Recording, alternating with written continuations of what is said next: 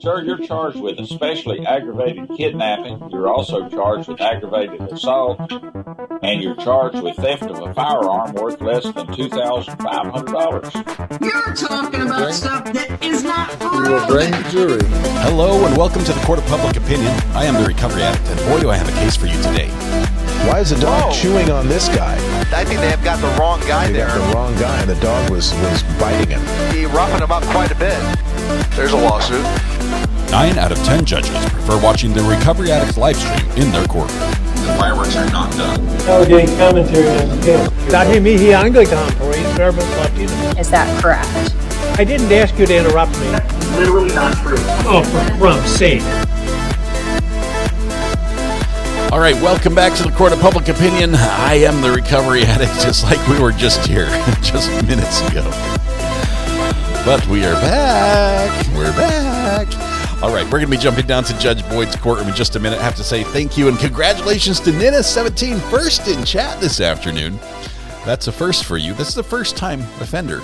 But the fact that you don't have a prior record when it comes to breaking the silence of chat does not relieve you of the punishment that is coming your way. Yes, for your promptness and punctuality, we are going to sentence you to internet ownership. Everything IP-related is now your responsibility. You are also now authorized to scroll through the shopping tab on the YouTube channel page and hunt for and eventually find the Certificate of Internet Ownership, which you are now eligible to download for the low fee of 50 cents.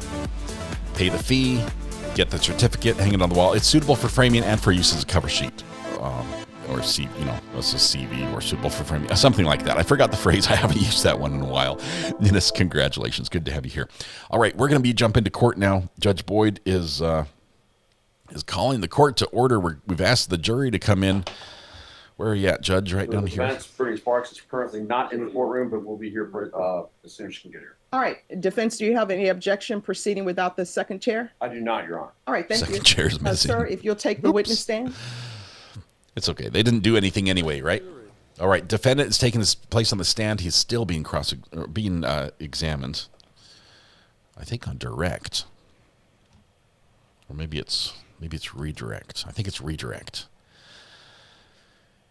This is going to wrap up this case here today. The proceedings they're expected to rest after lunch, so full courtroom for sure. Hoping Judge Boyd is just really feeling it today. I'm hoping she's great. We'll take a look at the judge's purse as well. The thumbnail for this one has featured every single one of Judge Boyd's purses, and she teased us with the possible view of that, but it didn't show up. We've had 6 different purses so far in this trial, and this will be number 7, which I think we'll have to put in the defendant's hands because it's 3 sides are full. This is cross. Okay, this is cross. Fran Fitzgerald says, my daughter's video hit over 500,000. The local news wants to use it and give her credit. Can I do one thing for you? Let me just highlight that's the part they want to use. They're really good about using your video if you say yes. Tell her, look, we're proud of her too. What can you throw her something her direction? A T-shirt, a channel hat, maybe $50, a gift card to Benihana's or your local fast food joint. Ask them. They're not going to pay for it, but ask them. You stated that when you all were at El Camino that you paid for the dinner of the employees. Is that correct? Yes, ma'am. And how did you pay for that dinner? I don't remember. I think it was Apple Pay, or it might have been physical card. Like your personal card? I believe so, but to be honest, I don't remember. Okay. And then yesterday you testified that you had heard the gunshots hit the window. Do you recall saying that? Yes, ma'am. Okay. But you've seen the evidence in this case, and there's no evidence that anything ever struck any of your windows, correct? Right. I had mentioned that I heard gunshots hit the car in the window. I believe that was in testimony. Okay. But again, you reviewed the CSI photos that were taken in this case, correct? Yes, ma'am. As well as the photos that were taken by your investigator, correct? Yes, ma'am. Okay. And there's no defects in any window, right? Not that I can see, but there is in the bumper. Okay. And so I guess I'm assuming, and correct me if I'm wrong, but the reason that you owned and carried a firearm is for protection. Is that fair to say? For the most part, and yes, ma'am. Okay. And so even though you felt threatened by Diego Gomez, it's your testimony that you did not show him the firearm that you own for your protection. Is that correct? That's correct. They teach us that in a concealed handgun license class. And yesterday you stated that you didn't recall exactly where the firearm was, correct? Yes, and out of force of habit, that it always goes in center council. Is where I put it. Reflection. I'm not asking you about your habits. You understand that, right? I'm just giving you my whole testimony from yesterday, not parts of it. Okay, but listen to the question that I'm asking you. Oh, Do you little have snark. independent recollection of exactly where the firearm was when you were there engaging with the Toyota FJ? Yes or no? I don't recall. Okay. And then in your testimony, you stated that you opened the driver's side door because you, I guess, were in fear that the driver of the other motor vehicle was going to come over and try to physically engage with you. Is that correct? Yes, from what I remember, yes, ma'am. Okay. But you didn't have your firearm that you were carrying for protection at this time? No, 100% I did not. Okay.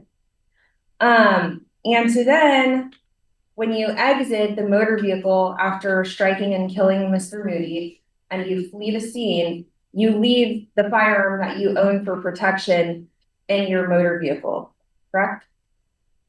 Along with my phone, yes, ma'am. Okay. So then you testified yesterday that you, while you're running in, I'm going to ask you to look at State's Exhibit number 59 once I get it up on the screen.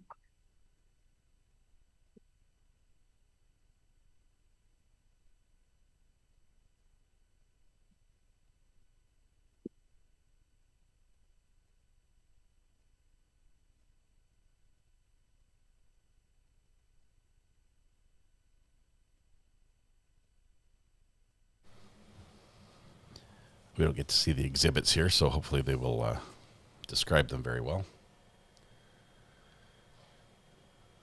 Let's watch and see how late the second chair is in showing up for court.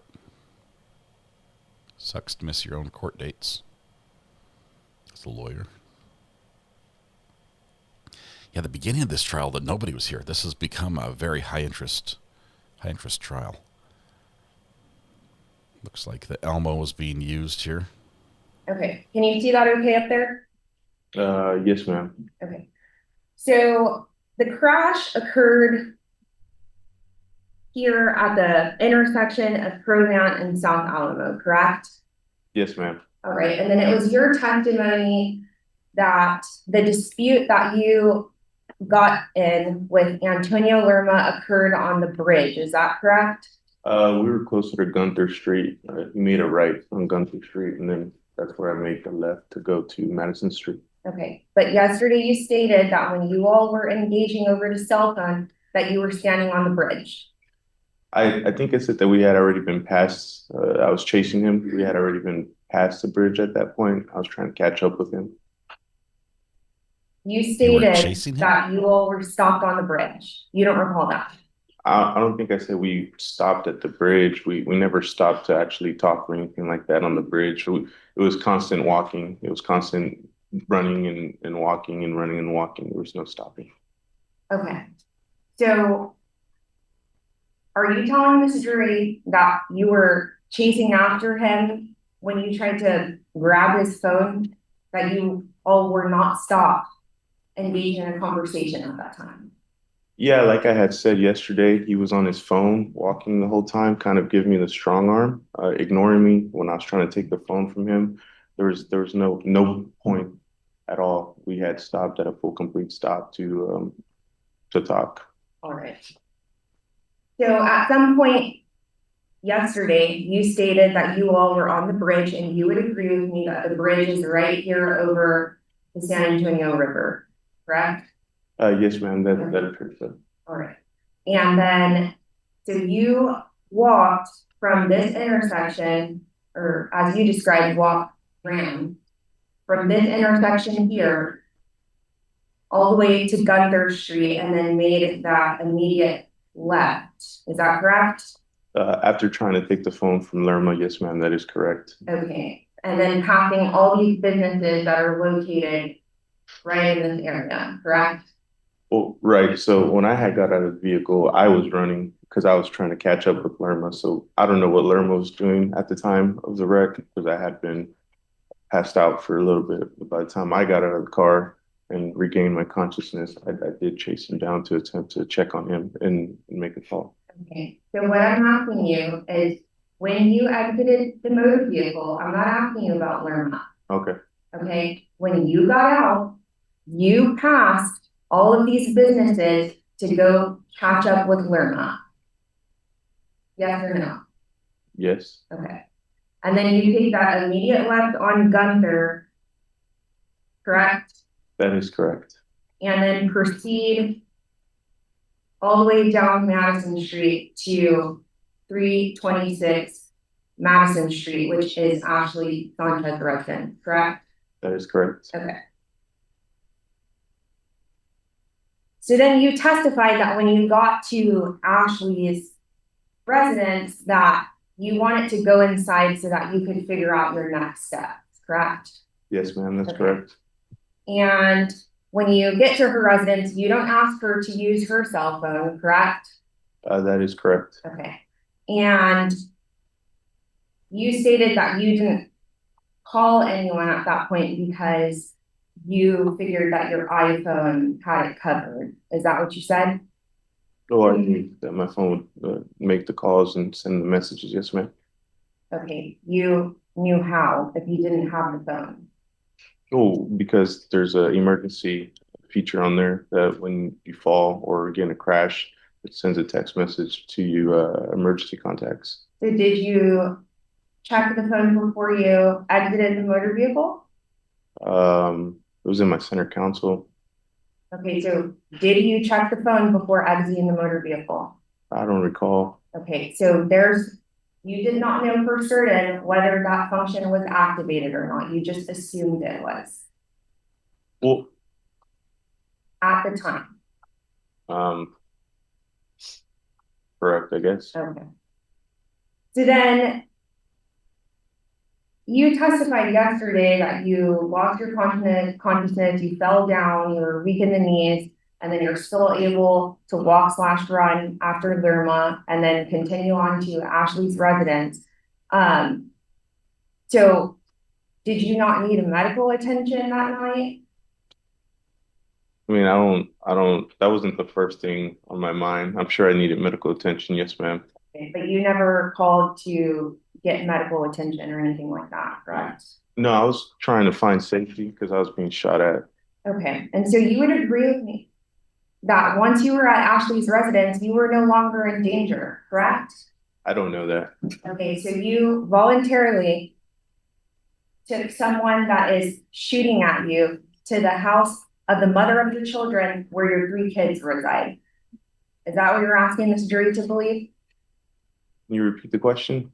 That you took danger, if you believe that you were in such danger and you had that danger follow you under your belief, you're voluntarily taking danger to the residence of Ashley Sanchez, who's the mother of your children, and the residence where your 3 children reside.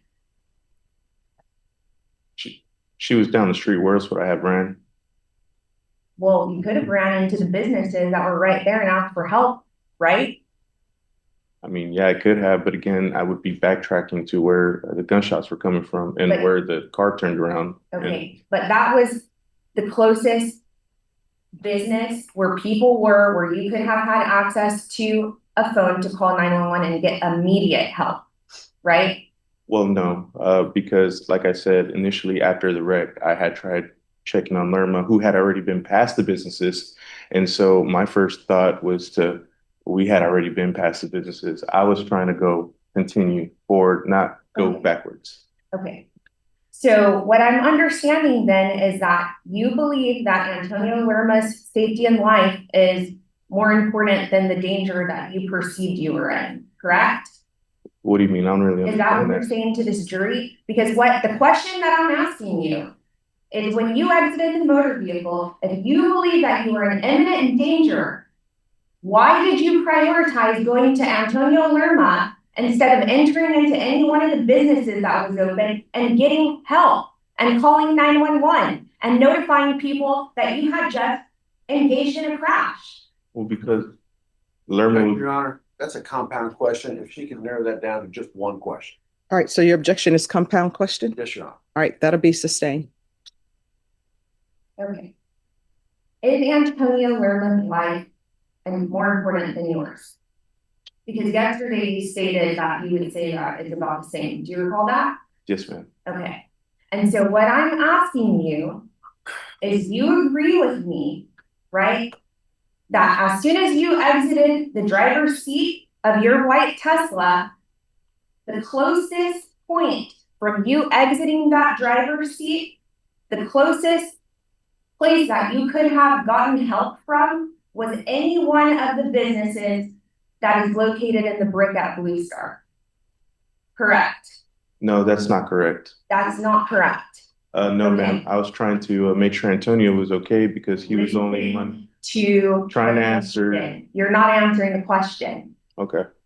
Your Honor, objection sidebar. Overruled. I'm not asking you about Antonio Lerma right now. We're going to get to that. Objection sidebar. Overruled. What I am asking you is, when you exited your motor vehicle, which was located right here, when you got out of the driver's seat, the closest place that you could have gone for help are the businesses that are located here and here, notwithstanding Antonio Lerma. Correct? Correct. Okay, but that's not what you did. Correct? That is correct. Okay, so even though you believe that you were in such imminent danger, you still prioritized going to seek out Antonio Lerma, correct? Yes, I was trying to see if he was okay. Okay, and then after that, even though you believe you're in danger, you go to the residence of Ashley Sanchez, where your 3 children are residing. Right? Well, I'm not going to go back towards where the gunshots were at. So yes, that is correct. Okay. And so you're voluntarily taking danger to the mother of your children and your 3 children. Is that what you're saying? That's not what I'm saying. How are you not saying that? Well, because that's not what I said. Are you not understanding the question? You asked me if I was bringing danger intentionally over to where my kids live at. That's not what I was doing. I was trying to find safety. Okay, but then you stated that you weren't safe when you were at the residence. So were you safe when you were there, yes or no? I didn't feel safe. Okay, so you voluntarily took danger there. I mean, if that's the way that you're going to put it, ma'am, I didn't voluntarily try to put my kid's life in danger. Okay, but if you state that you're being followed and that you're so scared, you think it was reasonable and prudent to go take that to the residence of Ashley Sanchez? I felt like with everything that was to take into consideration and circumstances, I felt like at the time, maybe it was the right move to run over there because I was scared being shot at and being shot. And so, yes, ma'am, I did run over there. I did not intentionally bring danger to my kids, if that's what you're asking. Okay, and then notwithstanding that, Ashley Sanchez had a phone, right? To my knowledge, yes, ma'am. Okay, and she testified to as much, right? So she had the phone, correct? Correct. Okay, and you didn't ask her for the phone, correct? Yeah, that's correct. Yes, ma'am. Okay, and when you were there, you did not make a phone call to any 911 or emergency service, correct? No, she wouldn't really talk to me or give me the chance like Antonio Lerma. She had someone over, and so she was just trying to get me out of there. That was her testimony. Okay. Well, her testimony was also that she knows you better than your own mother. You recall that, right? Yes, I do recall that. Okay, and even seeing you in the state that you were in, She didn't think to call 911 for you either, did she?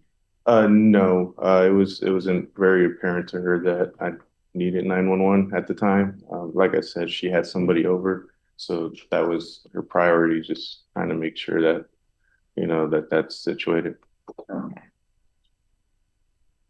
And then there was some testimony that you all were out on the steps of her residence. You recall that?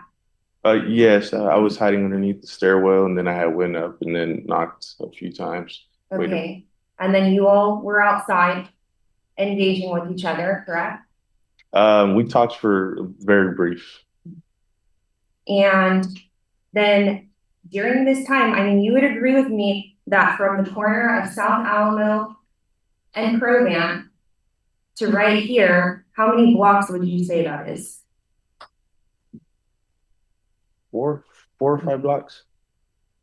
And you're telling me that you did not hear the plethora of sirens and EMS vehicles that showed up and responded to the scene of the crash while you were outside at any point? That is correct, ma'am. I didn't hear any of that, and that's the truth. Okay. And then Ashley stated that she got you an Uber to go back to your apartment, correct? It was a Lyft. Yes, ma'am. Okay. A ride share service? Yes? Yes. Okay.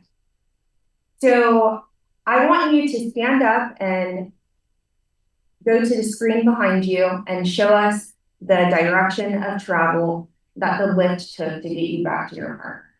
No problem.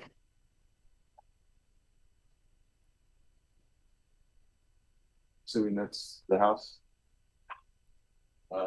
Went down this way. Excuse me. If you can make sure you keep your voice up so the jurors can hear. Okay, yes, ma'am. The Lyft picked me up right here, and then it came down this street, made a right on Gunther, and then took the freeway. Okay. And at no time during your path of travel did you hear sirens or view police lights or see any emergency vehicles? Is that what you're saying? Yeah, at the time I wasn't looking for any of that. I was just trying to get to safety, like I told you. I wasn't apparent to me at the time that somebody had been struck, so I wasn't necessarily looking for sirens or police noises or anything of that sort. Okay. But you're stating that you were trying to get to safety. Is that correct? That is correct. So what if the safest place that you could have been is with a police department to report you being allegedly shot at?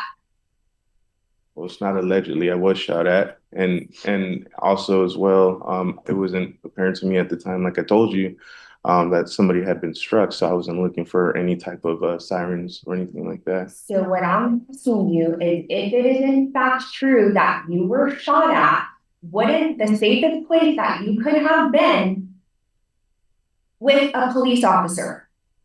Judge, I'm going to that calls for speculation. That doesn't call for speculation. All right. I don't know what the safest place is. All right, the objection will be overruled. Answer the question. One more time.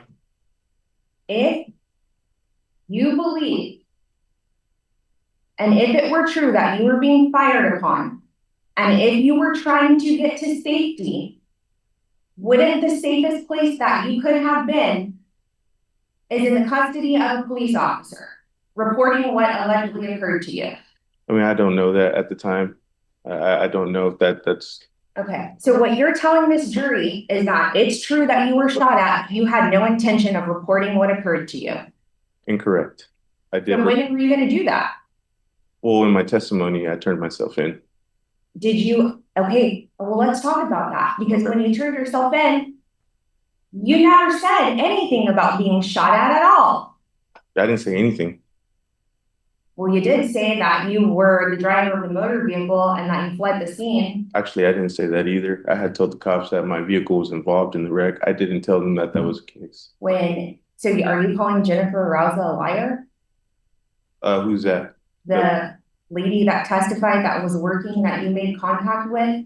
1000%. Also, she didn't read me my rights, and she's not a police officer. Right. You didn't have a warrant, so she has no obligation to do that. Right. You understand that, right? Well, that's why I turned myself in and I let her know the circumstances. My exact words to her were, my vehicle may have been involved in a wreck, and that is my vehicle. I never told her that, oh, I was involved in a hit and run. No, I didn't do that. Let's talk about that, because there wasn't, at that time that you said it may have, there was no question about it. Because Right. we had already seen the news articles that indicated you knew that you were driving that night, right? Right. And you had seen the news articles that you struck and killed Mr. Moody at that time. Right. But I'm not gonna go tell her. I mean, I don't know. I mean, like I told you before, I don't know the next steps or anything. I hadn't seeked much help or anything like that. All I know is that I was gonna go in there and tell her that my vehicle was involved. I never told her that I was involved in a hit and run. I never told her that. That's not true. Simply not true. It's not. So you're calling her a liar. I mean, I'm not calling her a liar, but she didn't tell the truth. Okay. And So how else would she have known? Because you heard everyone's testimony. You didn't have a warrant out at that time, correct? that is correct. Okay, so how else would she have known that you were the driver of the motor vehicle? I Because told you told her, correct? wrong. I told her that was my vehicle. Okay, but as you sit there now, you're not disputing that you were the driver now that there's evidence of you getting into that driver's seat, correct? I don't think I ever disputed that, ma'am. I So never then disputed you that I was tell her that you were the driver then. because that wasn't her job to know. Simple as that. I mean, Okay, and if it wasn't her job to know, but then you think it's her job to read you Miranda rights when you're not under arrest? I didn't tell her anything. Okay, and you understand that she's a civilian employee, she's not a police officer, right? Right now, I Right, know she that. has no obligation to read you anything because she's a desk clerk. Okay, that's exactly more even of a reason why I didn't tell her anything. Okay. So then it was your testimony that the reason that the vehicle had to be moved is because the King Williams Fair was happening that weekend, correct? That's what I was told from Ashley. Yes, ma'am. Okay, but you would agree with me that Fiesta and all Fiesta events occur in the month of April every year, correct? I believe this was around the COVID time, so I'm glad you asked that. They had pushed it back a few weeks because of that, according to what I was told. And that's what Ashley told me, so she told me to go ahead and pick it up.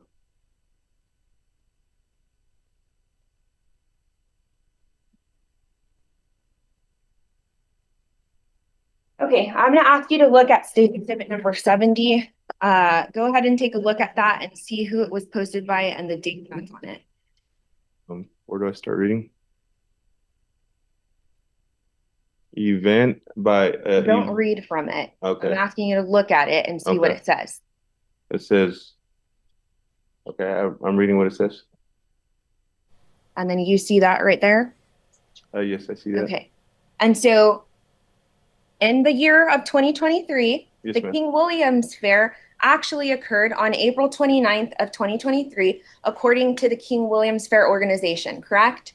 That is correct. Okay, so there was no need for you to go and get that vehicle that night, correct? Like I told you, that's what Ashley told me. I never stated personally that I knew it was going to happen on that day. I don't live in King Williams. I live at the Pearl. But you stated that Ashley had got a letter. This is what you stated yesterday. Recall your testimony that she got a letter that said it needed to be moved by the weekend. You recall that, right? Yes, that's what she told me. So the sense of urgency was pretty high for me to go move it. Okay. And then the next day you testified that you were in very severe pain. You recall saying that? That is correct. Okay. But you still muster up some strength to log into your Facebook after the crash, correct? Or try to log into. No, ma'am. I didn't have any devices or anything like that on me at the time, so I had never gone onto social media. Once you got to your apartment, you didn't have your laptop and your iPad that Ashley was talking about? I had made I had not an iPad, but a laptop just to send messages or whatever, or check the internet, but no, I never actually got onto any type of social media. Okay, but in your recorded phone call to Ashley, you told her that you tried to log on to your Facebook after the crash. You recall telling her that? I don't recall that. Well, I'll refresh your memory in a moment. We're gonna Okay. move on from that, okay? Yes, ma'am. And then, even though you just said you didn't have any access to any device, you somehow log into Instagram and send Antonio Alerma a message asking if he's all good and letting him know that you left his keys on your balcony of the apartment, correct? I don't recall that. Okay, but you heard the testimony, correct? Which part of the testimony? That he said that you did that you messaged him that. Yes, ma'am, I did hear that part of the testimony. Okay. And then at this point, when you're in your apartment and such severe pain, you still don't call 911 or seek out any type of medical treatment. That is correct. Yes, ma'am. Okay. And at this time, after learning that you struck and killed Eric Moody, your number one concern is meeting with your kids and your tia and your tío. Yeah, it was to put prayer on the situation and for Eric Moody and to try to get on my situation situated. I'd never been in trouble like that before, so like I had mentioned yesterday, my whole thing was just trying to make sure all that was situated. I didn't know when I was going to see my kids again because I knew I was going to turn myself in, which I did shortly after. Okay. And then I want to address you turning yourself in because yesterday you stated that you turned yourself in on March 25th, 2023, and that's not correct, is it? Well, I had told you 24, I don't remember the day, but I know I had turned myself in. That's what my testimony was. On March 27th of 2023, which is 2 days after the crash. Right. Correct. That sounds about right. Okay. And when you go to turn yourself in, you're there with Ashley and your mom, and they're crying and hugging you, giving you one last hug before they leave you there. Do you recall that? Yes, ma'am. And Mr. Moody didn't have that same opportunity. You would agree with me, right? Yes, asked and answered. Yes, ma'am. Because he was left dead at that intersection, correct? That's correct. Okay. And then yesterday you stated that had you not been fired upon, that you would have been driving perfectly normal. You recall saying that?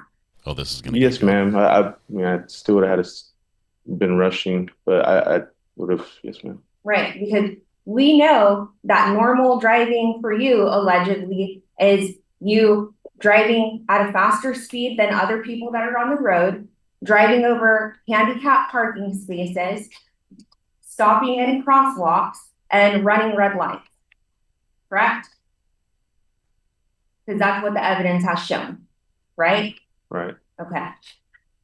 So then after you turn yourself in, you speak with your mother and Ashley a number of times while on a recorded line. You recall that?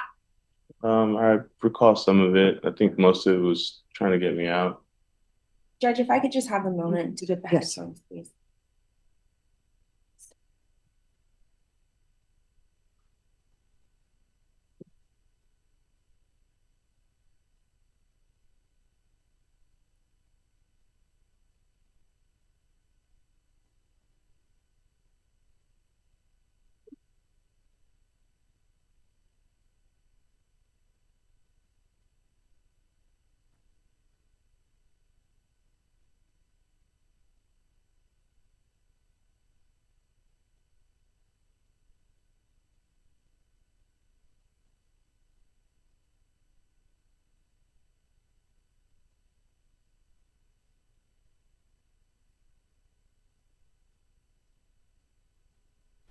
He stayed remarkably collected during this.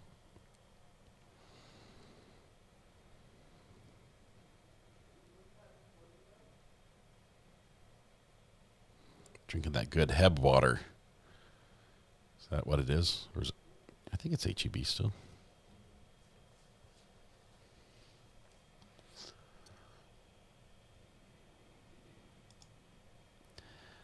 Girlfriend did testify, the mother of his child. We did away with the baby mama terminology early on in the trial.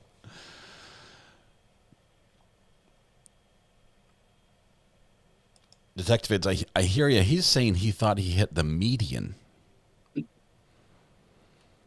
and then the wall. Okay. So in one phone call that one conversation that you had with Ashley Sanchez, do you remember discussing with her that you two needed to find someone to vouch for you? No, but maybe if you play it, I will. Don't worry. I can hear the context of it. Section sideboard, Judge. Sustained. Disregard. Ladies and gentlemen, you're to disregard the last comment.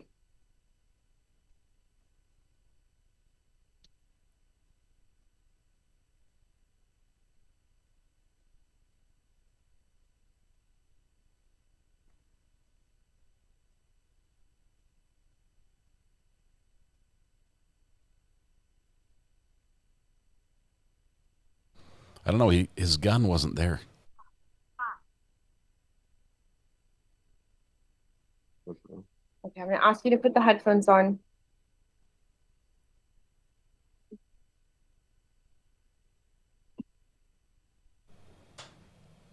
My wife just got questionable legal advice from a lawyer. Can you put the volume down a little bit?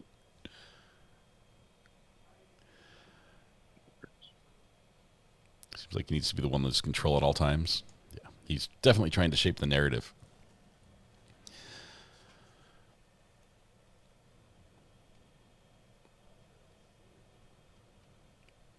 My wife made a call to a lawyer asking about the funny little law in North Carolina and how to best abide by it. He's like, don't do that. Nobody does that. Nobody, just ignore it. I'm like, what? What?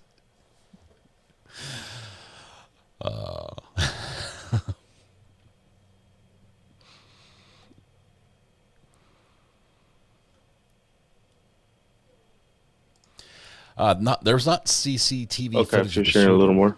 There was a Tesla video. The camera has like 9 cameras on it that record. The car does. I'm good. Okay. So do you now recall discussing with Ashley Sanchez finding someone to vouch for you? In the terms of talking on my type of person I am, yes, ma'am. Okay. And you told her to not contact Jared Lopez at that time, correct? At that specific time, I did tell her that. Okay. Thank you. And then I'm going to ask you in a minute to put the headphones back on.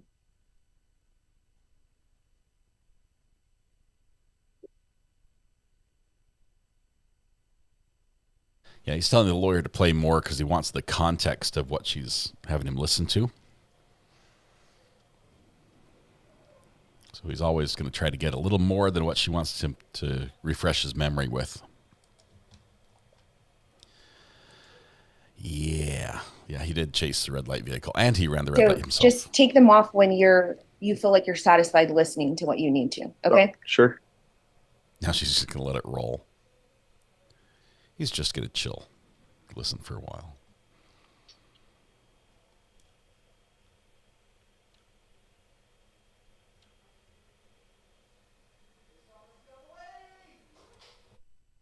Sorry. I'm going to object because I don't think she's asking a question that he needs to refresh his memory on. All right. And she's asking her to refresh his memory. I did ask him earlier while I was sitting down, and he stated he didn't remember. So I guess do you want me to ask him again? Yeah, ask that question again so we know what we're doing. So did you tell Ashley Sanchez that you attempted to log in to your Facebook on the night of the crash and you couldn't do so because you didn't have your phone? Oh, I haven't got to that part on this one. The video. The answer is yes or no because your attorney is asking me to ask you. Did you tell her that? Yes or no? I don't recall. Okay, put the headphones on. It's interesting. Let's see how he answers this. A really obstinate person would say, I hear it on there, but I don't have a personal recollection of that happening. So we'll see. Your attorney's making me ask you this question again. It's getting personal in here.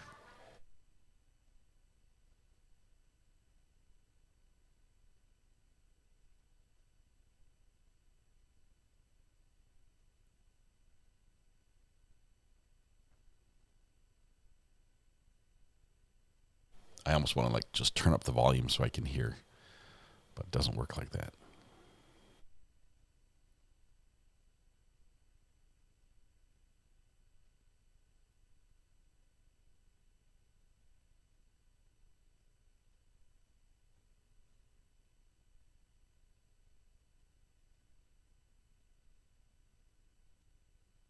Okay, so in this conversation, you and Ashley are discussing her trying to obtain your Facebook password so she can deactivate and delete it, correct? I didn't hear the part where she said deactivate, but she did want to get into it. Put the headphones on again. Yes, ma'am.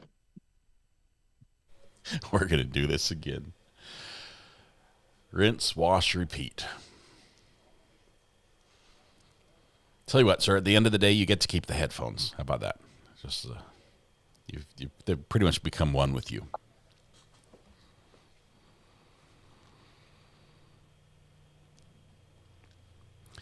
Oh, yeah. Yes, ma'am. Okay, so what is being discussed between you and Ashley Sanchez is her trying to obtain the password to your Facebook to deactivate it, correct?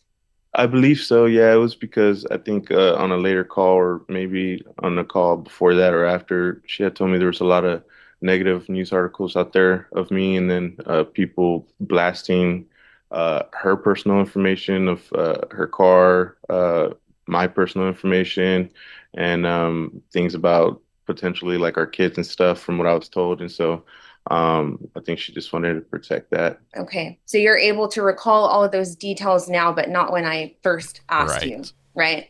Well, after you refreshed me, because I just wanted to know the context of it, so it's not taken out of context. And then your response was that you tried to log into Facebook the night of the crash, correct? And you were unable to do so because you left your phone in the car. That was your response, right? Yeah, I simply lied to her. Why would you lie about that? Oh, well, I don't really recall much about that. I know I didn't try getting into Facebook or anything like that. Well, you would agree with me that that's something that's very insignificant, correct? Right. I just was in the right state of mind. I was in jail. People were trying to get on the phone, and there's a line. I was just trying to get as much time to answer the calls and get all the information that she wanted at the time. There was so many things going on at the time. So the question I'm asking you is that is something that is insignificant, correct? No, not at all. How is it not insignificant? I mean, we just have never had each other's login information, believe it or not. So you didn't want to give her your login information? Is that what you're saying? I truly didn't know the password. It was with Face ID. So I'm asking you, why did you lie to her and tell her that you had tried to log into Facebook? What was the reason for that? I mean, I don't know. I just at the time I didn't know how to get into my Facebook, and she wanted to get into it to try to protect my peace, and I just didn't think she had to. And so my question to you is, if you're going to lie to the mother of your children about something so insignificant, how is this jury to believe anything that comes out of your mouth? No, I mean, it's moving on. Okay. So then when you continue talking to Ashley Sanchez, she advises you that Antonio Lerma still has a job at Take 5 Oil and you've been terminated, correct? That I recall. Okay. And at this time, you tell her, I shouldn't have fucking told him anything. Yeah. You recall saying that? Yes, ma'am, I do. Okay. What is that about? I remember specifically when I was chasing him down, I was offering him help. I was trying to offer him a way out of there. I was trying to offer him aid. And the fact that he left me in the car, for one, by myself, was one thing, but I still found it in my heart to try to go make sure he was okay, try to use his phone. And so, I mean, I think about it all the time. I tried offering assistance to him, letting him know that there's alternative routes this way, or we can go back to the apartment. And he just didn't want anything to do with me. So what I'm asking you is, what did you tell him that you felt when you were discussing with Ashley Sanchez that you shouldn't have fucking told him anything? Are you saying it's when you were offering him help? Yes, ma'am. And That's what I just said. Gotten you in any trouble with the police? Well, I would have to hear the call. I don't think it was in reference to me getting in trouble or anything like that. Headphones on.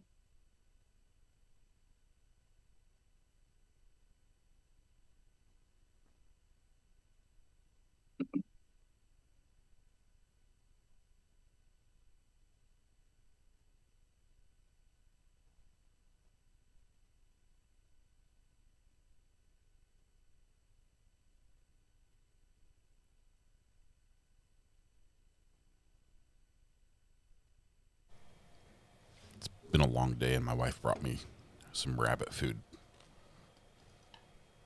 so I'm having a little snack off camera. Sorry.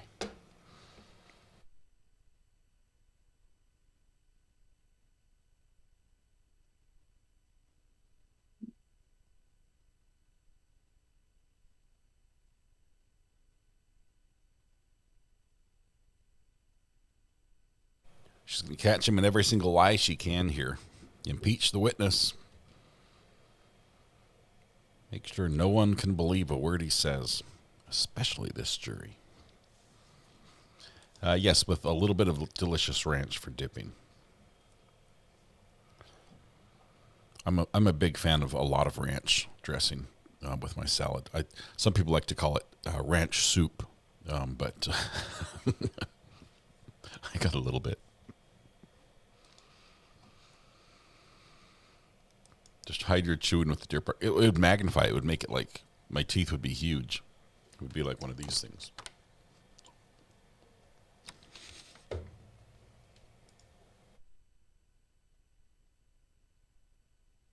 Yes, ma'am. 100%. That's what it was about. Okay. So the context is that you had been terminated from Take 5 Oil, correct? Yes, ma'am. And that Antonio Lerma had not been terminated from Take 5 Oil, correct? Yes, that's correct. And that Take 5 Oil had advised employees to not get involved in your legal case, correct? Them, I'm not sure who they're referring to. She had said that they advised them not to get involved. I don't know who all of part of them is. Okay. And so you're saying that you shouldn't have told him anything about getting him help, is what you're telling this jury? Yes, ma'am. Okay. And so how would that have any legal ramifications or implications on you? I don't think there's anything in regards to legal ramifications. And when I had told her that I shouldn't have offered him help. So then why shouldn't you have offered him help if he was a passenger in your motor vehicle? I mean, I don't really understand where you're going with the question. I don't understand the question. Understand your answer. I'm asking you why you said you shouldn't have fucking told him anything. Right. And you're saying that anything that you're referring to is offering him help. That is correct. So why shouldn't you have offered him help that night if he was a passenger in your motor vehicle and you had a legal obligation to do that to him and Mr. Moody?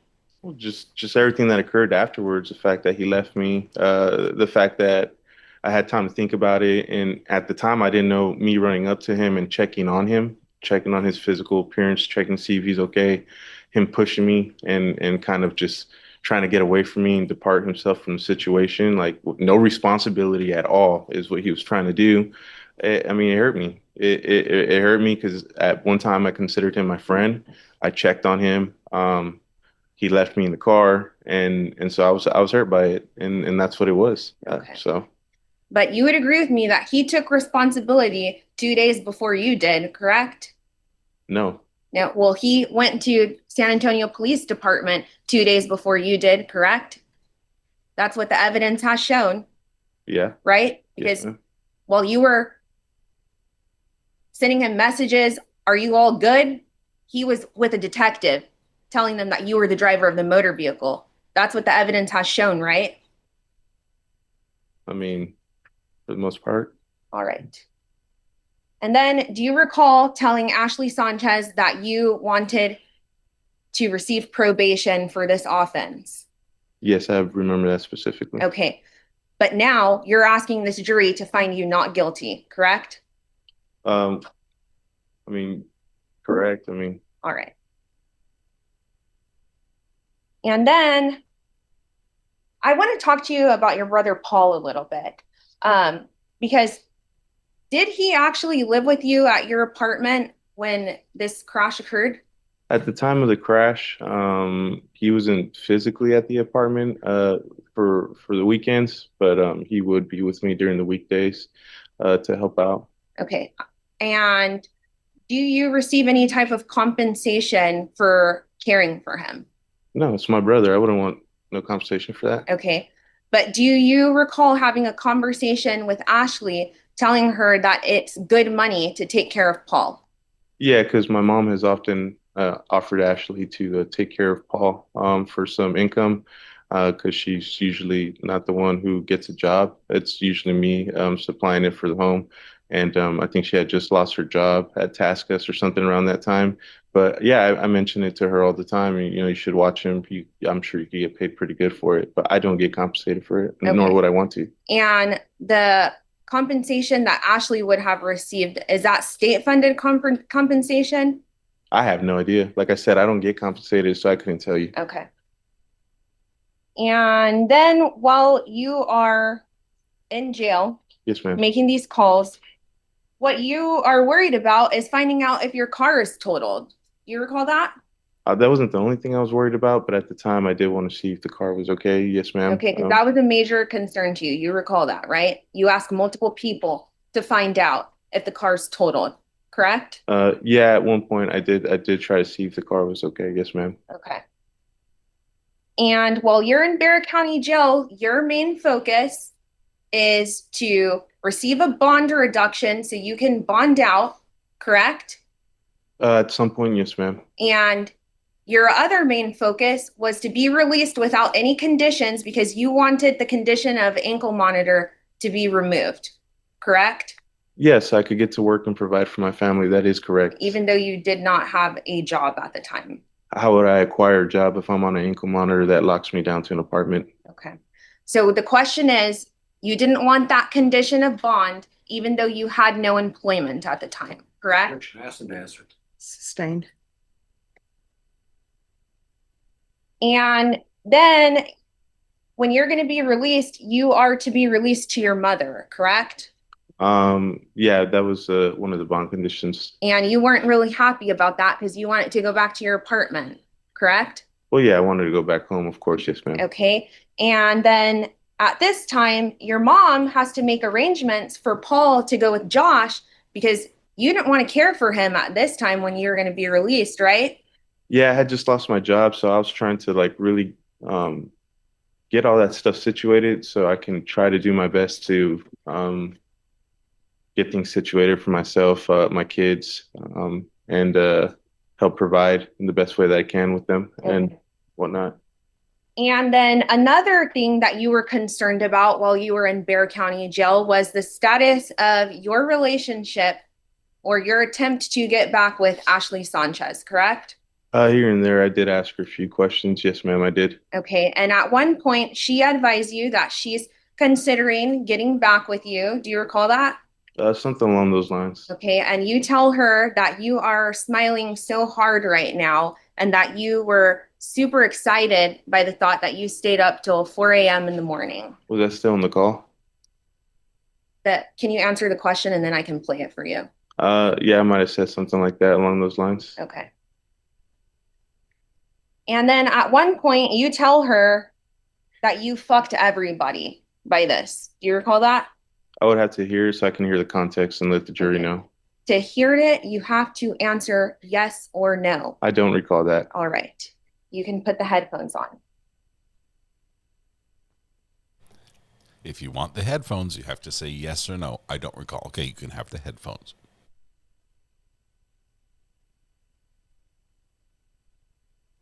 Here comes repeating the question again with the F-bomb, which this attorney loves to just shout out in court. This is so confrontational, the back and forth. His attorney has several times objected to the badgering of the witness. Every time the judge has denied that objection, overruled it. So she's going to continue doing what she's allowed to do.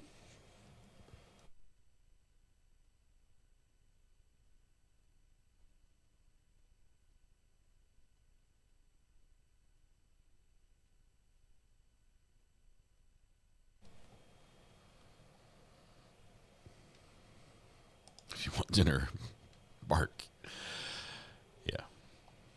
Yeah, I recall that. Okay, so you told her Here it 2 is. times that you fucked everybody by this, correct? Yeah, there's a lot of people that hurt in this situation. It wasn't just myself. Okay. Eric Moody's family, my kids, my mom, everything, everybody close to me. Okay. Well, let's talk about Eric Moody's family, because there was testimony yesterday that you asked your Thea and Theo, and just for the record, Thea and Theo is your aunt and uncle, correct? That is correct. Okay. And so there was testimony yesterday that you've asked them to pray for Eric Moody and everything like that. But Eric, when you were in Bexar County Jail and you and Ashley were discussing this case, what was discussed was that you should write a letter to the family of Eric Moody because it would look good if the case went to trial. Do you recall that? I don't. Okay, you can go ahead and put the headphones on.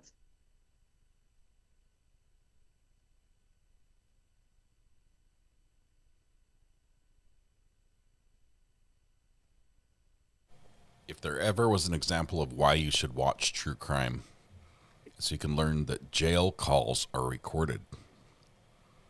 Wow, that's a terrible thing to have the jury hear in your trial.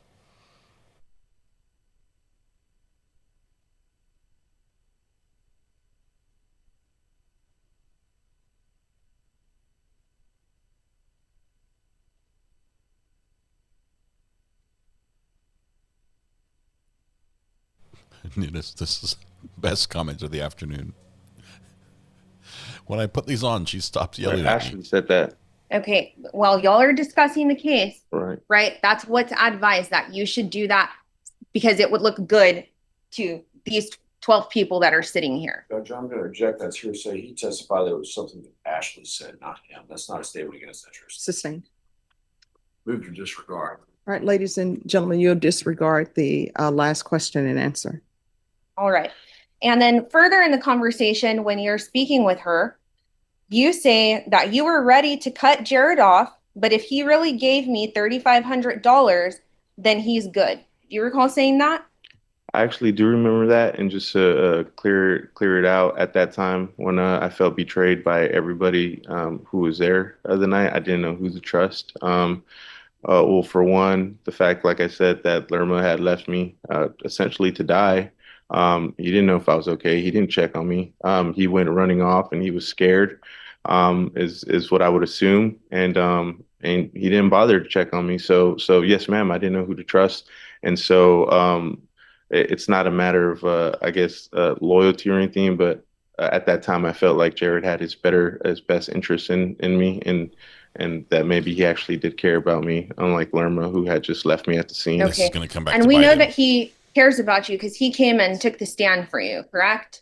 I would assume so. Yeah, to an but extent. he wasn't there at the time of the crash, correct? No, ma'am. But the reason that you had distrust towards him at this time is because you hadn't had a chance to speak with him, and you knew that he was with you at El Camino, correct?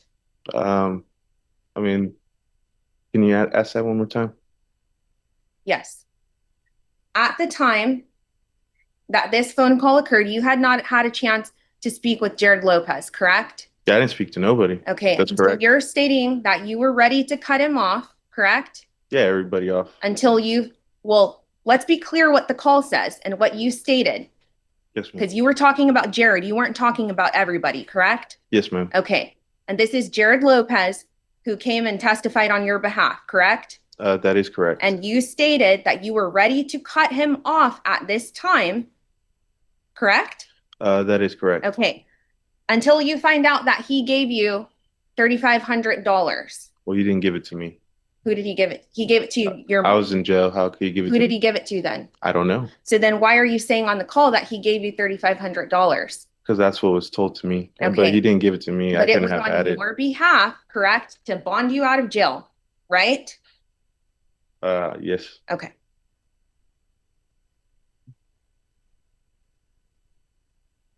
And then when you were in Bexar County Jail, you stated to your mom, what the fuck? So he thinks I can wait here for fucking days? That's fucking bullshit. I'm not trying to be here. I'm not sure what's gonna happen after court shit. I'm just wasting time in here. Do you remember saying that? Yes, I would go to the state of my mind at the time, my first time being in jail. There's like actual, killers Okay. and rapists in there. That's So, non-responsive. well, Overrule. You can answer. I can answer.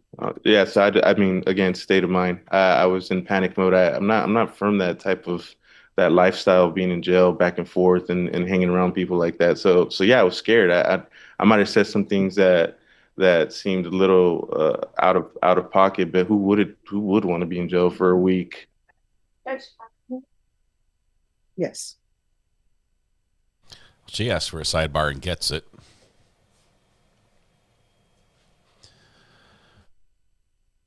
Wow.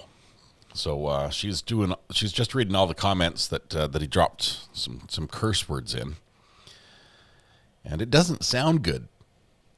And I'm sure it doesn't sit well with the jury too. Some of the things he said. State of mind is most. It is a legal. I'm just thinking objection, but it's a when we're talking about a hearsay exemption, it's a legal exemption to the hearsay rule. It goes to state of mind. He's not a lawyer, but I think he's using it wrong. But all right, he's got quite an attitude today.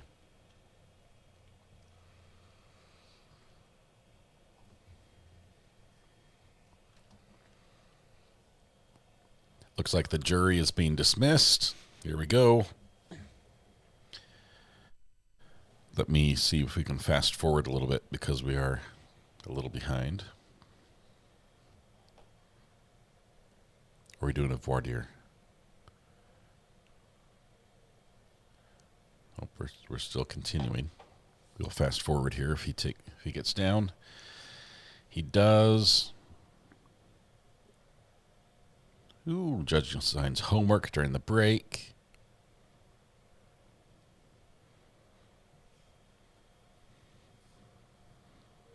She comes back on. Does she have anything to say? She does other docket work here. Okay, we're gonna take a quick peek at how this is gonna go and fast forward through it. Judge Boyd does other cases in the middle of her trials and right up to and right after her other trials.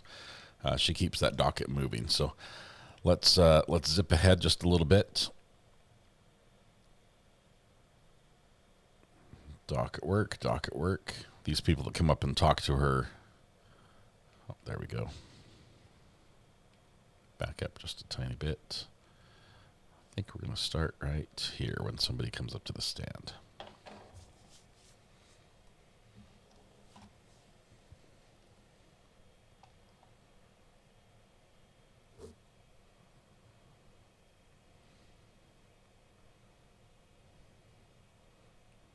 Jury's back in. And on this side, y'all need to clear out. Ready, Judge? Yes. All right. All right, for the jury. On this side, y'all need to clear out. Why is that?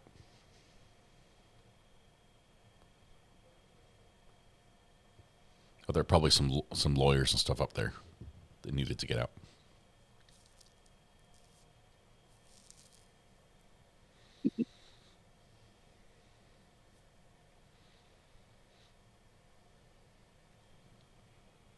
All right, everyone, please be seated. And State, I believe you still have the witness on cross-examination.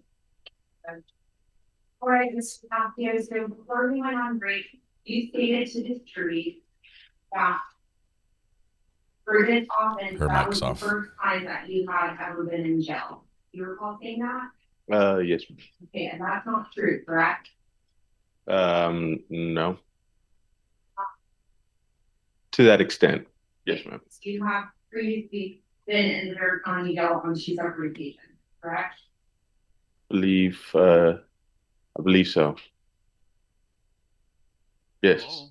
Procedural matters, and unfortunately, you have. What's your answer? I believe Yes. Yes. And so I just want the jury should be clear on what your testimony is, okay? Well, let me back up. So Mr. McLean, you stated that since the crash occurred, you've had no relationship with Antonio Lerma, correct? No, not to that extent, no, ma'am. That's because, as you stated earlier in your testimony to me, you feel betrayed by him, correct? Yeah, it hurt more. I hurt more than betrayed, but they go hand in hand, yes, ma'am. You thought because then he reported to SAPD about you, correct? I never said that. I was hurt by the fact that he left me for dead, and then when I went to go try to check on him, he brushed me off as if Statement that he provided to the San Antonio Police Department. Which one? I think he made 3. Okay. Have you reviewed? He made 1 to San Antonio Police Department. Well, let's back up. He made a phone call to 911 and 1 statement to 1 detective with San Antonio Police Department. Are you aware of that? I was only aware that he had made a few statements. I don't know exactly how they were reported. That was also different from the first statement. Yes, ma'am. You different, but you heard it. Listen to the question, answer the question. Objection sidebar and better the witness. She's testifying. Then object to non-responsive, Judge. All right, could parties approach, please?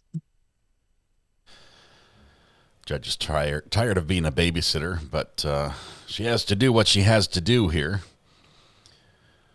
Let's skip ahead a tiny bit. Shouldn't take too long for her to put them in their place. They sound like children. She's like, I don't get paid enough to babysit full-grown adults. Can't behave like adults.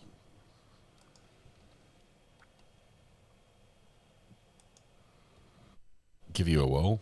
Whoa! Like that? The question is, do you agree with the testimony that Antonio Lerma has provided in this case? No, because it's not how it happened. So that is part of the reason why you have not continued your relationship with him, correct? That's not what I said. I'm asking you, is that part of your reason? Incorrect. And just in sum, just to be clear to this jury, what your testimony is that you were the driver of that white Tesla motor vehicle, correct? That is correct. And you, although you were the driver, you are not the person that caused the death of Mr. Eric Moody.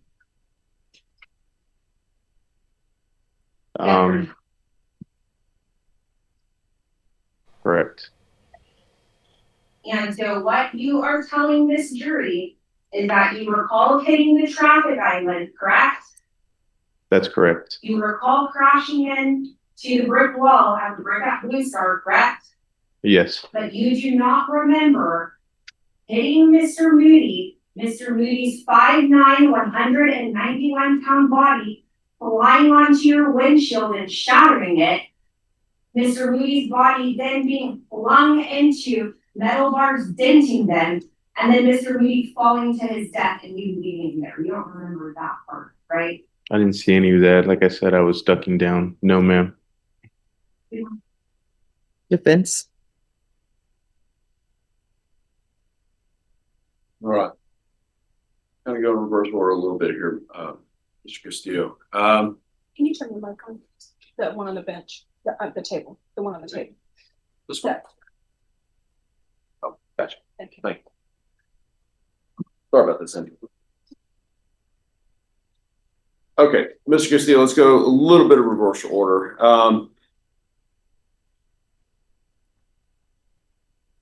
Had you ever been in jail where you had been upstairs in an orange jumpsuit before? Not up until this event, never. Okay. So when you said that you had not been in jail before, were you trying to mislead this jury? No, sir, I was not trying to mislead the jury. Were you just talking about you hadn't been in jail like this before? Right, yeah, not to that capacity ever. Okay.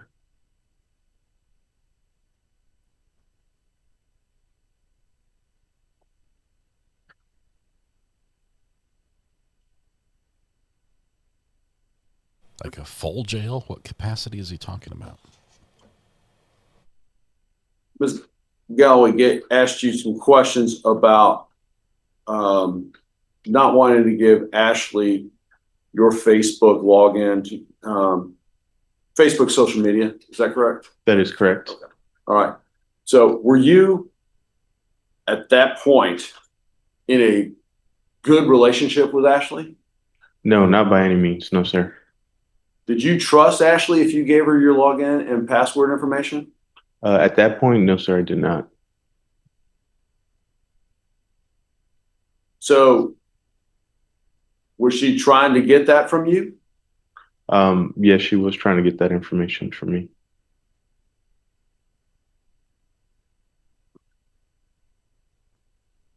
Right.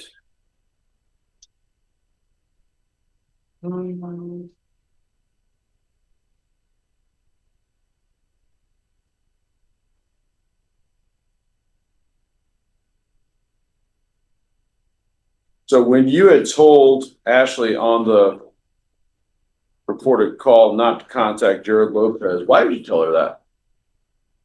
You know, I was at that time when I was incarcerated. I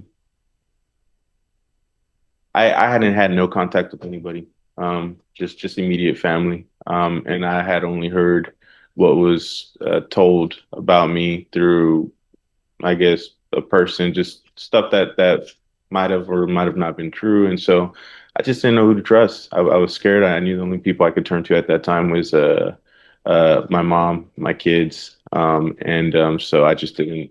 I didn't know. I didn't know what was being said about me. So I didn't. I prefer to just distance myself from everybody at the situation because of how hurt I was with Lerma.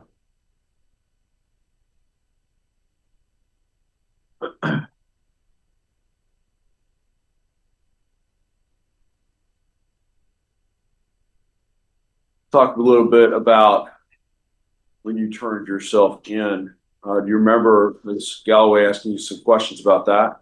Yes. And she talked about when you turned yourself into Ms. Aruza, correct? Yes.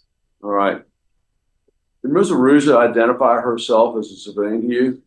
No, she did not. She had just asked me if I needed help. That was it. She didn't identify herself in any form or capacity. Was she wearing a uniform? I don't remember, but I would say probably not. I don't think so. Was she wearing anything with a Bexar County Sheriff's Office logo on it? Not that I recall, no. Okay. Was she sitting behind a desk at the Bexar County Sheriff's substation? Yes, a glass one at that too. Did she appear to be an officer to you? No, not at all. It was very clear to me, at least, that she wasn't. So she appeared to be a civilian to you?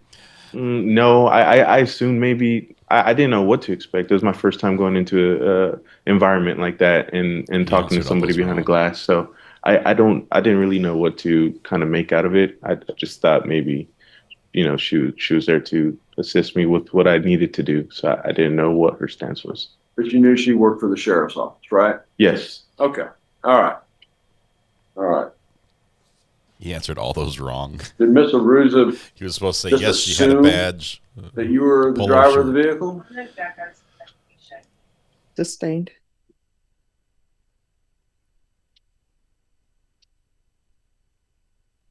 You testified you didn't hear sirens when you were over at Ashley's house. You recall saying that? Yes. How far away is Ashley's house from the scene of this accident? Maybe about half a mile, I would imagine, or more, I would imagine. What's King William's neighborhood like? Dark, bunch of older, more wealthy people in that neighborhood. Big houses? Huge houses, 3 stories, 2 stories. The river right there. Yeah, a lot of things. Are the houses compact, or is there acreage around them? It depends. Some of them are compact, and then some of them definitely not no acres, but a little bigger properties than the other ones.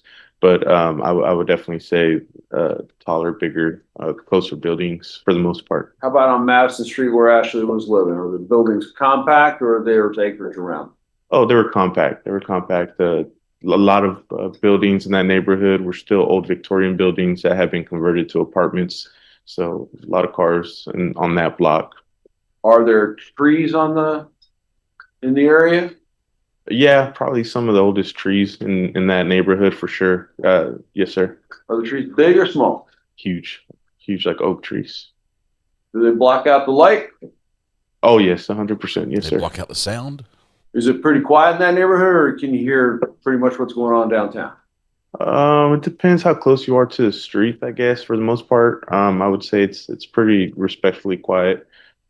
Okay.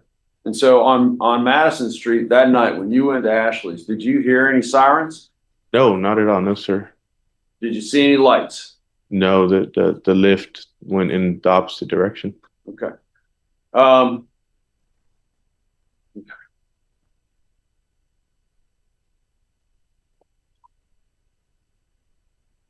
At the time you went to Ashley's, did you feel that you were still in imminent danger from being shot at? Yes, sir, I did. Why? I just bless you. I just did. I didn't know what the guy's intentions were. I definitely didn't know. I've never been in a situation like that, so I didn't know what to expect, and so I just thought I was still in danger. Okay. Were you still panicked? Yes. Was the adrenaline still flowing? Yes. Sustained. Okay. How are you feeling? All right, ladies and gentlemen, you're to disregard the last question and answer. How were you feeling? Yeah, I was feeling scared, emotional. I know I was in pain, but I couldn't really feel it. Didn't have my shoes. I remember being out of breath, super tired, just from the running, and just scared for the most part. Like I've mentioned before, I think it was just a spike of adrenaline because as soon as I got away from the situation, just got home, it kind of just adrenaline went away and I felt all the pain in my body. Excuse me, just 1 second. Sydney, do you need a cough drop or water?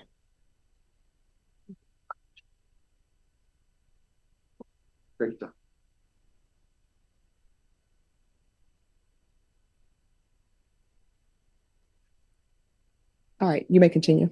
Thank you. Okay.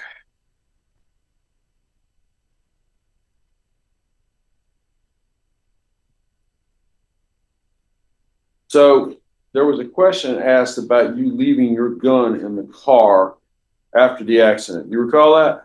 Yes, sir. Where was the gun found? In the car? The gun was found wedged between the seat and the passenger door where Antonio Lerma was sitting. On the right-hand side of his seat, between the passenger seat and the door. Yes, sir. Whoa. Could you see that from the driver's side? No, That's not at all. No, problem. sir. That's a problem. Did you that know where door the gun was opened after the accident? And closed. No, sir. Did you have time to look for the gun? No, I didn't have time for much. I would have assumed it was just still in the center console, but no, sir. Okay. How Antonio couldn't have put it there? It had to have been him.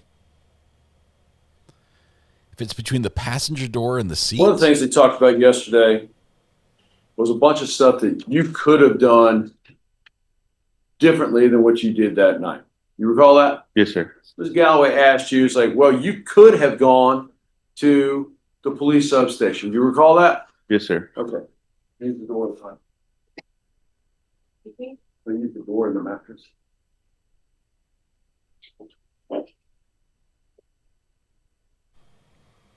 Yeah, that's if the gun is found between the passenger's seat and the passenger's door, the passenger door couldn't have been opened and closed again and have it still be sitting there. It would have fallen out. It would have fallen down to the floorboards. It doesn't make sense that it was just sitting there in that little space jammed in Right there. here is South Alamo program, correct? Yes, sir. Direction of travel that you went after the accident was across the river up here to Gunther Street, correct? Yes, sir. Okay. the confrontation with Mr. Lopez or Gomez happened here before this intersection with Flores, correct? That is correct. Okay. Which direction is the police substation from South Alamo? Is it, can you show the jury? The direction, this is where the incident occurred. When he, so I could have gone that way where substation was at, or immediately gone down this way, which is the route that I chose. Okay. Thanks. Okay. So to go to the police substation, you would have had to go behind you, correct?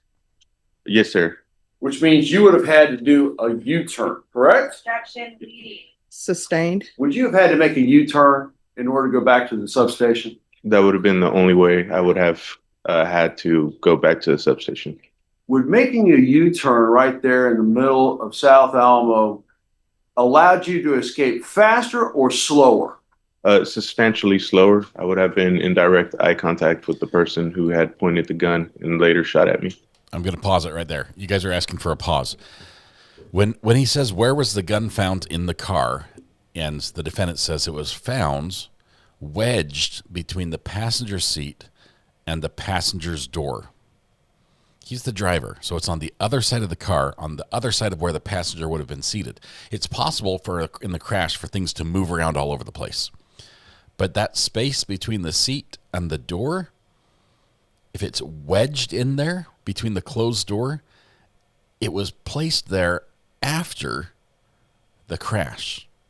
After Antonio got out and closed the door, that's when the gun was put there. It's like he hid the gun and then ran. That's what I'm getting from that. Maybe you guys are seeing it differently. I've been in a Tesla 3. I think that makes sense. Specifically what they say wedged in there. That's the key. If it was just sitting in a door pocket or somewhere, that would be different. But wedged in sounds like it was just shoved there and then left. That's all. Would the driver's side of the vehicle been facing the FJ, or would the passenger side of the vehicle have been facing the FJ if you'd made that U-turn? I would have been facing the driver's side, would have been facing the driver's side of the FJ at that time, had I made a U-turn. Would Diego Gomez have had a direct line of fire on you, or would he have had a direct line of fire on Mr. Lerma if you'd made that U-turn? Objection. Sustained. Don't answer. Don't answer. Objection or sustained. Okay, sir. So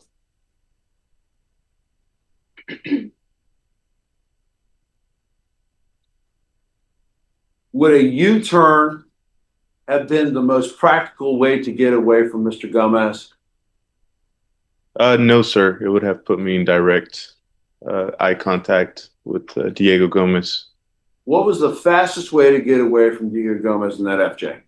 Immediately straight ahead of me, just getting out of his line of sight the best I can. How was your clarity of thought at that particular moment? I mean, I was panicking. I would say slightly. I mean, I don't know. I know I was scared. I know I was frightened. I didn't really know quite what I was thinking at that exact time. I was just trying to get out of there, so I wouldn't get shot. And so that's all I wanted to do, was just to get out of that immediate danger. Did you have time to evaluate all of your escape routes? No, sir. What was your first instinct? To get me and Antonio out of harm's way. And so what direction did you go? I went straight. Okay.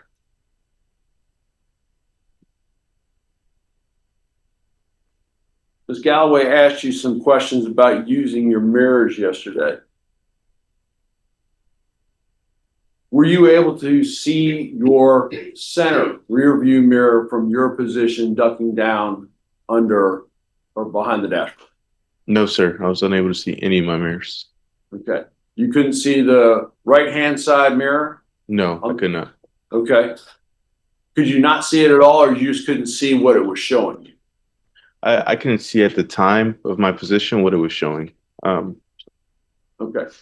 Is that because the angle was wrong, or you just couldn't see the mirror at all? I couldn't see the mirror at all. I was stuck down.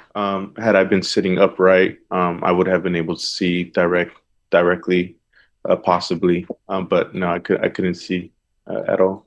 Okay. Were your mirrors adjusted so that when you're sitting erect in the driver's seat, you could see? Yes. And so when you're ducked down behind the dashboard, they're not, are they in the same angle? Completely different angle. Okay.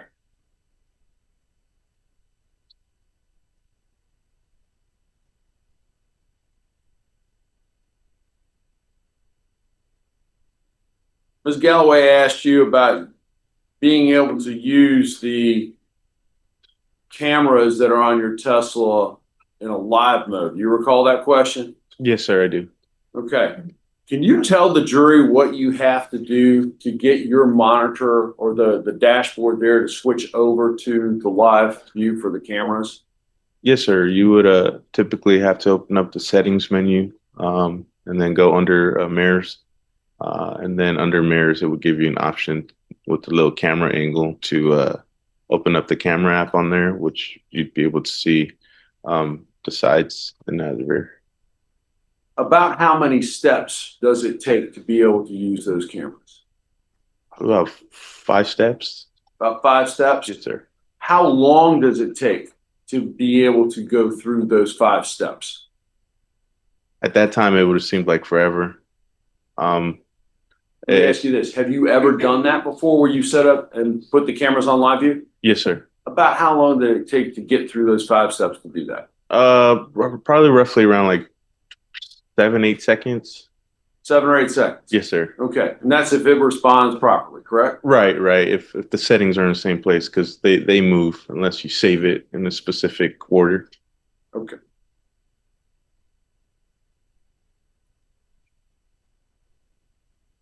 At the time that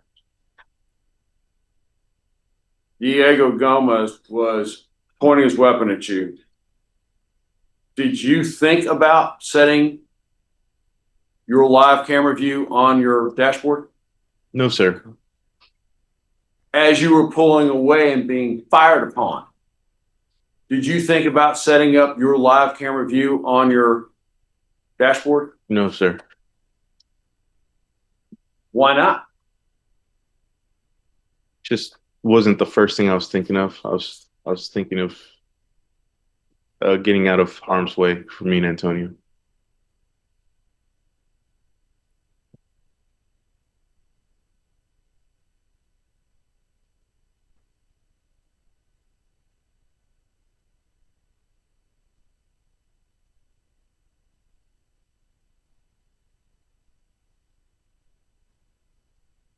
Ms. Galloway asked about a hat that was on the dashboard and how it got there yesterday. You recall that? Yes, sir. You recall that hat being on the dashboard? I don't recall it. No, I don't recall it. Okay. So you don't recall it? No. Okay. I'll move on from that. It sounds like the witness is not sure how he's Do supposed you recall to answer. if you were wearing a hat that night? I don't recall either. Okay.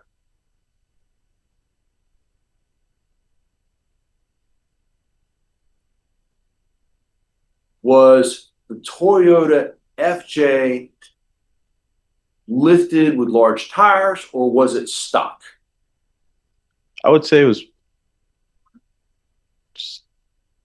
That'll be overruled.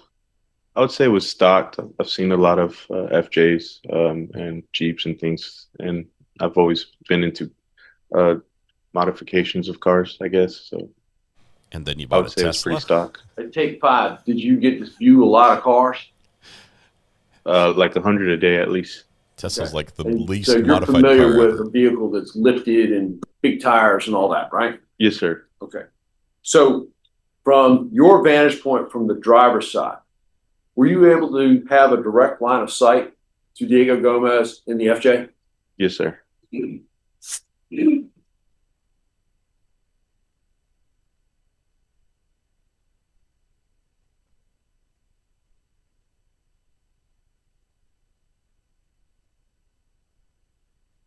When you sped off from this assault from Mr. Gomez, did you put the accelerator of the Tesla all the way to the floor? Yes. Yes, at the time. Had you ever tried to accelerate the Tesla like that before? No, I haven't or tried it at that capacity that night. Why did you put the accelerator all the way to the floor?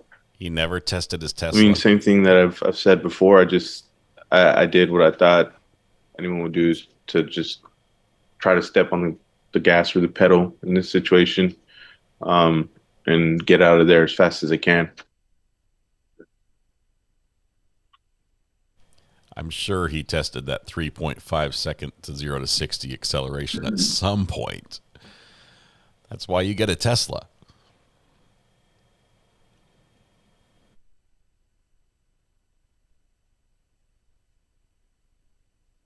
There was something about you inspecting the back of the Tesla when you disconnected the charger. You recall those questions rather? Yes, sir. Okay. Were you able to Were you able to see the back of the Tesla when you were disconnecting the charger? Yes, sir. Almost every night for the most part. Okay. How about that particular night? Were you able to see the back of the Tesla? Yes, sir. Okay. Did you notice any bullet holes? No, sir. Okay. When you were walking up to the Tesla and you were on your phone, why were you on your phone right then? It's because it's not it's not a actual Tesla charger with the marking Tesla. It's a third party one, and so you need an app for it to disconnect it, and it charges your phone, or it charges your phone, or whatever the case might be. And so that just ensures that no random person can walk up to it and unplug it. You have to do it from the app. And so I disconnected it from the app, and then it would allow me to pull the wire out.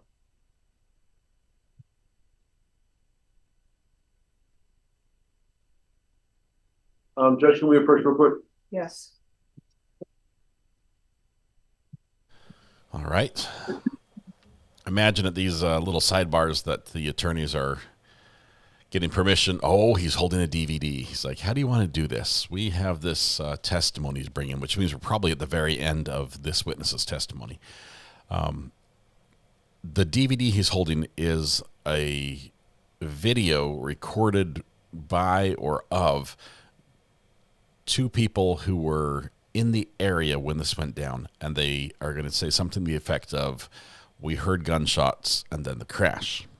This is huge in the defense's case, because the state is basically alleging that those bullet holes could have happened any time before you owned the car, or, you know, not really sometime after, but sometime before, some other time. You don't know how old those bullet holes are. You weren't really shot at. You didn't see any police that night responding to shots fired in the area, did you? Yeah, so if they have these witnesses that say, yes, there were gunshots and then the crash, that helps support his story. Why is that important? Because it makes some of his actions more reasonable.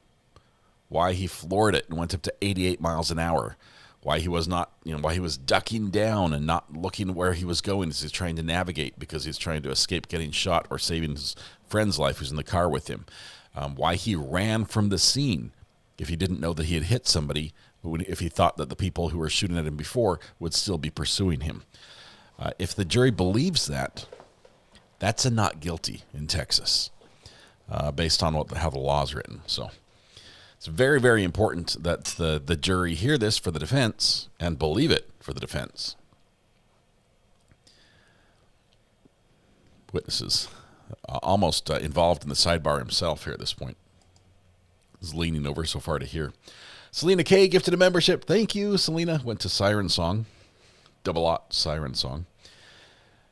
Doesn't excuse his actions. It doesn't. And I think this jury, if there's lesser included, will, if they find him not guilty of manslaughter, and they have the option, I think they'll give him a lesser included. Because it's really hard to see somebody who, was driving at 88 miles an hour in a 35, crash and hit a pedestrian, kills them, run from the scene, and then just have them walk out of court with nothing. Thank you. I don't believe the defendant personally. I think he's lying to us. And I don't believe the passenger either. His behavior doesn't make sense unless he witnessed the pedestrian being hit. Just doesn't Yes. fit. Thank you, Your Honor. Mr. Castillo, I'm going to show you what has been previously marked as defendant's exhibit number 39. I'm going to ask you, have you seen that before?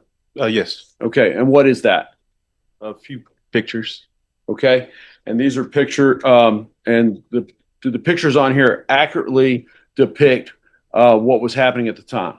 Part of the culture and things like that. Okay. And have they been altered or modified in any way? No, sir. Okay. Your Honor, defense moves to admit defendant's exhibit 139. Any objection?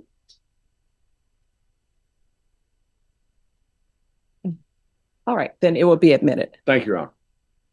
Permission to publish? Here we go. Granted. Thank you, Your Honor. We don't get to see it, though.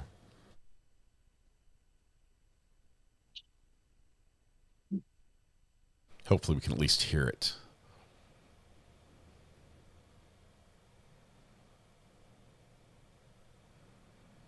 Now is not the time for technical difficulties.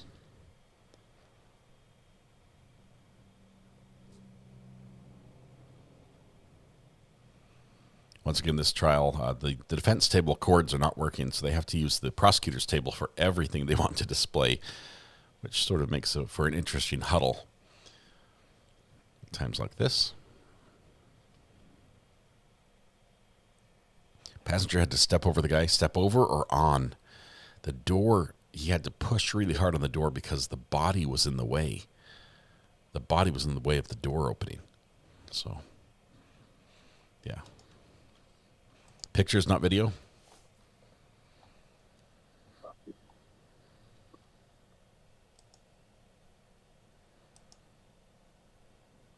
We need help to get the likes up. People are liked out. This is the 4th live stream I've been running today. We've got the Top Mark Media and the 3 Recovery Addict channel live streams today. So, Mr. Castillo, can you see this picture? Yes, sir. Okay. Can you describe what's happening in that picture? I was rewarding a manager and his team in this picture. Okay. Okay, so this is not the video yet. And what's the date on that picture? November 28th, 2022. Okay. So this is probably how many months before this accident? Roughly 4. Okay. And so is this something that you guys do on a fairly regular basis? Yeah, at least 2 times a month and for sure once. Yes, sir. Okay. And what was the reward for? Do you remember? Yeah, specifically, it was a struggling shop manager who just couldn't reach KPIs.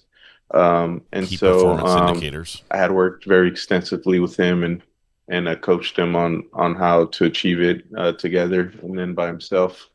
And month over month, he just continued to do really good, followed his action plans, and I rewarded him and asked him and his team what they wanted to do. And they all selected to go bowling. And so I took their team out bowling.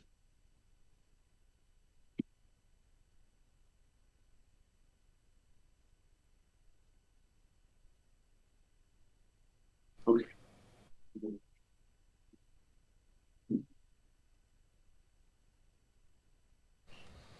Everyone got your KPI check off on bingo? Key performance indicators? Those are the metrics you judge stores, status on in the franchise world. Tell us what's going on in this picture. Yeah, yes, sir. So this is kind of a picture of 2 districts coming together instead of competing. And so this was just kind of a something that was actually organized. This was after the event, but organized between me, the other district manager, and the training manager. And so after we had finished our event, we all decided to go eat pizza as a team, where the district managers paid for the food and whatnot. Right. Okay, and slow down just a little bit. No, other way. Sorry. And so, can you tell us the date of this picture? January 3rd, 2023. Okay, and how many months before this accident was this picture?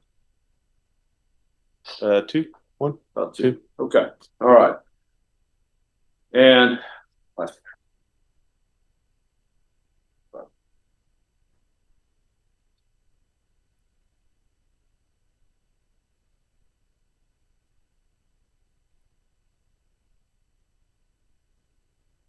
Okay, and can you describe what's going on in this picture? This was all the leaders. Not only were the district managers, such as myself, allowed to reward their team, but this was the RDO at the time, which is the regional director of operations. He actually took the picture. These are all district managers in the picture, and then a training manager as well, or a regional training manager. And so at that time, they were just congratulating us for being one of the most successful areas in the whole company, which at that time was considered South Texas. So all of San Antonio, 32 stores, and I had 10 or 8, 9, and they had a few stranglers as well. And so just rewarding us. And so that's what we decided to do, to go to an escape room. Okay, so this is where, in an escape room? Yes, sir. Okay, is that here in San Antonio? This one, yes, I was by the airport. Like a straggler or big people? Can you scroll down? I didn't know that was a thing you could go out and just pay for. And can you give the date on this one? January 25th, 2023. Okay, and that's approximately how long before this accident? 2 months. About 2 months. Okay. And so the event at El Camino, was that something that you regularly did with Take 5? Yeah, regularly. Sometimes I would just kind of coordinate, like, hey, I'm tired of y'all guys picking, so I'm gonna pick what we're gonna do, whether it be laser tag or something. But everybody really enjoyed bowling, so a lot of people would kind of pick that. But yeah, it was something that we did. We had monthly competitions, and best shops would get a banner in their shop, and then we had weekly competitions, bi-weekly competitions, and it was just always a moving ladder of like who wanted to be the best. And so celebrating the team, most importantly rewarding them, was something that was a part of the culture at Take 5, and just letting them know that they're recognized. Are all their employees 12? Yeah. If you guys are good, you get a sticker on the wall, and then I'll give you pizza. Put it in my paycheck. If I'm doing a good job, put it in my paycheck. Mr. Castillo, I think that's all the questions I've got for you. I'll pass the witness. All right, you may step down. Defense, you may call your next witness. Your Honor, the defense calls Andrew Lilleberg. All right. Ooh. All right, ladies and gentlemen, Mr. Lilleberg, he's here, is unable to appear in person, so he's going to be appearing by Zoom. You should be able to see him on your screen. We can. Both the state and defense have agreed to permit this witness to appear by Zoom. All right. And are you all able to see from your screens? Let me just say he has Christmas lights up, and I'm okay with that, okay? All right. Mr. Lilleberg, if you can unmute, please. Yeah. Can you raise your right hand? Do you solemnly swear and affirm the testimony you give will be the truth and nothing but the truth, so help you God? I do. All right, you may lower your hand. If you'll state your name for the record and spell it, please. My full name is Andrew Michael Lilleberg. So it's Mikael, and it's Lilleberg. All right. Defense, you may proceed. Thank you, Your Honor. Mr. Lilleberg, can you hear me okay? Yes, sir. I'm the gentleman who's waving at you on the screen right there. I know it's a very wide shot, so I wanted you to know who was talking to you. Okay. My name's David McLean. I represent Robert Castillo in this case. And if for whatever reason you don't understand a question that I ask you, if you would, please just let me know. I'm happy to repeat it or rephrase it in a way that makes more sense. Okay. Thank you, sir. Also, if you do answer a question for me, is it safe for me to assume and conclude that you understood the question that was asked? Yes. Thank you, sir. All right. And so we received some information that you had made a video of the events that happened the early morning of March 25th of 2023. Do you recall that? Yes, sir. Okay. And do you recall those events as we sit here today? I know it's been a little while. Yeah. Thank you, sir. All right. Do you remember hearing gunshots that night? I'm going to get to leading. All right. So when the council makes an objection, I'm going to ask that you not answer because I need to rule on the objection. Okay. And once I make my ruling, if you don't understand whether or not you should answer or not, just let me know and I'll let you know. So that objection will be sustained.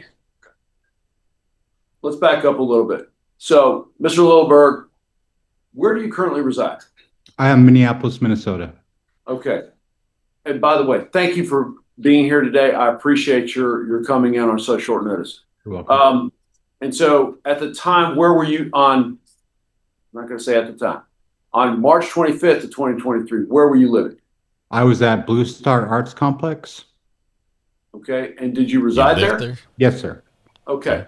And so were you at your residence or in that Blue Star Arts Complex at the early morning hours of March 25th, 2023? Yes, sir. I was taking out the trash. What did you observe? As one does. Well, I observed, I heard some stuff, and then I saw two gentlemen running towards Halcyon, past the Pioneer Tower. What did you hear? I heard what sounded like shots and a crash, a car crash. Were the shots in close proximity to the car crash? I believe so. I mean, it came from the side, that area. In time, though. And so you're saying that area. So is that the same direction that the car crash came from? I believe so. Okay. How many shots did you hear? I think two. Okay. How many seconds, if you know, before the car crash did you hear those shots? It's hard for me to remember at this point. Okay, fair enough. Did you have an opportunity to go and see the car crash? Yes, I went with my brother. We walked down to investigate, and we found there was a shoe on the ground, and then we turned, and then there was a smashed Tesla up against the wall of one of the Blue Star buildings. So I saw it. Did you see anything else when you saw that Tesla? No, just the smashed Tesla. Okay. And so what did you do after you saw the smashed Tesla? I went immediately because I knew there was a police officer in front of bar 1919, and I told him. Did that police officer get your information? No, he did not, sir. Did he view your videos? No, he really didn't. He didn't seem like that interested or anything. So I went up and told the bartender at Joe Blues upstairs. And I'm not sure who called. And when you were walking down the street towards the crash, were you taking video? Yeah, it's in I put it all together on a timeline for if you wanted to see. Okay. And you provided that video to who? Mrs. Moody. I sent it to her first, and I don't know. I guess it went around. Okay.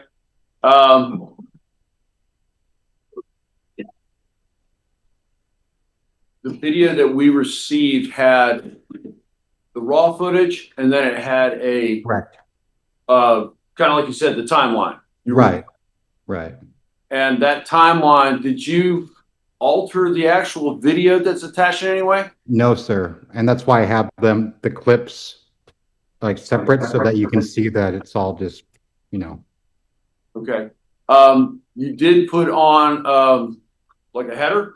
They kind of said what time. Oh yeah, just kind of, and then I just have the clips separate so that people could see that nothing was altered, other than just having some information there. Judge.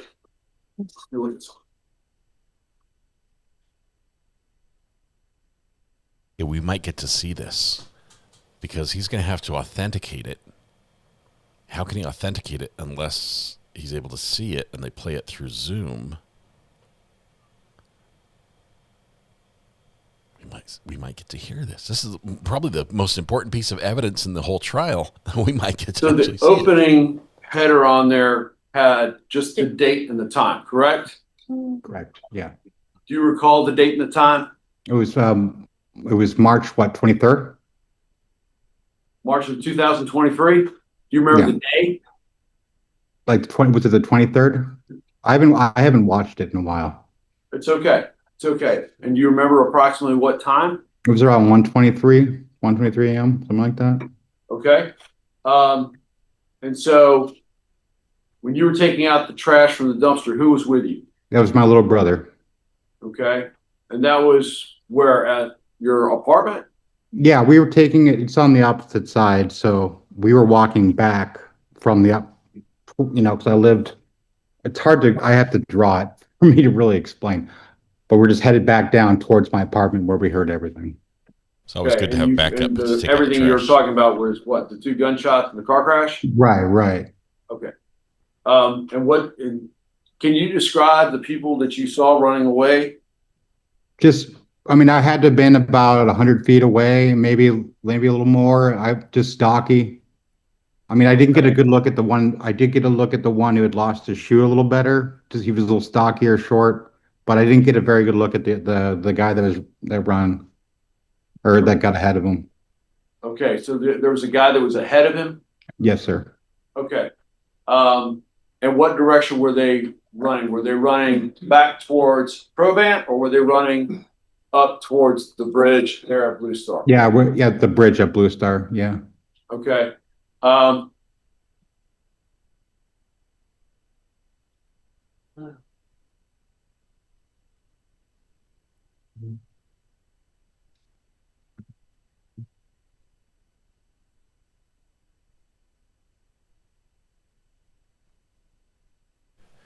The state's so withdrawing their stipulation. To the police officer, and you showed him what you'd recorded on your phone, correct? Mm-hmm. Yes, sir.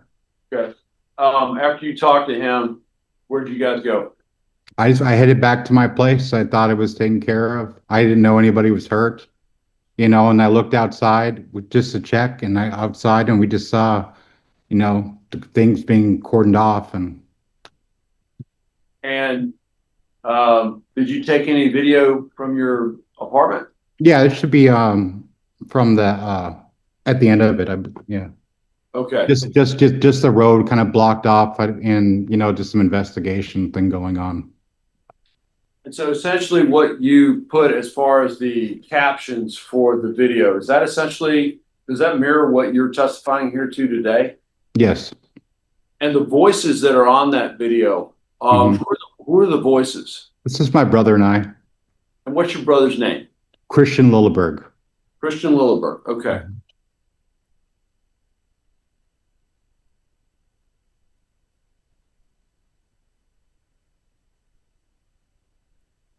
Did you know Eric Michael Moody? Yes, I did. Did you see him that night when you saw the Tesla crash? Yes, I did. And when did you see him? I saw him earlier at Halcyon. And Halcyon is what? Is that like a bar? It's a cafe. Cafe has some wine. Okay. And when you went and saw the Tesla crash into the building, did you see Mr. Moody there? No, and it breaks my heart that I didn't. Mr. Littleberg, I appreciate your being here and your testimony today. I'm going to pass the witness. The state's probably going to have some questions for you as well. Okay? Thank you, sir. State. Good morning, Mr. Littleberg. Can you hear me okay? Yes, ma'am. Okay. So I only have a couple of questions for you. Just so the jury is clear, at the time that you made observations regarding this case, you were in an alleyway. Yes. Walking toward, I'm sorry, we can't talk over each other. I didn't mean to, I'm sorry. No, it's okay. So I'm going to back up and finish asking my question. Okay. So you were walking in an alleyway, is that correct? Yes. Okay. And the direction that you were walking was towards South Alamo Street and then like towards the Pioneer Tower. Is that correct? Yes. Okay.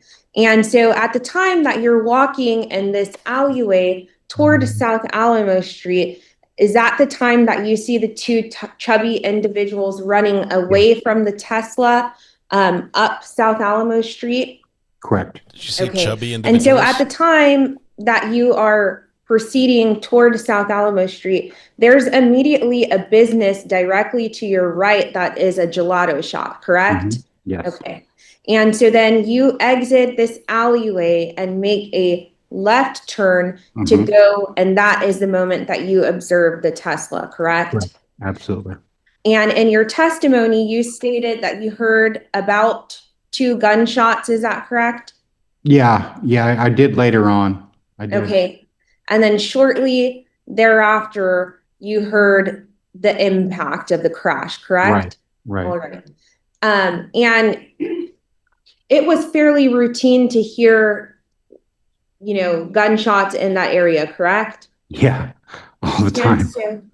Okay, thank you. And so in the alleyway that you are in, are there like acoustics in that alleyway that would possibly interfere with your ability to tell where exactly those gunshots were coming from? Oh, for sure. Okay. And then I guess you did not hear any other additional gunshots in close proximity, correct? No, just then in the car, the sound of the car. Okay. And then when you saw those 2 chubby individuals running away from the crash scene, there was no one chasing them, correct? No, not at all. She says it one more time, she gets the trifecta. We pass the witness, Your Honor. Defense. Just really briefly, Mr. Littleberg. So the acoustics, that you heard the gunshots and the crash. There's acoustics that could affect your ability to tell which direction. Is that what you're saying? It just there's echo, like an echo. It's kind of like an echo chamber. So that's what I mean by that. But did the gunshots and the crash sound like they came from the same direction? Definitely same direction. I just couldn't tell what was, Your Honor, defense would move to admit defendant's exhibit 140. This is the video that Mr. Littleberg made. He's testified as to what it contains. He's testified as to the same information that is contained in the captions. He's authenticated the voices that are on as being his and his brother's. And we believe that we have authenticated this video. We've moved to admit this into evidence. I have no objections to the raw footage, but I'm going to object to hearsay. That's the purpose of the witness being present. So I'm objecting to any hearsay that's contained within the exhibit. And Judge, I don't think it's hearsay because he's testified as to exactly what was said and what is in the captions on this video. All right, the objection to hearsay will be sustained. Okay, can I make a video, or can I download the party's approach? Apparently not. The judge said no. Anders, just chill for a while, man. You and me, we'll just hang out here. This has got to be difficult. I don't know how close of an acquaintance he had with the victim, but just out of the blue, being called to testify in the trial of the person who struck the, I assume friend that he had just seen earlier that night. They make an announcement for lunch here soon. Let me fast forward then. Give me a second. Let's see when we come back. It's a little bit lengthy. There we go. Anders is just chilling. He's got better things to do. Oh, now, oh yeah, that looks better. Let's move that down. All right, let's bring court back. All right, defense. Thank you, Your Honor. And so they stipulated to that video earlier. Mr. Littleberg, we figured out how we're going to do this video, and so with that, I'm going to pass the witness. I have no further questions. All right, is this witness excused or subject to recall? Excused. He's excused from the defense. Thank you very much, sir. I appreciate you being here. You guys are welcome. So anyway, Mr. Littleberg, the rule has been invoked. What that means is you're not allowed to view anything about this trial or discuss your testimony with anyone until this trial has concluded. Do you understand? Yes, ma'am. All right, thank you so much. You're welcome. Sloth Life, thanks All right, for the, so the gifted state, memberships. I'm sorry, defense, any other witnesses? Judge, I don't have any other witnesses. We just need to, pursuant to the court's ruling, get the raw footage burnt down to a disk, and so that we can play it up with the jury. And at that point, I believe we're going to rest. All right, so ladies and gentlemen, this is what I'm going to do because that DVD, it needs to be changed just a little bit. And when I say changed, they need to get the raw footage uploaded for you so you'll be able to view it. And that's the only change, tech issues for you to view it. So I'm going to excuse you all for lunch, and I anticipate closing arguments to happen today, okay? All right, please remember my previous instructions. You're not allowed to discuss anything that you've heard in this case. You're not allowed to do any research. Don't even think about this case unless you're sitting in the box. Does everyone understand? All right, and then what I'll do is I'll have you all back here at 1:30, okay? All right, everyone, please rise for the jurors.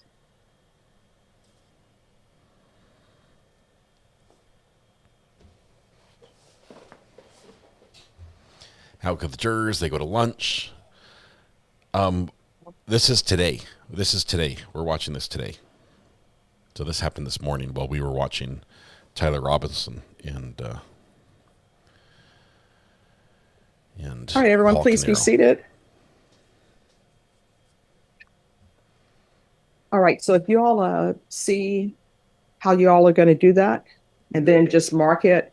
And the other disc that has been marked, Yes. So the other disc that's been marked, but you're going to substitute a different disc in there. If you guys can make sure that you do that as well. got burned. You got to burn. Yes, you did. And Michelle. Okay, it sounds like they've got it figured out. We're going to fast forward a little bit. Judge works on some docket issues now.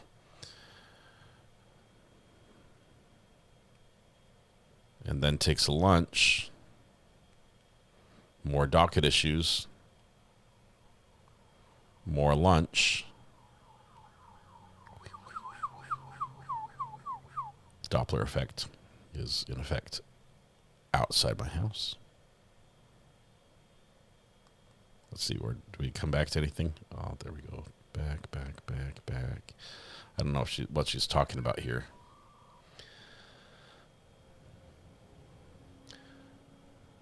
Okay, so they showed him the video and we didn't get to see it?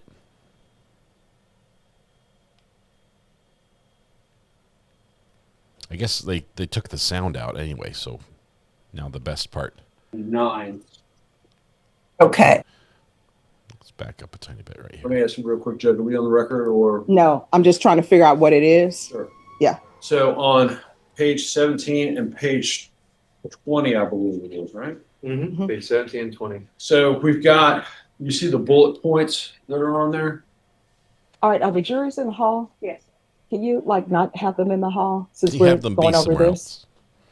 All right, so on page 17, what's the issue? 17 and 20, they're both the same. So you'll see on page 17 and 20, there's a list of bullet points. Mm-hmm. On the last bullet point, there should have been an additional bullet point. So it says by driving the vehicle onto a public sidewalk and Wait, just one second. Let me admit Barbara. If y'all come up here. Sure, Judge. Hello, Barbara. Barbara? Barbara. Yes, ma'am. All right, so just one second. They're on page 17 and 20. Okay. Yeah, we got a lot of sirens outside. They're saying there should be an additional bullet point. Fire trucks. And Barbara, where we're talking about is the last bullet point. Barbara. Where it says by driving the vehicle onto a public sidewalk and or another bullet point by driving while under the influence of alcohol, drug, or advanced drug combination.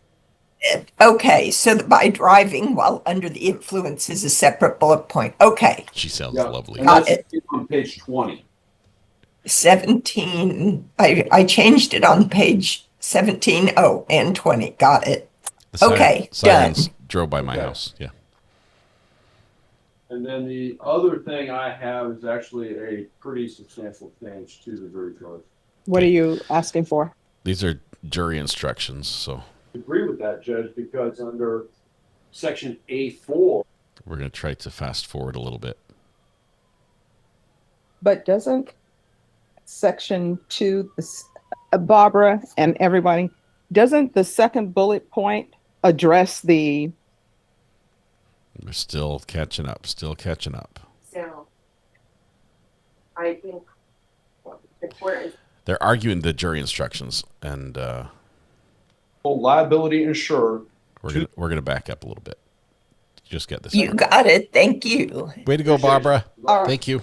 All right, we're going to go on the record. Now we're ready. Cindy, are you ready? Yes. Court is calling 2023 CR 8866 State versus Robert Castillo. Can I have parties announced? Brandon Prater and Megan Galloway for the state. David McLean and Brittany Sparks for the defense. All right, and are you Mr. Castillo? Yes, Your Honor. Have both parties had a chance to review the charge of the court?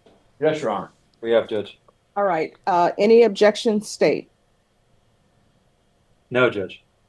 Defense, any objection? Judge, I have one objection as to count 2, which is located on page 8. Under the first bullet point, I'll read into the record what it says. It says, but you further believe that, or you have a reasonable doubt as to whether at the time he did so, first bullet point, Robert Castillo had, through mistake, formed a reasonable belief that he had not been involved in an accident that was reasonably likely to result in injury or death to another person, comma, and. There's a lot of reasonables. Our objection to that is that we believe that that language will be confusing to the jury and that it gives the misimpression that Mr. Castillo thinks that he was not involved in an accident that could or was reasonably likely to result in injury or death to another person. We would request that that language be replaced with Robert Castillo had, through mistake, formed a reasonable belief that no person was injured or killed in this accident, and not knowing that Eric Michael Moody had been involved in the accident, comma, did not need to provide any medical treatment to Eric Michael Moody and / or provide his name, address, registration number of the vehicle defendant was driving and the name of the defendant's motor vehicle liability insurer to the complainant, comma, Eric Michael Moody. She just killed the live stream. They're arguing right now about the jury instructions, and the jury's out in the hall, so I think she's going to be bringing it back here in just a second. Don't think we'll be gone very long. That was live at the moment when that happened. I guess she's going to probably tell him no, or maybe, I don't know, she gets Barbara back on the phone, and says, Barbara, fix it one more time because defense wants a change. All right. I'll tell you what happens. We have a main road just west of me, about, I don't know, less than 2 miles west of me. There's a main road that is there's a interstate road that runs along there, and then it sort of just becomes this main road, and my town has the first stoplight at that exchange. So people come off the freeway from doing 70, 80 miles an hour, and they come to a stoplight, which is just a terrible, terrible situation. We have a ton of accidents there, and that's where they were probably headed.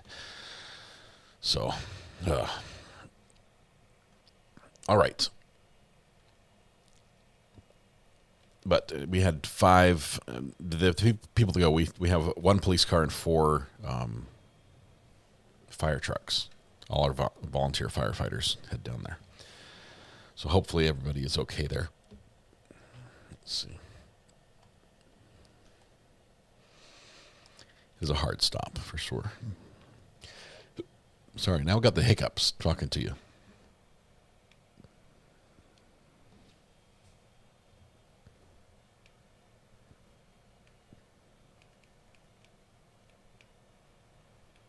She says she's live again right now, so let's see if this works. To any person injured or the operator or occupant of or person attending a vehicle involved in the collision.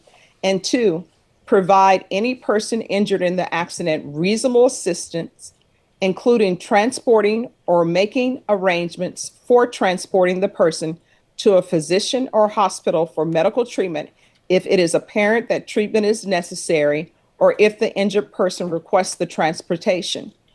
5, for the offense of manslaughter, as alleged in count 1, a person acts recklessly or is reckless with respect to the result of his conduct when he is aware of but consciously disregards a substantial and unjustifiable risk that the result will occur. The risk must be of such a nature and degree that its disregard constitutes a gross deviation from the standard of care that an ordinary person would exercise under all the circumstances as viewed from the actor's standpoint.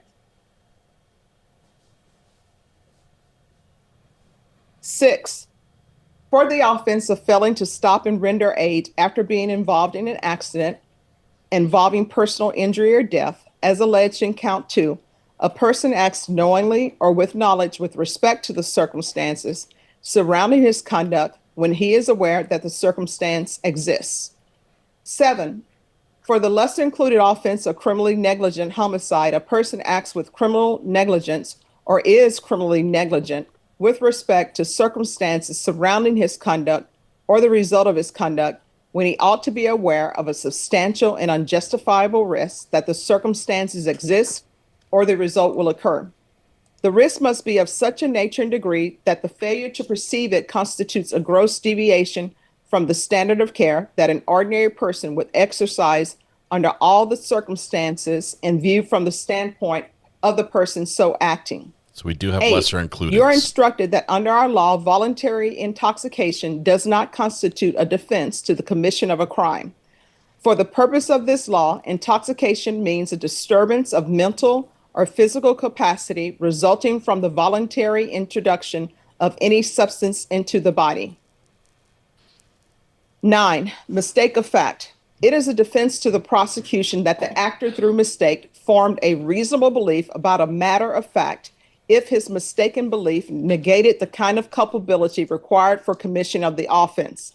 The term reasonable belief means a belief that will be held by an ordinary and prudent person in the same circumstances as the defendant. As to count 1, if you believe from the evidence beyond a reasonable doubt that the defendant, Robert Castillo, committed either the charged offense of manslaughter or the lesser included offense of criminally negligent homicide as instructed herein, but you further believe that, or you have a reasonable doubt as to whether at the time he did so, Robert Castillo had through mistake formed a reasonable belief that the vehicle he was driving was being pursued by another vehicle being driven by a person who was shooting at Robert Castillo's vehicle, and this mistaken belief held by Robert Castillo negated the kind of culpability required for his commission of the offense of manslaughter, or if applicable, the lesser included offense of criminally negligent homicide, then you will find that the state has failed to prove beyond a reasonable doubt that the defendant did not act under a mistake of fact that negated the kind of culpability required for the commission of the charged offense under count one. If you believe from the evidence beyond a reasonable doubt that the defendant, Robert Castillo, committed either the charged offense of manslaughter or the lesser included offense of criminally negligent homicide as instructed herein, and you further unanimously believe beyond a reasonable doubt that Robert Castillo had not, through mistake, formed a reasonable belief that the vehicle he was driving was being pursued by another vehicle being driven by a person who was shooting at Robert Castillo's vehicle, or Robert Castillo's mistaken belief did not negate the kind of culpability required for commission of the offense of manslaughter, or if applicable, the lesser included offense of criminally negligent homicide, then you will find that the state has proved beyond a reasonable doubt that the defendant did not act under a mistake of fact that negated the kind of culpability required for the commission of the charged offense under count one. As to count two, if you believe from the evidence beyond a reasonable doubt that the defendant, Robert Castillo, committed the offense of failing to comply with the duty to give information and render aid after being involved in an accident involving personal injury or death under sections 550.021A4, 550.021C1A, and 550.023 of the Texas Transportation Code as charged in count two of the indictment, but you further believe that, or you have a reasonable doubt as to whether at the time he did so, Robert Castillo had, through mistake, formed a reasonable belief that he had not been involved in an accident that was reasonably likely to result in injury or death to another person. And this mistaken belief held by Robert Castillo negated the kind of culpability required for the commission of the offense of failing to comply with the duty to give information and render aid after being involved in an accident involving personal injury or death, then you will find that the state has failed to prove beyond a reasonable doubt that the defendant did not act under a mistake of fact that negated the kind of culpability required for the commission of the charged offense under count two. If you believe from the evidence beyond a reasonable doubt that the defendant, Robert Castillo, committed the offense of failing to comply with the duty to give information and render aid after being involved in an accident involving personal injury or death as charged in count two, and you further unanimously believe beyond a reasonable doubt that Robert Castillo had not, through mistake, formed a reasonable belief that he had not been involved in an accident that was reasonably likely to result in injury or death to another person, or Robert Castillo's mistaken belief did not negate the kind of culpability required for commission of the offense of failing to comply with the duty to give information and render aid after being involved in an accident involving personal injury or death as charged in count two, then you will find that the state has proved beyond a reasonable doubt that the defendant did not act under a mistake of fact that negated the kind of culpability required for the commission of the offense of failing to comply with the duty to give information and render aid after being involved in an accident involving personal injury or death as charged in count two. 10, necessity. You're instructed that the conduct of a person is justified under the defense of necessity if that person reasonably believes the conduct is necessary to avoid imminent harm and the desirability and urgency of avoiding the harm clearly outweigh, according to ordinary standards of reasonableness, the harm sought to be prevented by the law prescribing the conduct. The term conduct means any act or omission and its accompanying mental state. A reasonable belief means a belief that would be held by an ordinary and prudent person in the same circumstances as the actor. By the term ordinary standards of reasonableness means the standards that an ordinary and prudent person would apply to the circumstances that the actor faced.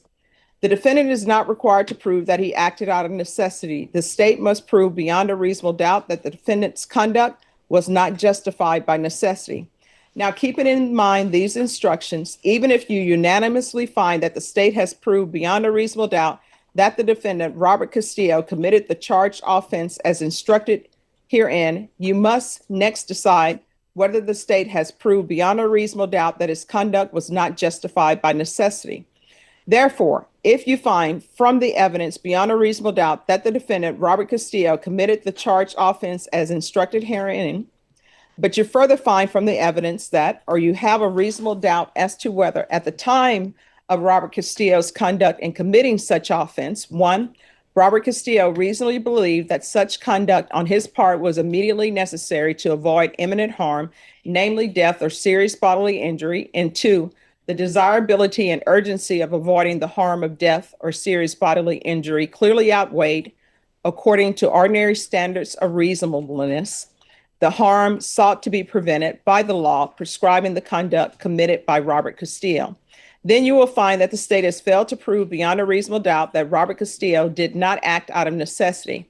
However, if you find from the evidence beyond a reasonable doubt that the defendant, Robert Castillo, committed the charged offense as instructed herein, and you further find from the evidence beyond a reasonable doubt that one, Robert Castillo did not reasonably believe that such conduct on his part was immediately necessary to avoid imminent harm, namely death or serious bodily injury, or two, the desirability and urgency of avoiding the harm of death or serious bodily injury did not clearly outweigh, according to ordinary standards of reasonableness, the harm sought to be prevented by the law prescribing the conduct committed by Robert Castillo, then you will find that the state has proved beyond a reasonable doubt that Robert Castillo did not act out of necessity. Reasonableness is a hard word. 11, duress.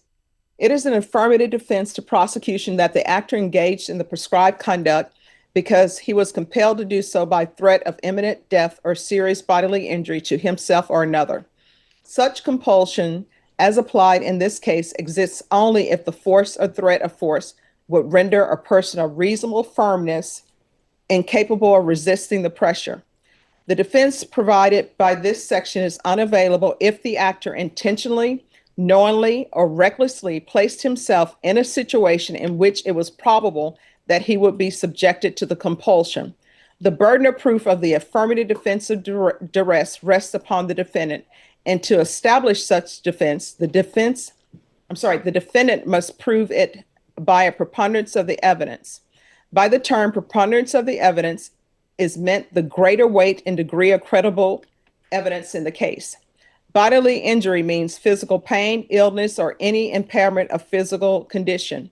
Serious bodily injury means bodily injury that creates a substantial risk of death or that causes death, serious permanent disfigurement, or protracted loss or impairment of the function of any bodily member or organ.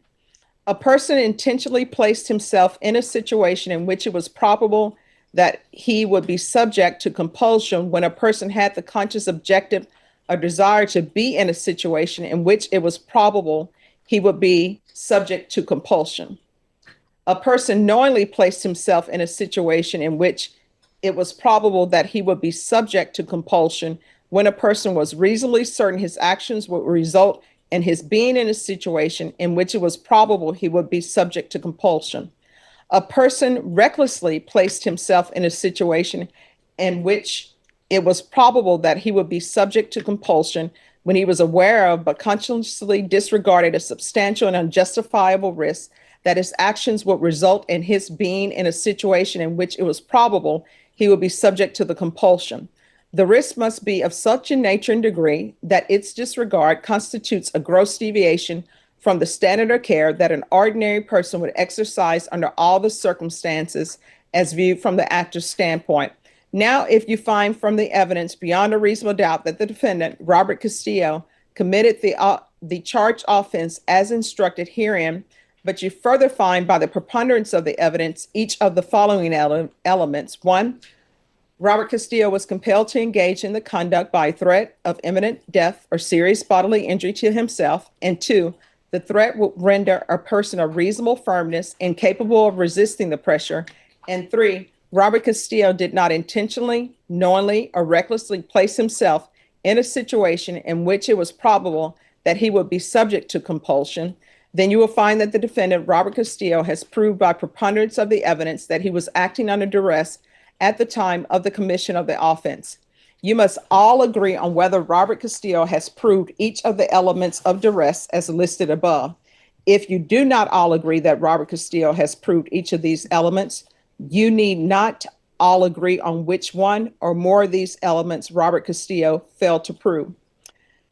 12, count one. Now, if you unanimously find from the evidence beyond a reasonable doubt that on or about the 25th day of March 2023 in Bexar County, Texas, the defendant, Robert Castillo, did then and there recklessly cause the death of an individual, namely Eric Michael Moody, by Robert Castillo failing to take necessary and proper evasive action to avoid driving the vehicle into Eric Michael Moody, and or by failing to drive the motor vehicle entirely on the roadway, and or by failing to apply the brakes in a timely manner, and or by driving the motor vehicle at a speed that was not reasonable and prudent of the circumstances then existing, and or by driving the vehicle onto a public sidewalk, and or by driving while under the influence of alcohol or drugs, a dangerous drug or combination thereof, which acts and or omissions resulted in the motor vehicle driven by Robert Castillo to crash into Eric Moody.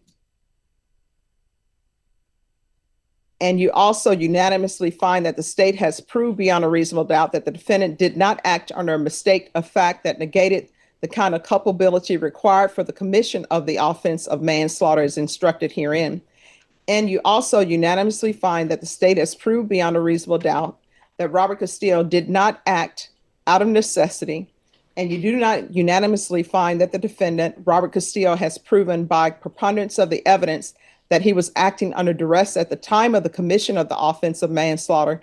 Then you will find the defendant, Robert Castillo, guilty of the offense of manslaughter as charged in count one of the indictment, and do not consider the lesser included offense instructed in paragraph 13.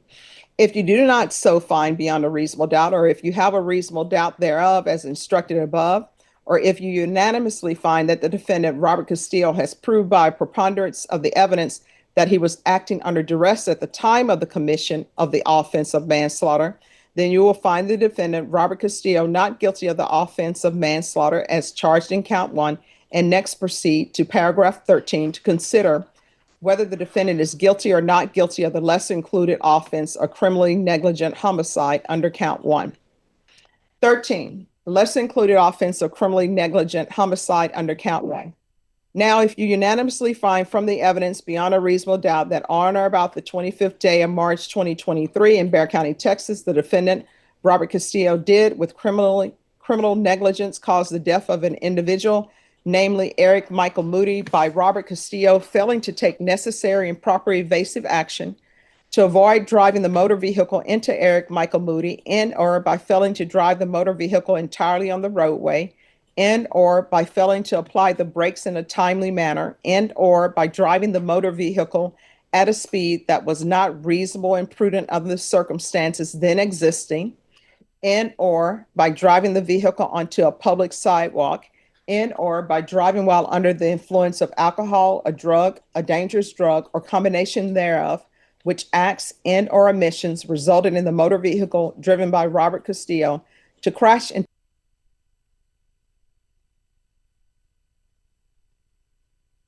Speaking of crashing, I think Judge Boyd just crashed out. Somewhere between the and the ors. We've reached our limit.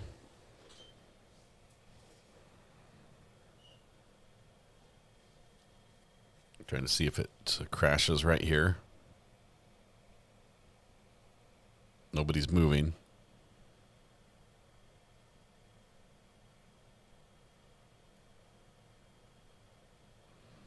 How's the internet down there in San Antonio, by the way?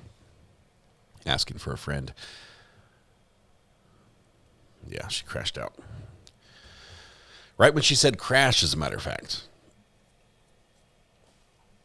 That was that's either YouTube or Judge Boyd's connection, because she it stopped the stream, but not mine. I'm still up. I can monitor the health of my stream, and it's doing great. We're sending 10 megabytes per second. It's working great. Man, the fire trucks are still going. We had the brush truck just go by, and now this is a cop car. Nope, that's an ambulance. It's not good. No bueno, I tell you. Hope everybody's okay over there.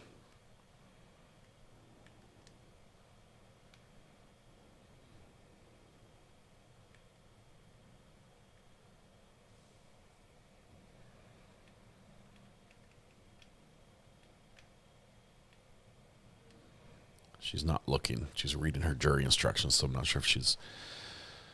Let's see. Recovery Addict asking for my 71,100 friends. What? What are you asking?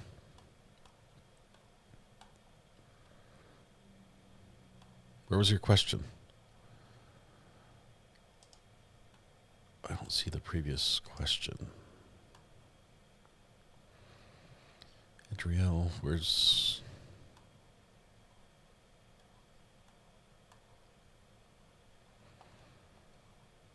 Type your question again, because I didn't see it in chat. Did anyone else see it?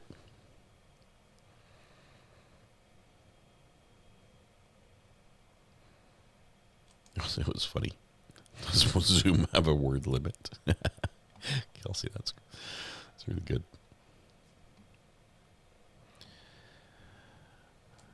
Adriel Hillis. I can't see your question. Let me know. I think you might have used a banned word.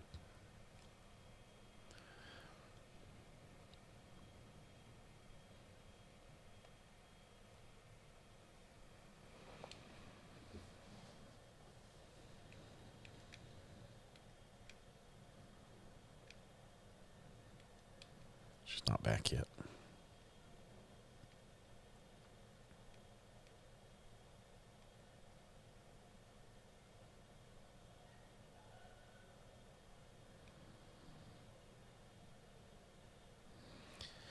Okay, while we wait, we're gonna check in on Judge Webster for some first appearances. I'll keep checking on Judge Boyd though. To turn or move right or left.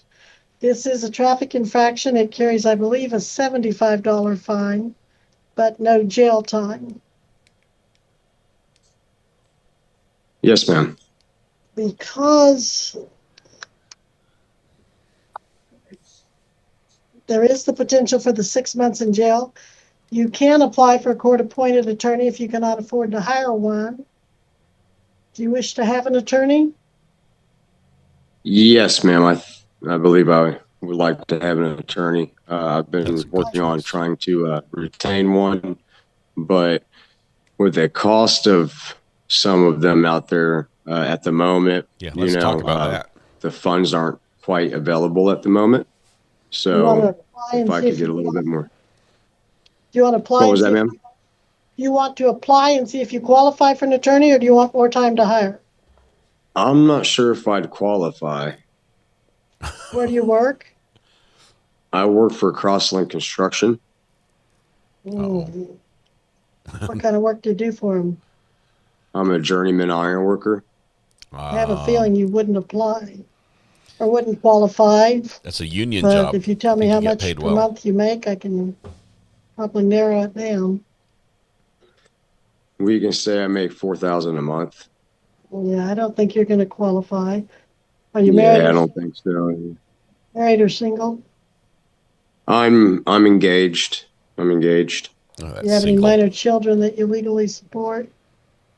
No, ma'am. Not at the moment. Not at the moment. Do you pay rent or a mortgage payment? Yes, I have a mortgage and other bills. How much do you pay per month on the mortgage? Mortgage is at $1,500 a month right now. And your utilities? Oh, utilities, that averages, those numbers I don't barely see. She handles it. I give the money. She takes care of it. I want to say it's on average. You've no more than learned. 400. I give the money. She takes care of it. I don't find that you qualify, Mr. Crisley, but I sure will give you time to hire if you want. Yes, ma'am. I will greatly appreciate it. How much time do you think you might need? 30 days, 60 days? 60. If we could go for 60, that'd be nice. If not, 30 would be fine. Okay, Missy, can we go out 60 days?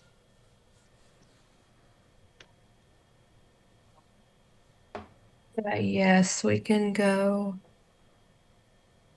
July 14th at 3:30.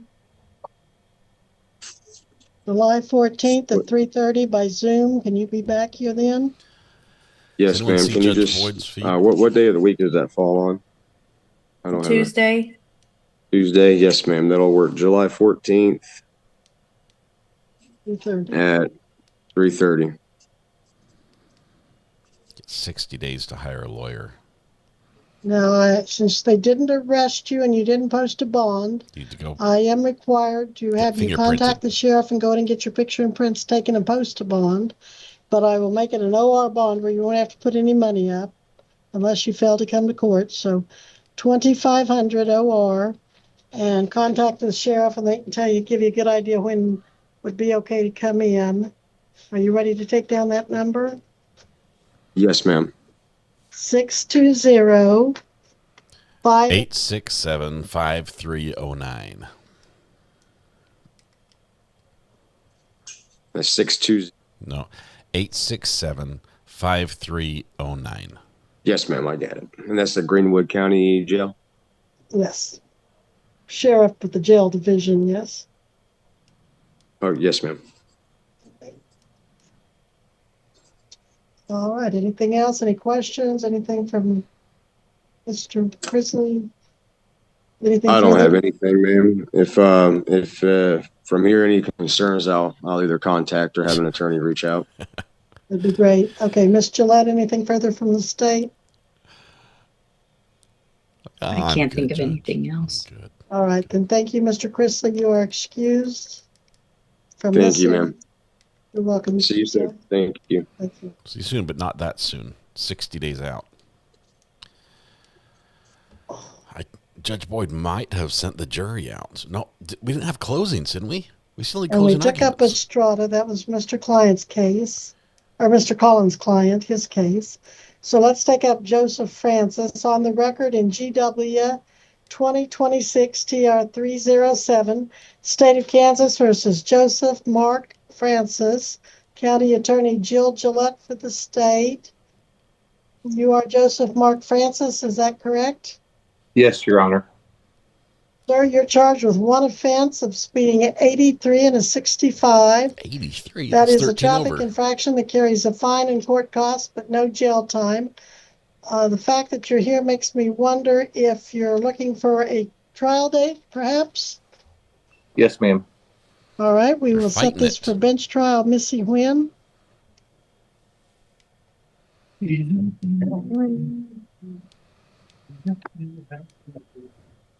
my state, anything over 20 over is July automatically 31st reckless. at 11. July 31st at 11 by Zoom. Will that work for you, Mr. Francis?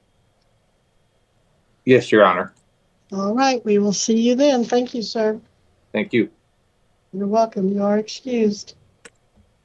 Now, McElwain, what did you tell me about McElwain missing? He wanted to She pop some called and tags. she couldn't get connected And through so Zoom, and so I told her she could show up in person next Tuesday. Okay, so we continued her till next Tuesday, Miss Gillette. Miss At Gillette 1:30 continued the again, case Missy. Yes. All right, so that's what we're doing with McElwain. without the judge deciding. And we'll move on to Plummer. On the record in GW 2026 CR 67, State of Kansas versus Cameron Lee Plummer, County Attorney Jill Gillette for the state. Defendant Mr. Plummer appears in person and pro se. Yes, Your Honor.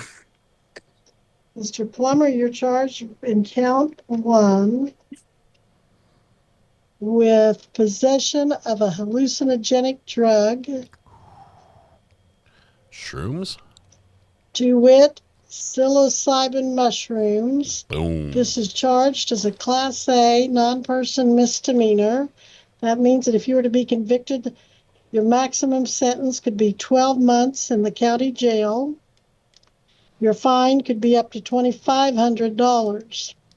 In count 2, you're charged with unlawful possession of drug paraphernalia, to wit, a clear plastic bag with the intent to use, to store, contain, conceal, inject, ingest, inhale, or otherwise introduce a controlled substance into the human body.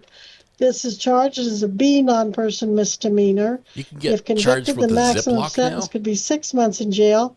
The maximum fine could be $1,000. You do have the right to hire an attorney, and if you cannot afford to hire an attorney, you can apply and see if you qualify for court appointed, or you can waive your right and represent yourself. Do you wish to have an attorney, Mr. Plummer? I was going to see if I could get a court appointed attorney, Your Honor. Sure, we can see. Do you work? Yes, I do. Where do you work? It's Kais Industries in Wichita, Kansas, or Park City, Kansas. And what do you do there? Welder. Yeah. Okay, and what do they pay you per month? Roughly $36,000 to $4,000. You saw how this went with the Maybe other a guy, little right? high, but we will see. Are you married or single? I'm single. Do you have any minor children you legally support? No, Your Honor. You pay rent or a mortgage? I pay rent. How much per month? $1,000. Yeah, you're not going to make it, dude. Do you have utilities that you pay on top of that? Yeah, that would be about $500 a month. And car payments and stuff. He keeps rubbing his goatee like it's going to make it bigger. What kind of car do you have? Actually, I have Boy, payments on a motorcycle at the moment. My car is paid off. What kind of car do you have? It's a Tesla. Toyota Tacoma, a 2017. Okay, we're going to try to get back to Judge Boyd. Just Don't know anything on it? No, ma'am. Do you know what its value is? At the moment, I believe it's $30,000. 30,000? And additionally, you have a motorcycle. What's the value of the motorcycle? $10,000. You owe anything on it? I owe $6,000. And you make payments on it? Yes, ma'am. How much per month? $200 per month. Sorry, I hate to be the bearer of bad news, but I think you're not going to qualify. Well, I'm not going to find that you qualify, but I can give you time to... Okay, we're going to jump so we can get back to Judge Boyd. Sorry, we have to bail. Judge Boyd is calling. We need to get to closings here so we can get our watching going on. Okay. She's live. I don't think we missed anything. She just put the live stream up, so... All right. Okay, I just take issue with the fact that drug paraphernalia is now a plastic baggie, a Ziploc, a sandwich bag. Green, if you're getting whiplash, you missed some of the great whiplash earlier today. Just trying to fill the space between the gaps in the court's live stream for Judge Boyd, but...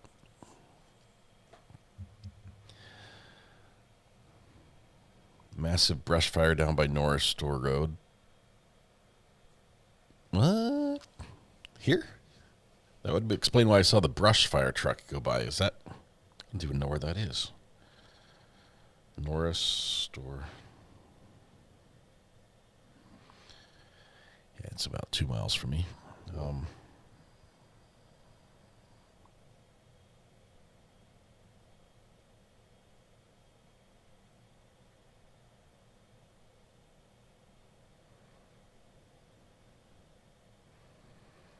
It's out in some farmland. Pretty far out there. There are some houses nearby, but... Thanks for the heads up. A couple miles away. It's hot out there today. We're over 90 degrees in North Carolina. It was hot yesterday as well, so dry and hot is not good when there's a fire. It hasn't rained in a little bit either. It was one of those Ziploc freezer bags for dollar store knockoff. It might have been one of the bread bags that you sort of have to tie yourself, like you need to bring your own twisty. Can you imagine that you buy from a drug dealer and they can't afford the good bags? They're giving you just the cheap ones that, yeah. Don't buy drugs, kids. you could get arrested for a moldy sandwich. You know, these look like shrooms to me. No, that was a peanut butter sandwich. I didn't know it was in my car, officer. Yep, and this plastic baggie, clearly paraphernalia. Moldy peanut butter could get you booked in Kansas. So I heard that his friend stepped over the body. Mark Snows, yeah. Passenger basically had to push the body out of the way with his car door so he could open the door. Then got out, stood there for looking at the ground for like 4 seconds. And then closed the car door and ran away and didn't want to talk to anybody.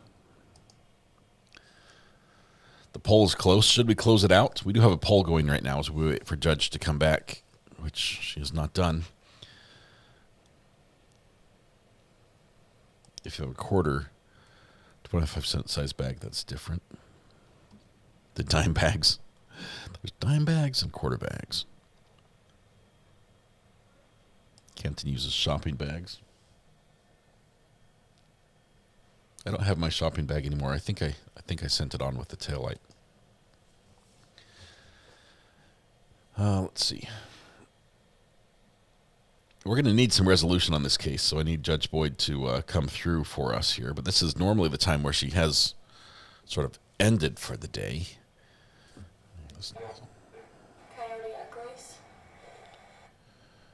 Okay, keep an eye on that one. I don't know what that is. Usually get shrooms in a sandwich bag.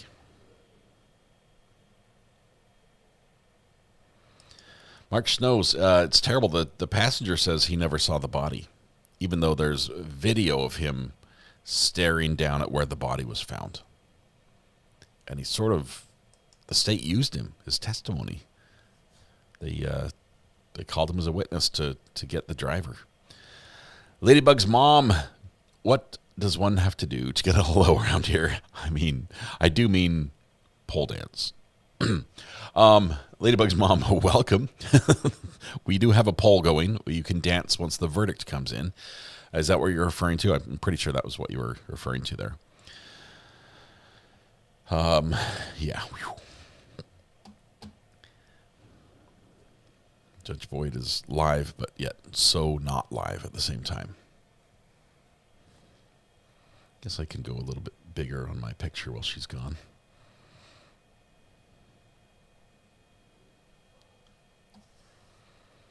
Oh, she said poll, not poll. My bad. It's hard to read from across the room here. I'm so lost. So who testified to the fact that he pushed the person out of the way to open the door then? He did. The passenger did. He said, I tried to get out and the door was stuck, and I thought it was because of the wreck. I thought the door was like pinched or the hinges were bound or something. And so we had to fight to get the door open, and it was the pedestrian's body. It was Eric's body that was in the way.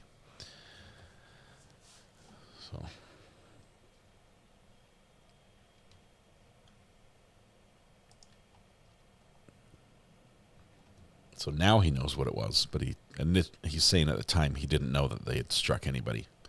And Eric, when he was struck, I mean, as happens in many car accidents, the body, because of the way the weight's distributed, you strike someone in their legs, which is where the bumper hits, but most of the mass is up top, so the body rolls up onto the hood, and it slams into the hood, as he did.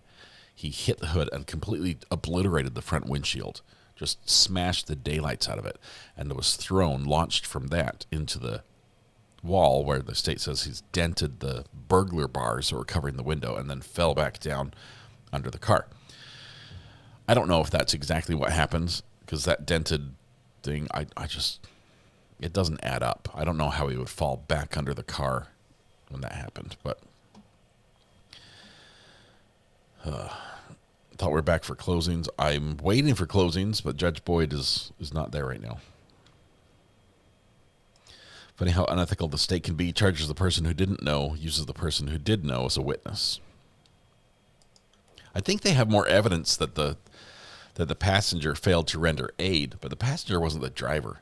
I think they want to go after the person who was the most culpable. And I think in their minds, the driver who was speeding 88 in a 35 was the cause of this. Hold on just one second. I've got to listen to this.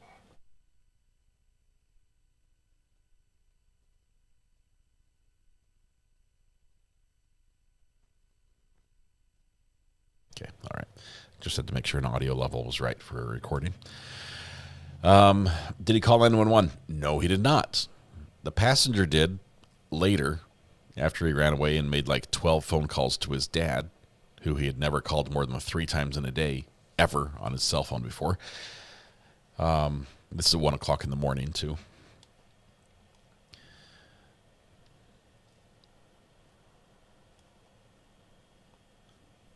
This happened only about 5 blocks from the Bexar County complex. Seriously. The car went airborne. I think it was the car.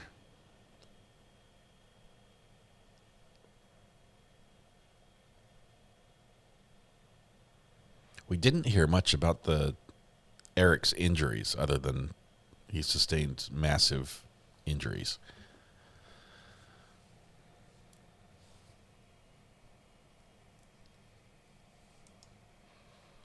Too drunk to know may not get a pass.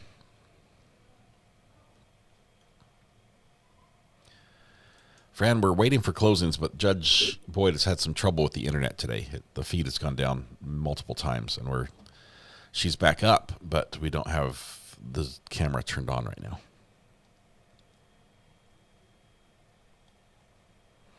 Yeah, Eric died at the scene quite quickly. That's what we understand.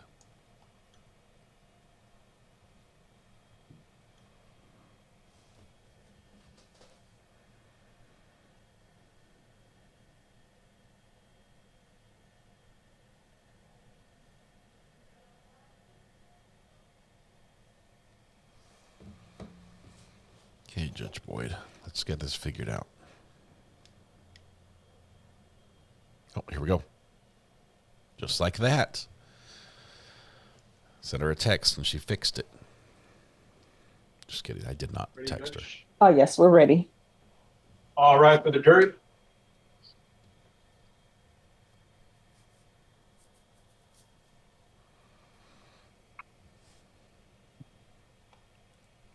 Okay, I'm going to end the poll here. You've all had a chance to vote. Poll comes in as follows.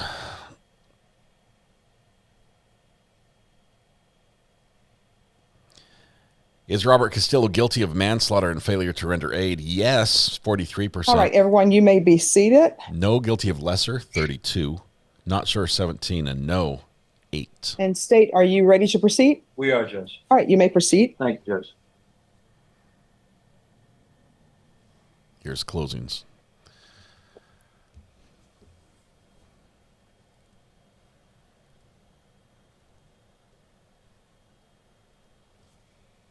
All right, guys. So the way this is going to work is I'm going to speak to y'all for a moment, and then David is going to have his turn, and then Megan is going to wrap everything up for everybody. So, y'all remember this? We're on first names here. Guilt innocence phase versus punishment phase. Basically, where we're at right now is right here. The only focus at this time is, did he do it? Did we prove the case to y'all beyond a reasonable doubt? Did we give you the evidence you need and answer the questions that you have? Everything after that goes into punishment. So let's go through it real quick. Manslaughter, Texas Penal Code 1904. Person commits an offense if he recklessly causes the death of an individual. Now right here, let me stop for a moment, because there's a thing that's called manners and means. And there's a bunch of them for each of these counts. So what manners and means is basically how the crime was done, not what crime was done. Here's the trick. For manners and means, one of y'all can agree that it was this, one of y'all can agree that it was that, and one of y'all can agree that it was the other. Y'all are free to disagree about which manner and means was done here. But the end goal is y'all all agree on what was done. Does everybody get that? You're allowed to agree on how, y'all are allowed to disagree on how the crime was done, but y'all must be unanimous on what crime was done. Okay? So let's get to that. Count 1. On the 25th day of March, 2023, Robert Castillo recklessly caused the death of Eric Moody by failing to take proper evasive action to avoid driving the motor vehicle into the complainant. by failing to drive the motor vehicle entirely on the roadway, and or failing to apply the brake at the time of the matter, and or driving the motor vehicle at a speed that was reasonable and prudent under the circumstances then existing, and or driving the vehicle onto a public sidewalk, and or driving while under the influence of alcohol, a drug, or dangerous drug, or combination thereof. So remember when I was talking to y'all about different manner and means? When y'all see the phrase and or, it's going to be one of the phrases right around there. Got it? So let's move on. Failure to stop and render aid. It's Transportation Code 550.021. The operator of a vehicle involved in a collision that results or is reasonably likely to result in injury to or the death of a person shall immediately stop the vehicle and immediately return to the scene of the collision and immediately determine whether a person is involved in the collision and whether that person needs aid. So let's move to count 2. On the 25th day of March, 2023, Barbara Castillo did then and there drive a vehicle that became involved in an accident that resulted in the death of Eric Moody, and that the defendant, knowing the accident had occurred and that was reasonably likely to result in injury, left the scene of the accident without giving his name, address, or registration number of the vehicle he was driving and the name of his service company, and or without immediately rendering reasonable assistance to Eric Moody when it was apparent that he needed medical treatment, and or Robert Castillo did fail to give his name, address, registration number of the vehicle the defendant was driving, and the name of his insurance company. So, judge told you all this in jury instructions. I'm going to tell you all this again. You will be provided with the law. All the law that you need to decide this case is going to be right here in the jury instructions that the judge is going to give you. All the evidence will be given to you. Everything here, everything that's been admitted during trial will be for you all to review to make a decision on the case. And lastly, judge said it, and I'm going to ask y'all as well, or I'm telling you as well. You cannot let bias, prejudice, or sympathy play any part in determining a verdict. The focus, the sole focus right now is, did he do it? Judge, the state reserves the remainder of its time for rebuttal. Thank you. Ooh, a quick one. All right, defense. Saves the time for rebuttal. Let's defense go first. Defense actually reserved their opening, so this is the state pulling a switcheroo on the defense here.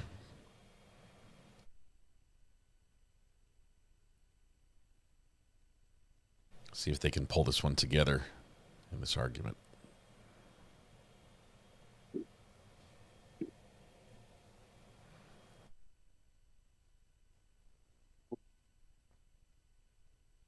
Afternoon, folks. It's been a long trial. Okay, I appreciate y'all's time. I know Mr. Castillo does. We've noticed throughout the entire trial, you guys have paid attention and you've been taking everything that's been said here seriously. We really, really appreciate your time and efforts here. So why do we do jury trials? Why do we do jury trials? Why don't we just leave it up to the police? Maybe police get it wrong sometimes, right? We all know about police states throughout the world, right? I don't think I'd want to live in one. I don't think you would either, okay? You get charged with a crime and you got to prove your innocence. I don't want to do that. That's really hard. I think they just made a movie about that. I think, what's the space for that? Some computer thing. He had to prove his innocence.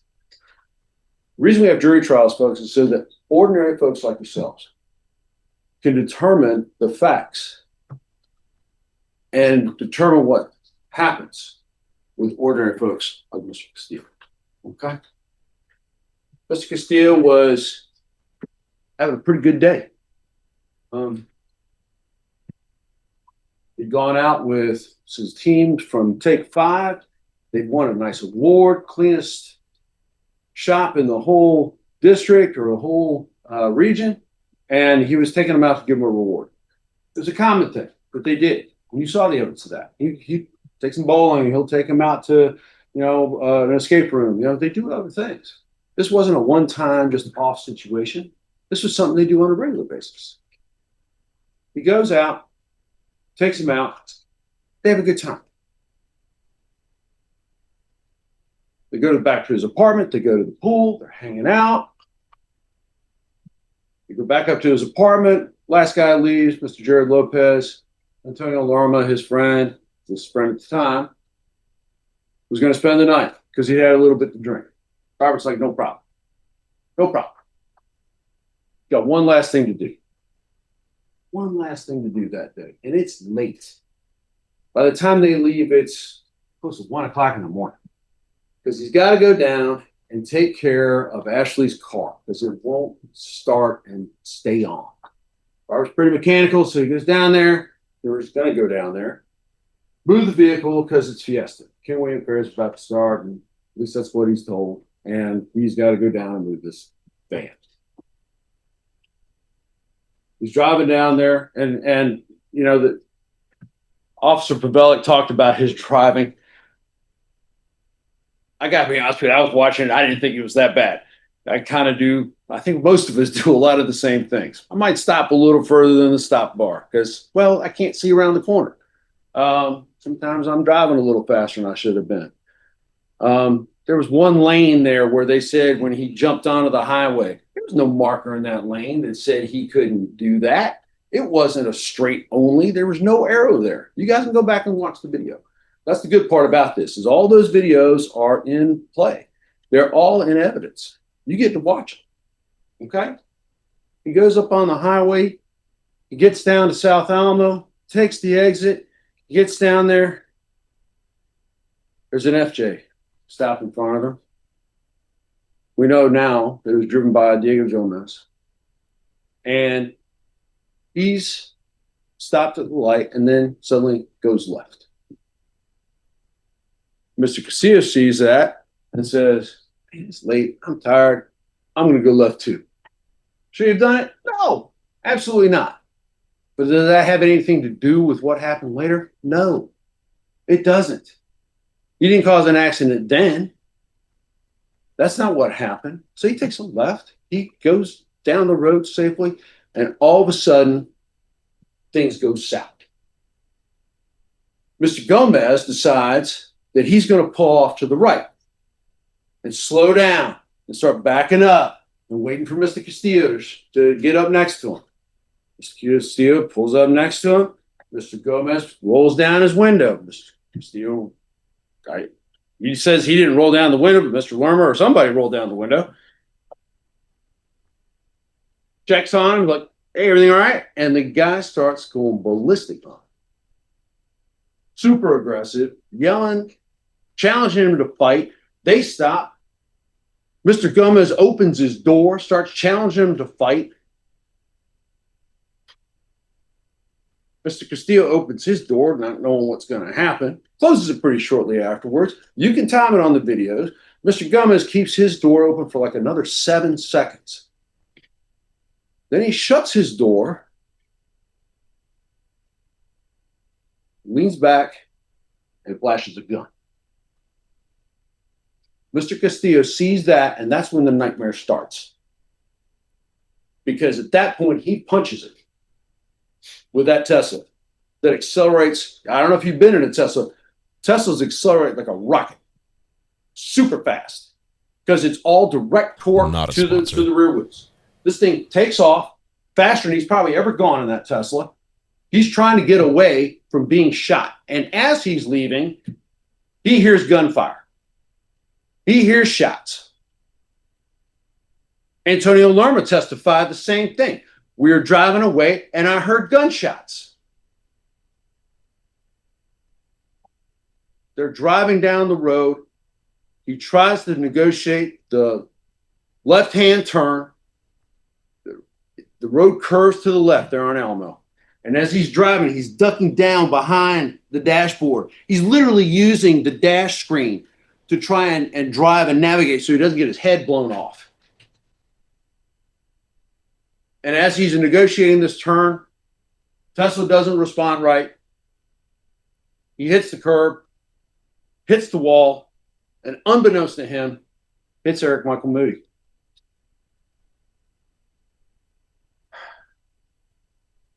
God bless Eric Michael Moody because he didn't do anything wrong. There's no doubt. He was just walking down the sidewalk, wrong place at the wrong time.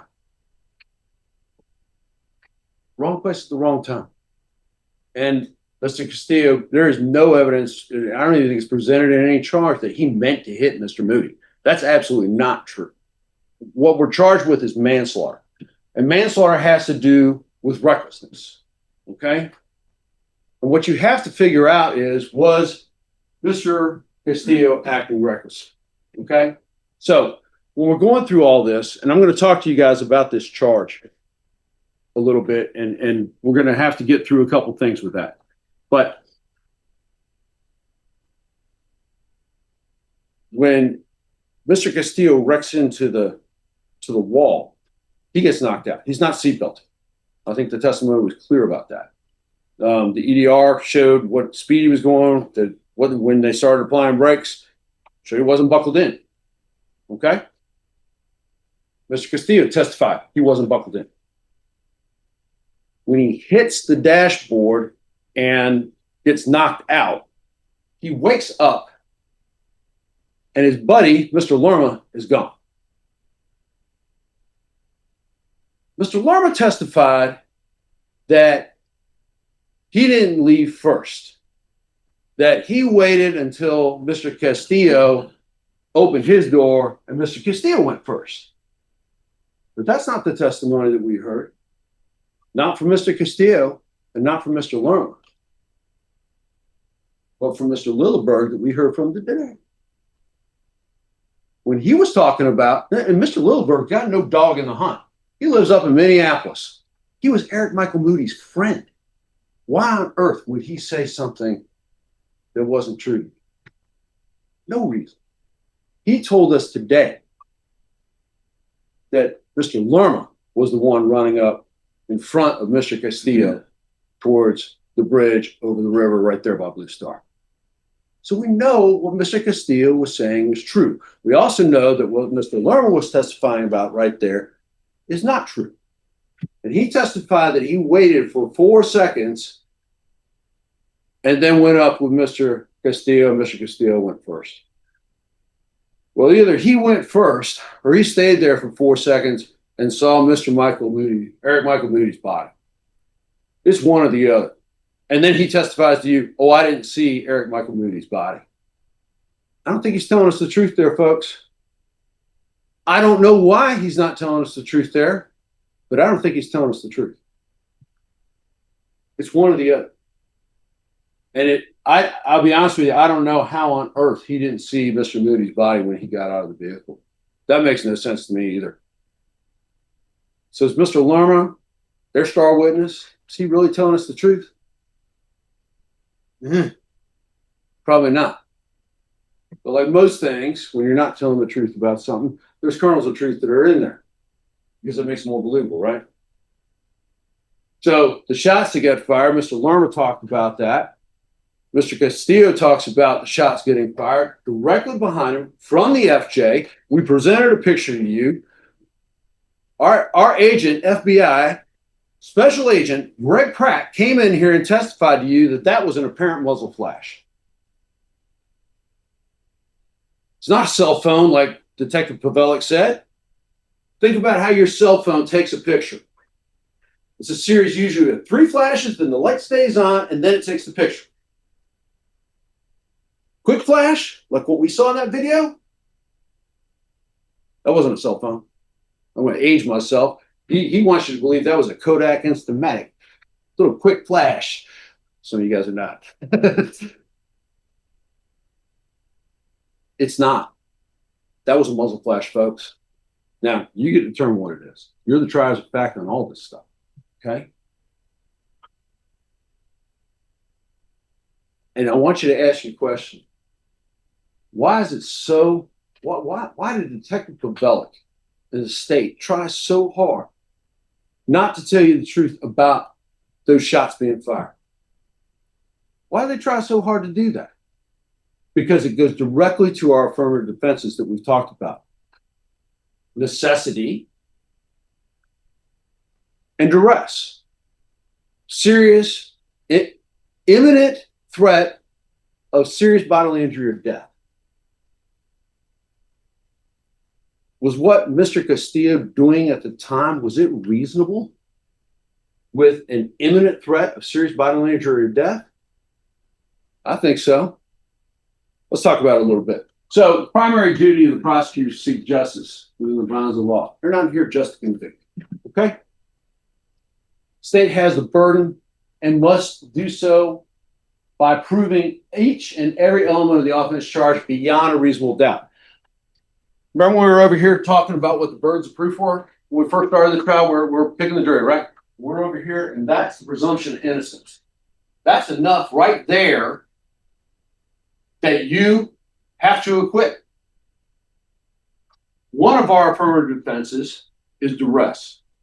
And that's where we've got to get here. This is preponderance of the evidence, right? So right about the 50-yard line, got to get the nose of the football across the 50. Okay? That's preponderance of the evidence. And we have the burden to prove that for duress. The other two, the state has the burden to disprove beyond a reasonable doubt. Mistake of fact and necessity. That is here. They got to get to that wall. If they don't get to the wall with either their proof for the offense or to disprove mistake of fact or necessity, that's not guilty, folks. That's a not guilty. And I think with the evidence you got, that's a real simple choice. We just talked about it.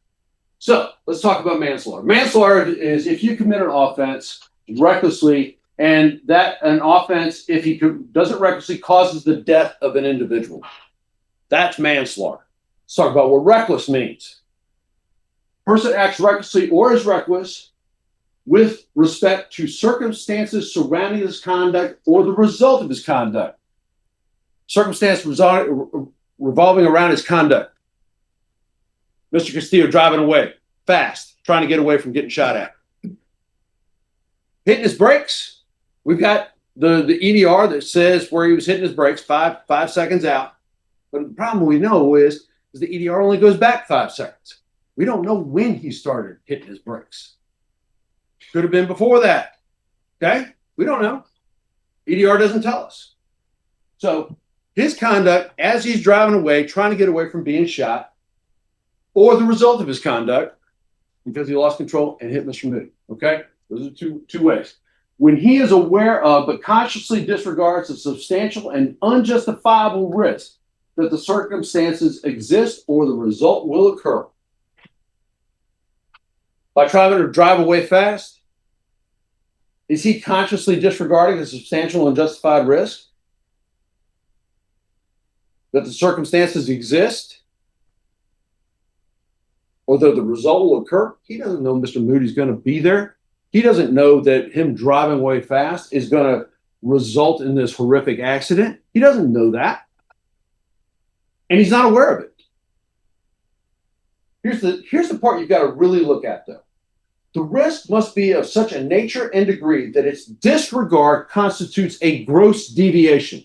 That means a big difference from the standard of care that an ordinary person would exercise under all the circumstances, i.e., you're getting shot at and somebody's flashing a gun at you, as viewed from Mr. Castillo's standpoint. I pose to each and every one of you, there's not a person in this courtroom who wouldn't have done exactly what Mr. Castillo did. Somebody flashes a gun at you, how about you? I'm taking off. I'm out of there. And especially if they start shooting at me, I'm definitely taking off. And I'm ducking down. I don't want to get my head blown off. Who wouldn't do that? That doesn't make any sense to me. So this gross deviation of what an ordinary person would have done under the circumstances, state doesn't have it. That's what Mr. Castillo did was not reckless. Under those circumstances, if he wasn't being shot at and just took off down the street as fast as he could, peeling out, racing somebody, doing something like that, yeah, that's reckless because we don't have those other circumstances. He doesn't have the necessity to go that fast to get away from being shot. He's not under duress like he is in this case because he's not being shot at. That's where those defenses come in, folks. Okay? So he's going down the road to try and keep from being shot. Let's talk about failure to stop and render aid, because this is a little more difficult, okay, to try and understand and get through. Because you've got a couple statutes that tie together. Okay, so the first one, what we're talking about really is 550.021A, which is, just can I go up and? Yes. Thank you. Just don't leave your fingerprint smudges The way on these the screen. statutes are written, it's kind of tricky. So 550.021A and then 4. That's what it says in your charge. That's what we're looking at. And so what we have to show is that he remained at the scene of the collision until the operator complied with the requirements of section 550.023. I think the other elements we got through pretty well. So first one, he immediately stops the vehicle at the scene of the collision. Vehicle crashed into the wall. It didn't go anywhere. Check. He did that. Immediately return to the scene of the collision if the vehicle is not stopped at the scene. That one doesn't apply. Vehicle stopped at the scene. We don't have to worry about 2. Number 3, immediately determine whether a person is involved in the collision. And if a person is involved in the collision, whether that person requires aid.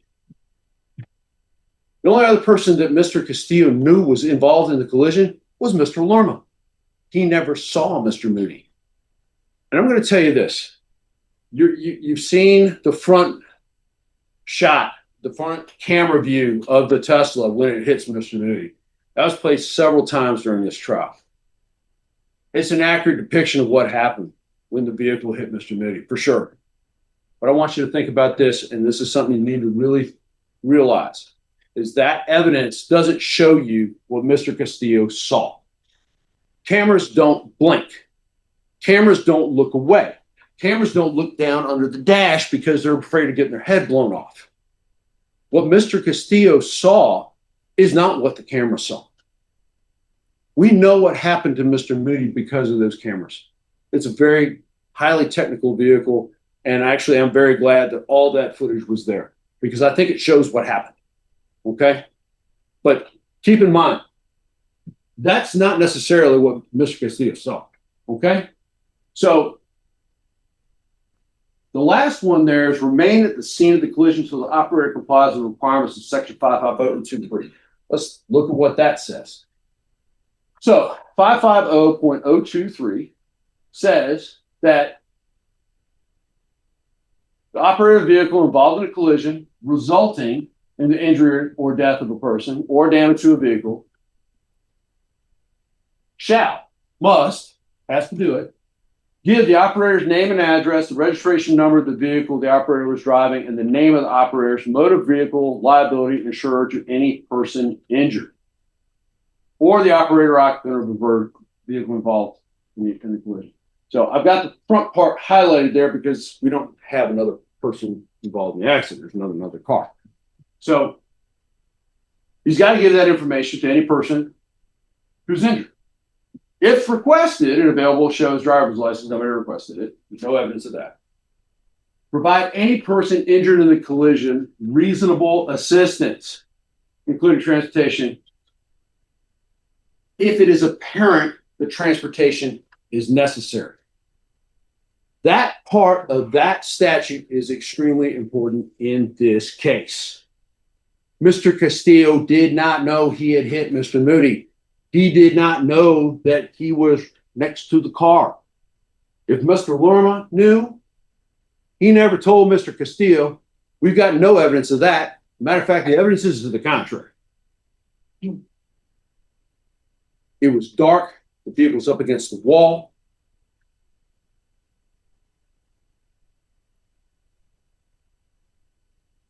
That's the perspective. That's the view that he had when he got out of the vehicle. I can't see anything on the other side of that car. The airbags are down. He can't look through the car. He can't look over the car. Mr. Moody's up against it. He's in a shadow. There's nothing. There's no way he's seeing Mr. Moody there. And what he does see is when he looks up the sidewalk that you can see right there on the side, is Mr. Lerma trucking it up the sidewalk. Mr. Castillo, that's the only other person he knows is involved in this accident. I better go see if he's all right, even though he left me for dead. But I'm going to go check on my friend and see what's going on. What we have to worry about is if it was apparent the treatment was necessary. If you don't know he's there, how can you give him treatment? If you don't know he's there, how can you give him your information? You can't. That goes to this mistake of fact. And I'm going to read you that part of the charge because this one is a little, I want you to understand what you're reading when you read the charge. So this is on page 8 of the charge, and it goes as to count 2. And said, but if you further believe that, or you have a reasonable doubt as to whether at the time he did so, Robert Castillo had, through mistake, formed a reasonable belief that he had not been involved in an accident that was reasonably likely to result in injury or death to another person. And, because that first part I'm sure sounds confusing. It did to me. We're trying to figure out what to put in this charge. That part sounded like not really what his mistake of fact was. His mistake of fact is that I didn't know that I hit Mr. Moody. I didn't know that Mr. Moody was there and needed aid. Okay? But the and kind of makes it clear. So, and this mistaken belief held by Robert Castillo negated the kind of culpability required for his commission of the offense of failing to comply with the duty to give information and render aid after being involved in an accident involving personal injury or death. Okay? And so if he doesn't know he's there, he can't give him the information. If he doesn't know he's there, he can't give him the aid. That's what relieves the culpable mental state. It's this mistake of fact. Okay? And I know this sounds very legalese. It does. I get it. But really, in a nutshell, that's it. If you didn't know he's there, how are you supposed to give him aid or information? You can't. Okay? Let's talk about this one, because this goes to him staying at the scene until he performed these things. So, Mr. Castillo told you that he left the scene, right? He admitted that to you. It's like, yeah, I left the scene. And the reason he left the scene was because it was immediately necessary to avoid imminent harm. He had just been shot at. This whole thing between the time he takes off, you can time it, and he crashes into the wall, 18 seconds. That's it. 18 seconds. Mr. Moody's dead. Mr. Castillo's on trial for his life. 18 seconds. Because somebody else was shooting at him. And so here we are, 7 days into trial. Was it immediately necessary to avoid imminent harm? I think getting shot is imminent harm. Imminent has to mean split-second decision. He comes to, after wrecking the car, there's powder everywhere. He can't see. Airbags are down. He doesn't know what's going on. Gets out of the car, falls down, doesn't really know where he's at. But all of a sudden he remembers, I was getting shot at. I'm getting out of here. Sees Mr. Lerma up the road. Mr. Lerma's already booked it. And Mr. Lerma told you, I was afraid for my life.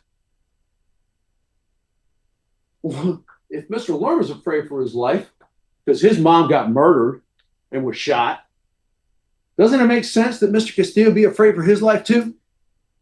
Especially after what happened to his brother, Paul. Paul's in a wheelchair for the rest of his life because he was shot in a road rage incident. The state even called this a road rage incident. It's what it was. The desirability and urgency of avoiding the harm clearly outweigh the ordinary standards, according to ordinary standards of reasonableness, the harm sought to be prevented by the law prescribing the conduct. The law prescribing the conduct says you have to stay until you do what you're required to do, render aid and information. Is that outweighed? Is that law outweighed by your life? No. No. In Texas, we are allowed to preserve our life. Self-preservation is allowed. That's why we have these justification defenses. Mistake of fact, necessity, duress. You're allowed to do that. Same with self-defense. It's not an issue in this case, but everybody kind of understands that one. Okay? Someone pulls a gun on you, you don't have to stand there and just get shot. You can defend yourself. Okay? Oh. Hit the wrong button. Sorry. Talk about mistake of fact, duress. This is the one we have to prove by our preponderance of the evidence. Okay? Get the nose across the 50 with football. Okay? Because he was compelled to do so by threat of imminent death or serious bodily injury to himself or another. I think we have that. I don't want to beat this to death. I told you in the beginning, I want to talk to you and say a lot of the things over and over again because I can't get feedback from you. Okay? It's a very one-sided conversation here. Okay? In a prosecution for an offense, now that one doesn't apply. Compulsion within the meaning of this section exists only if the force or threat of force would render a person of reasonable firmness incapable of resisting the pressure. Duress, when we think about that, a lot of times we think about it as somebody making us do something. Like I signed that contract under duress, and so the contract's no good, right? In this definition, it has to be because you're doing something or you are compelled to do something because of a threat of imminent death or serious bodily injury. We have that. Mr. Gomez pointed a gun at him. He fired shots at him. He's speeding away because he had a gun pointed at him and shots were being fired at him. Okay? That's why he's doing what he's doing. That's the duress. I think we've shown that to you by a preponderance of the evidence. I'm going to go back up just a little bit because I forgot to talk about this. We're talking about whether or not Mr. Castillo saw Mr. Moody. We saw the video from Mr. Lilleberg. That was that last video that we showed you guys, all those video clips. And we heard Mr. Lilleberg testify to you guys. Mr. Lilleberg was Eric Michael Moody's friend. They'd been hanging out earlier that night. And when he went up to that Tesla crash, he told you, I didn't see Eric's body. And that's somebody that, no dog in the hunt. Why would he tell you something like that if it wasn't true? So if he didn't see the body, doesn't it make sense? Maybe Mr. Castillo didn't see the body too. Same perspective, same side of the car. Okay? This is the guy that pulled the gun on him and was shooting at him.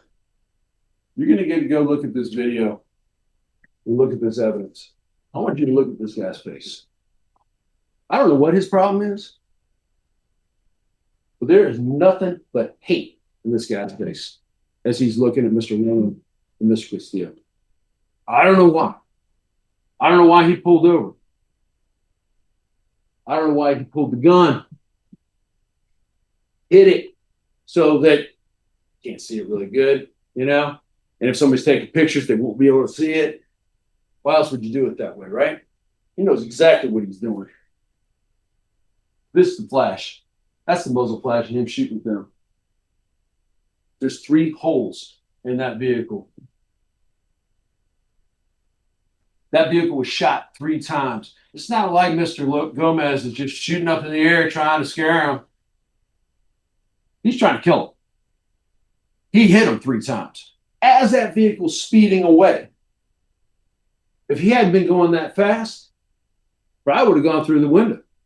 Probably would have gone into the passenger compartment of the vehicle. We'll never know. Thank God. This would have been a very different trial. Those are the bullet holes, folks. That's 2 of them. You got pieces of trunk down here you're going to be able to take and go back. You're going to get to take good looks at it. That bullet went all the way through the trunk. High velocity rounds. You know who else didn't see the body that night? EMS. This is a still shot of Officer Escobar. That was the first witness we saw. This is the video that we saw. This is a still shot where he's telling EMS, hey, there's a body over here.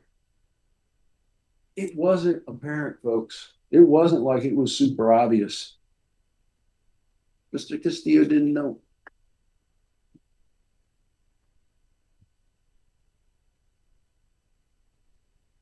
Talking about evasive action. So there's a whole list of stuff in here that comes straight out of the indictment. And they're talking about what he did and what he didn't do. Real quick. I'll just read it off the indictment. So basically, they're trying, the state is trying to tell you that Mr.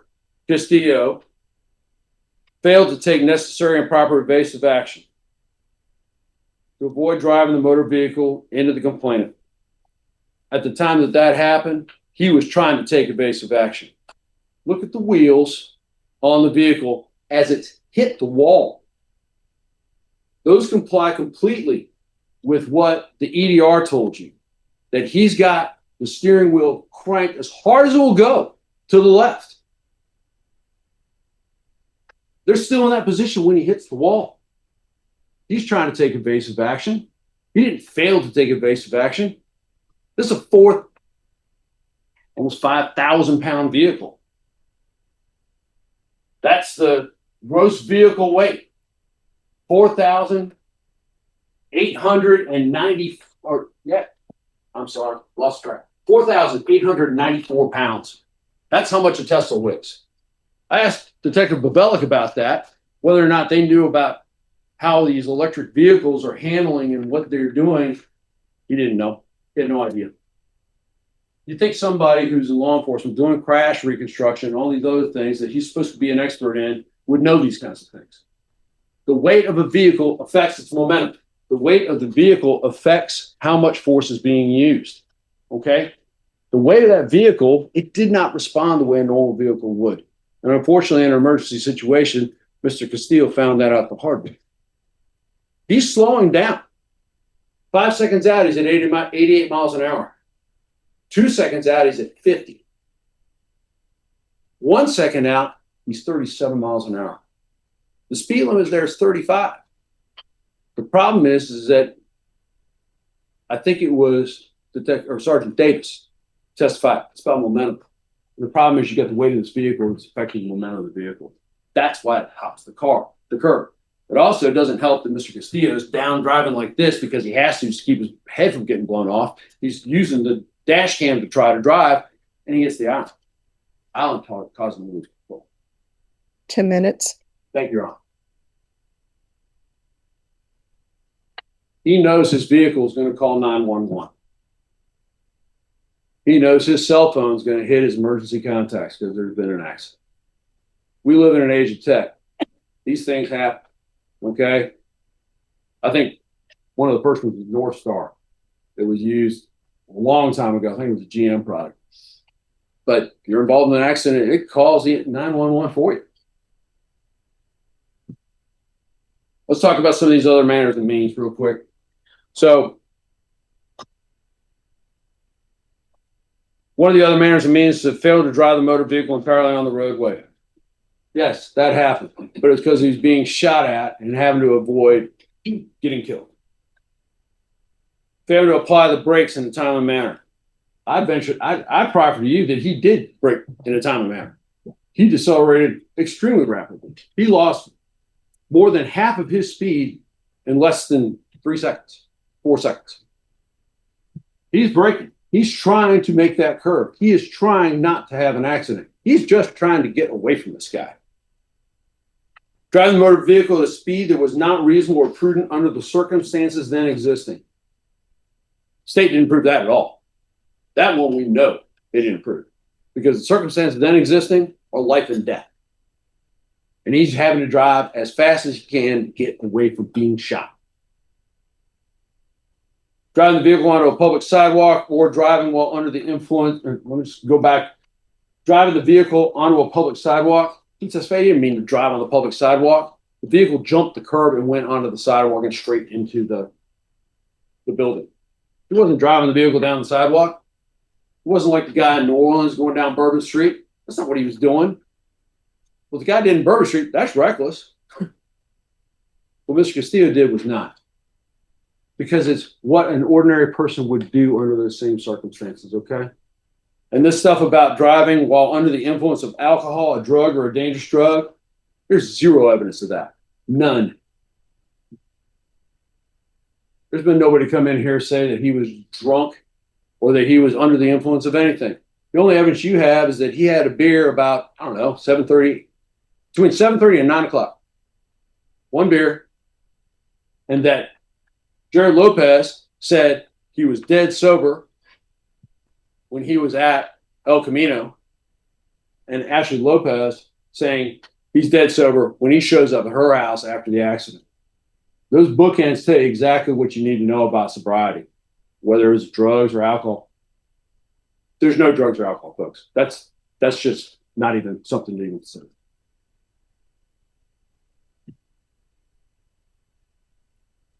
We talked a little bit during voir dire about how these kinds of cases can garner sympathy, and I get it. I do. But you can't let bias, prejudice, or sympathy affect your verdict. It's crucial. Whether it's for Mr. Moody, whether it's for Mr. Castillo, whether it's for their families, or anybody else that you might think that you might have sympathy for. You cannot use that to try and render your verdict. What you have to do is look at what the facts show. Did the state prove beyond a reasonable doubt that he did not have a mistake of fact? No. Did the state prove beyond a reasonable doubt that he didn't have a necessity to leave the scene of the accident and or speed away? Did he have a mistake of fact that Mr. Gomez was still chasing him when he was driving down the road and going as fast as he was going? Did the state disprove that beyond a reasonable doubt? No. No evidence of that. Zero. And that's their burden. And so when you're going through this charge, the state has to prove not only that he committed the offenses, but that they disproved that he had a mistake of fact as well, and beyond a reasonable doubt, that they disproved that he had a necessity, and they have to disprove that we didn't prove by preponderance of the evidence that he was under duress. You got to get through all those. All those have to be in favor of the state for you to get to a guilty. We talked about this picture a little bit. I don't want a hung jury. I don't. But I want each and every one of you to have the same courage that man up against the wall. And I want to point you there just to make sure everybody knows which guy I'm talking about. It's this man right here, with his face like flint, with courage and conviction, because his verdict is the one that counts. His verdict is the one that matters. Each one of you, your verdicts are the ones that matter. It's not a group decision, folks. It's 12 people come together. What's your verdict? What's your verdict? What's your verdict? What's your verdict? What's your verdict? And if you all agree, great. But if you don't, that's okay too.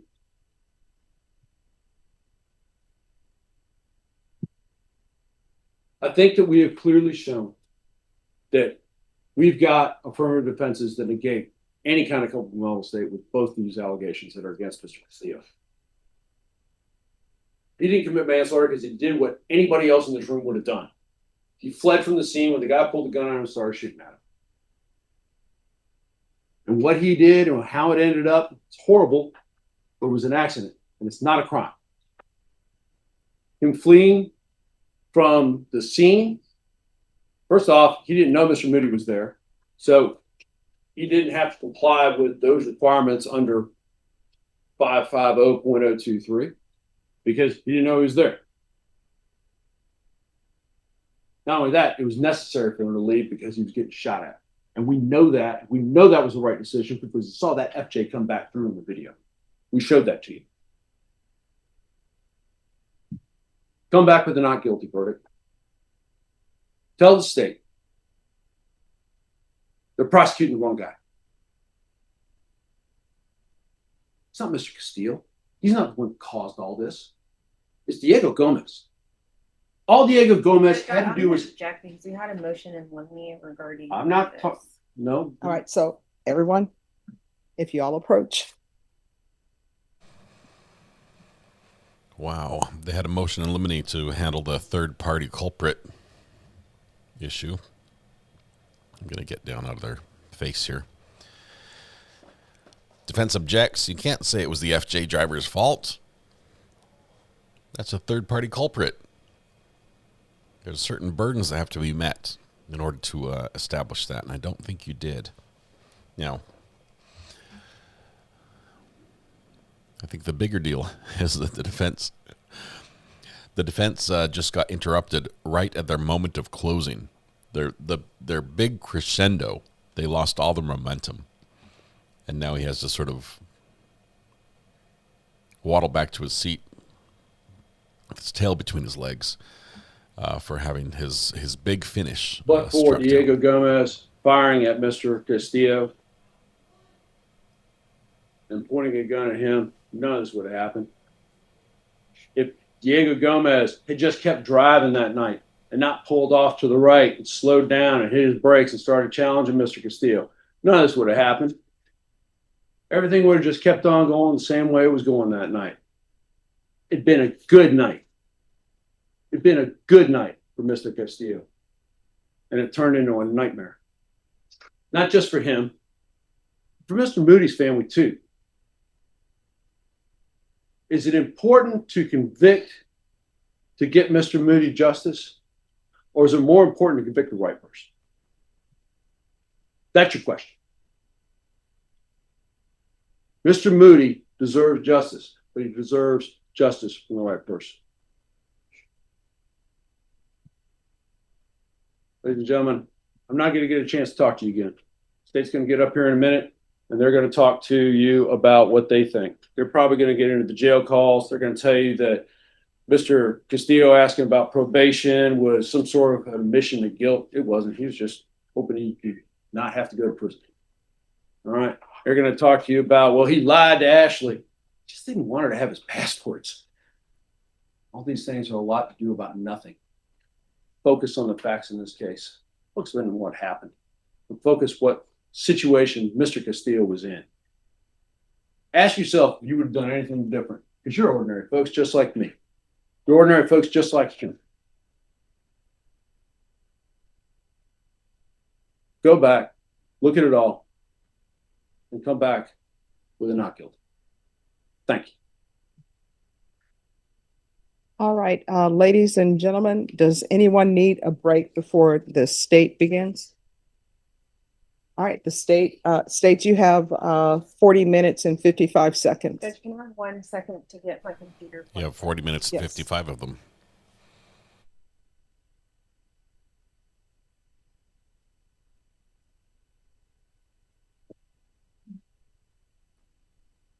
Yeah, where have we heard that before, huh? We had a good night.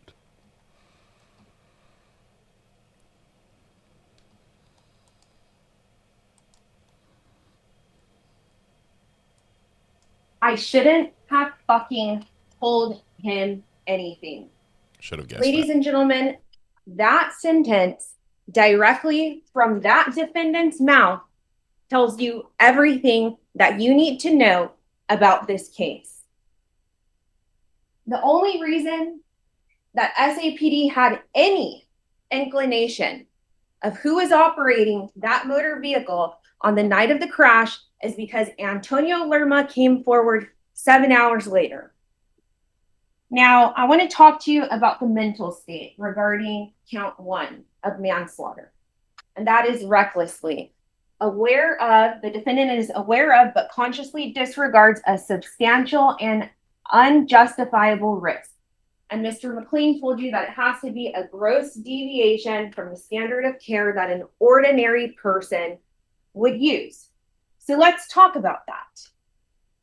In this case, the law does not require you to be a mind reader, okay? You can infer intent from words, actions, and circumstances. That is the law. And so let's talk about that element of aware of, but consciously disregarding the risk. That goes to the alcohol consumption, okay? You heard from multiple different witnesses. Antonio Lerma testified that he believed that the defendant was intoxicated, okay? You heard from Ashley and Jared.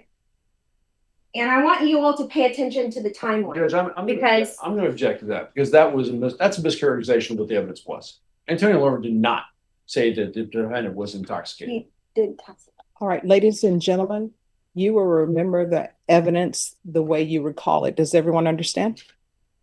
All right, you may proceed. Now, I want to talk to you about the timeline of what the defense witnesses are asking you to believe, right? Because if you listen to the defendant's word, he's saying that he only consumed one beer at 7:30 p.m. Okay, but if you listen to Jared, he says that the defendant consumed an alcoholic beverage at 9 p.m. That would have been while they were at El Camino, and you can look at those receipts that are in evidence to confirm that. But the video is everything, and we'll get back to that. Now, he knows that the brick at Blue Star is there, that there's many pedestrians in the area. He testified that he had lived in that area for 10 years about. So he's familiar with it. He knew the curve was coming up and aware of, but consciously disregards is him cranking that steering wheel all the way to the left. The 5 seconds immediately preceding him crashing his vehicle into Mr. Moody. And the gross deviation of the standard of care, they're asking you to disregard everything that he did and just look at the crash in a vacuum, with the exception of the road rage that he voluntarily engaged in with Mr. Diego Gomez.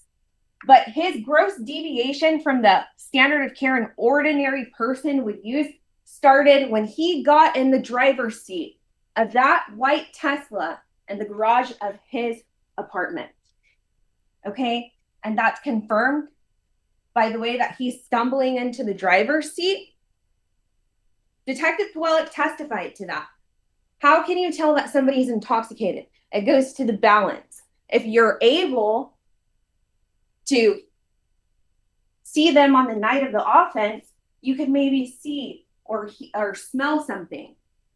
And there's tests that they can do if you're able to make contact with them on the night of the offense.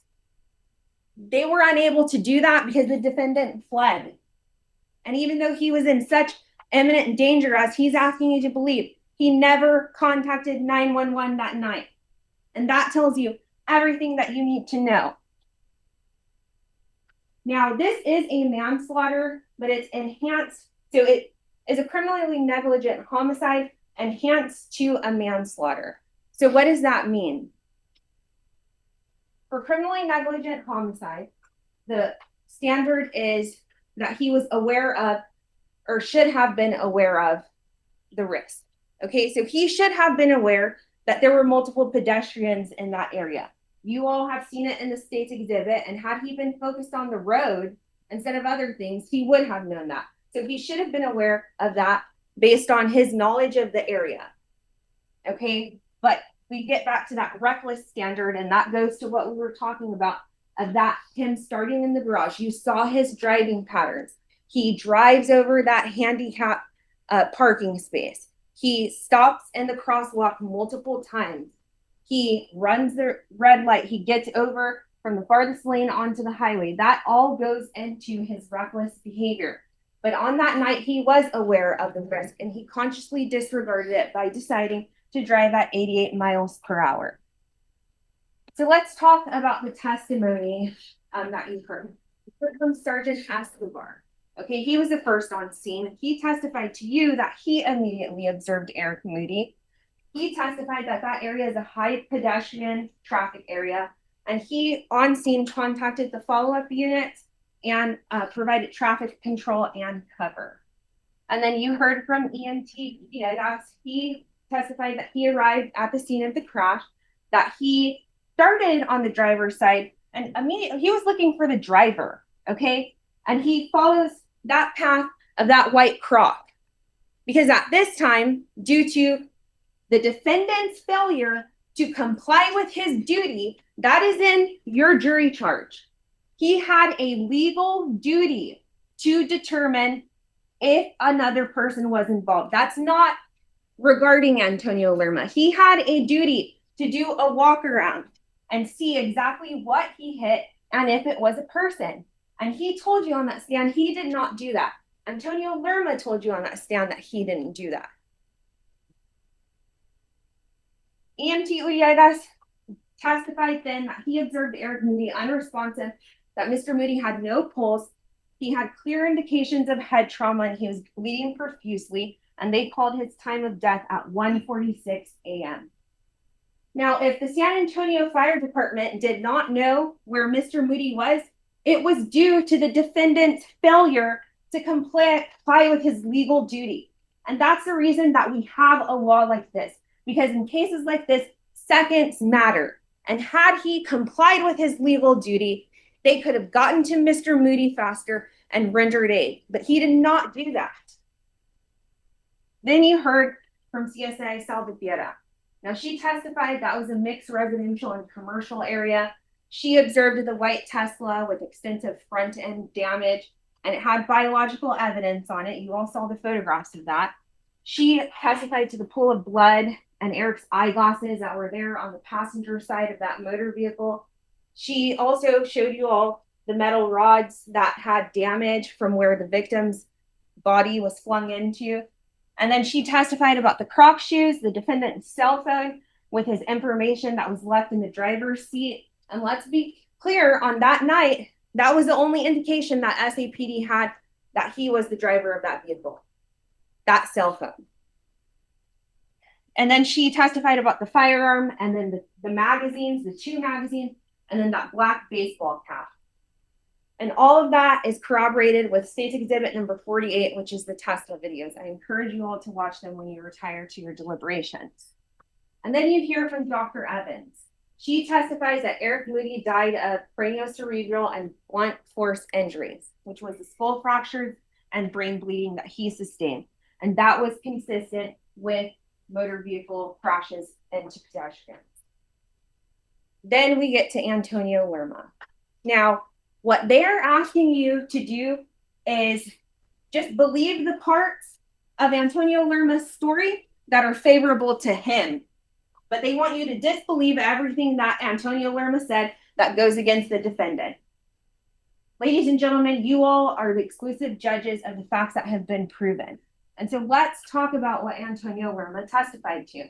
That he was a friend and former co-worker of the defendant, and they were out at El Camino.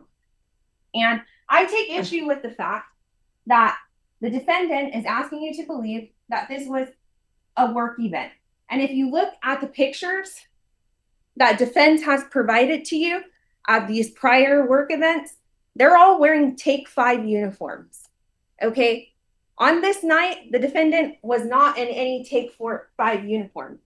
You all saw what he was wearing when he entered that driver's seat. There was testimony that all of the members of the group were consuming alcohol at El Camino, and that the defendant consumed 1 more beer at the apartment.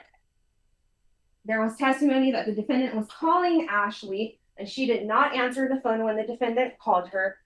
And then the defendant got behind the wheel of that Tesla after consuming alcoholic beverages. And then the defendant heads to Ashley Sanchez's residence. He exits on South Alamo. The defendant followed the SUV to confront after the red light. Now, this is what I want you all to think about. If this defendant has such a high sensitivity to road rage, and his brother, it's unfortunate that his brother was a victim of a road rage shooting. 1, why would he engage in a traffic violation by running that red light? That had absolutely nothing to do with him. And so when they're asking you to disregard the defendant's behavior and say, oh, this could have all been avoided had Diego Gomez acted differently, the defendant is the one that placed all of these events in motion. Had he followed traffic laws, minded his own business, we would not be here today, and Mr. Moody would still be alive. The defendant is looking off.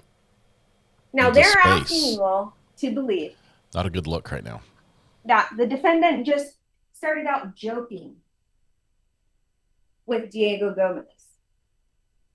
That when he decided to stop and engage with Diego Gomez, that was the appropriate time to flee, not after he struck and killed Mr. Moody.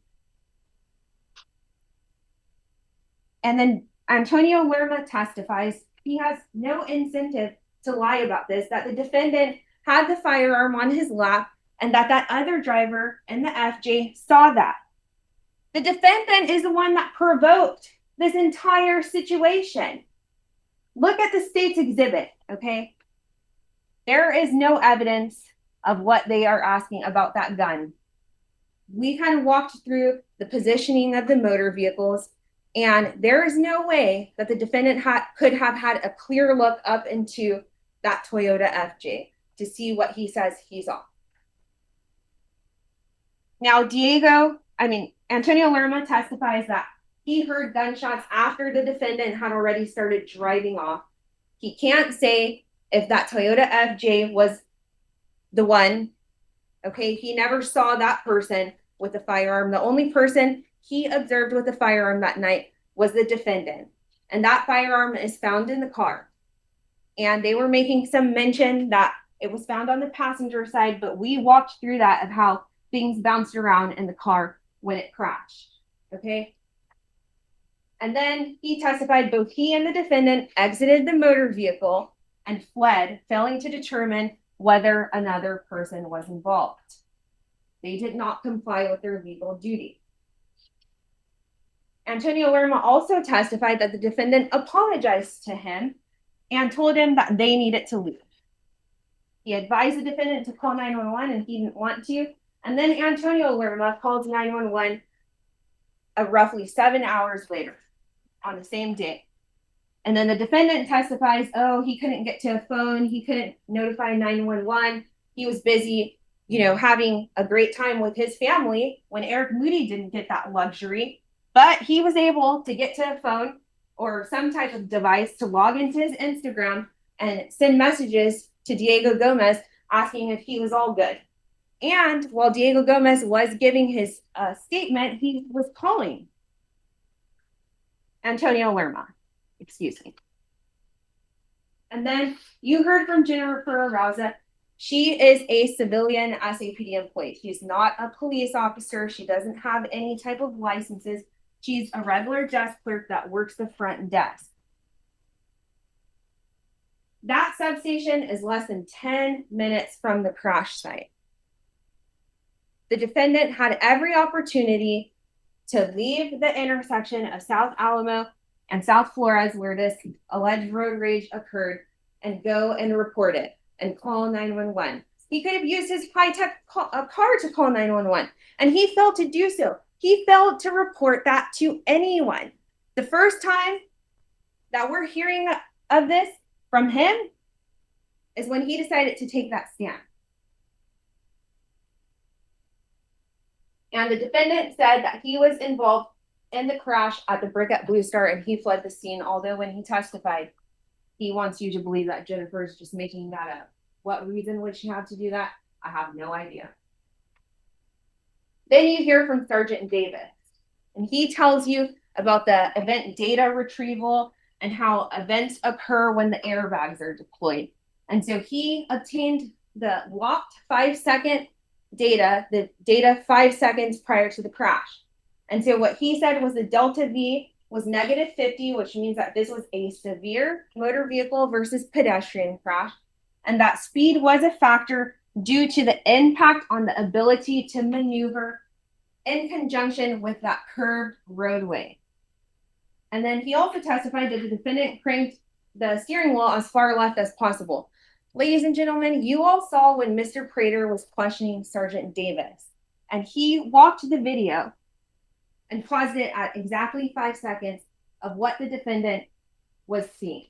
And that was Mr. Moody looking like a deer in headlights, wondering what his next move is to get out of the way of this motor vehicle. And he was realizing that it was his last moments here because you saw him try to take off and he couldn't. He had no chance with this defendant on the road. And then we went through the 5-second data. The 5 seconds, it was 88 miles per hour. The 4 seconds, 74 miles per hour. 3 seconds, 60, 250, 137, and the impact 33. Now, I want you all to keep in mind that some of that declining because defense was making a big deal. Well, at the time of the impact, it was only 33 miles per hour, which is actually 2 under the speed limit. That was impacted by the defendant's vehicle crashing into that traffic island. When we talk about momentum, like Mr. McLean is talking to you about, that was impacted by him crashing into that traffic island. And then you hear from Detective Pawelek. He's a lead investigator, and we kind of already talked about the signs of intoxication, but I want you all, when you retire to the jury room, go look at the video of the defendant entering into the driver's side of that motor vehicle. You all saw him walk here in court today. He has no balance issues, no staggering issues. Go look at the way that he was walking, and that's the video. 23-0325_01 11609 left repeater. And we've already talked about his driving patterns. But the conclusion of Detective Pawelek's investigation was that he had knowledge of these gunshot allegations, and he still filed a case saying that the defendant was the driver of the motor vehicle, and he killed Eric Moody and failed to render aid to him. And then you heard from Ms. Gazellas, and she confirmed that the victim in this case is her son, Eric Michael Moody. Then you hear from defense witnesses. Okay, you hear from Jared Lopez. He was out at El Camino. He can't remember who he provided alcoholic beverages to. He can't remember what he consumed.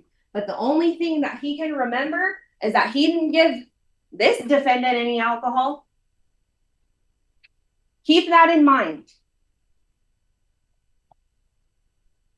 Then you hear from Ashley Sanchez, and she testifies the defendant was on the way to her house, that he didn't say anything to her about the crash. Ladies and gentlemen, I implore to you, if he was in such fear for his life, what any reasonable and prudent person would have done is go into any number of those businesses that are there and say, hey, help me. This is what just happened. I'm too scared to go back. Please get 911 out here. But he was worried about Antonio Lerma. If you're to believe anything that he says, that's what he was worried about. And then he's in such danger. He's saying he thinks this Toyota FJ is coming back. And he takes that right to the doorstep of his 3 children and their mother. That does not make any sense. And then they're saying that they don't hear sirens. Ladies and gentlemen, you have the map and evidence. It's less than 3 blocks away. That's a near impossibility. At any time, he could have gone back and taken responsibility.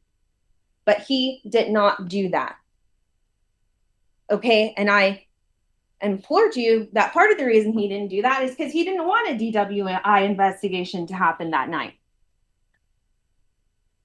Then Ashley Sanchez testifies that she's aware of the news articles.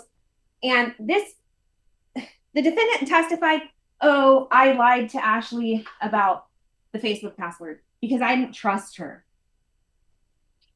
And he talks to her multiple times while he's in the Bexar County jail. She's arranging his bond to get out. She's telling him, I love you. I'll do anything for you. I'm going to protect you. She told you all that. She told him multiple times. And she stated that she was on the stand to make sure that things go good for the defendant. She's not interested in justice. She is interested in things going good for that defendant. And the evidence is clear regarding count 1 and 2. He recklessly caused the death of Mr. Moody by crashing into him.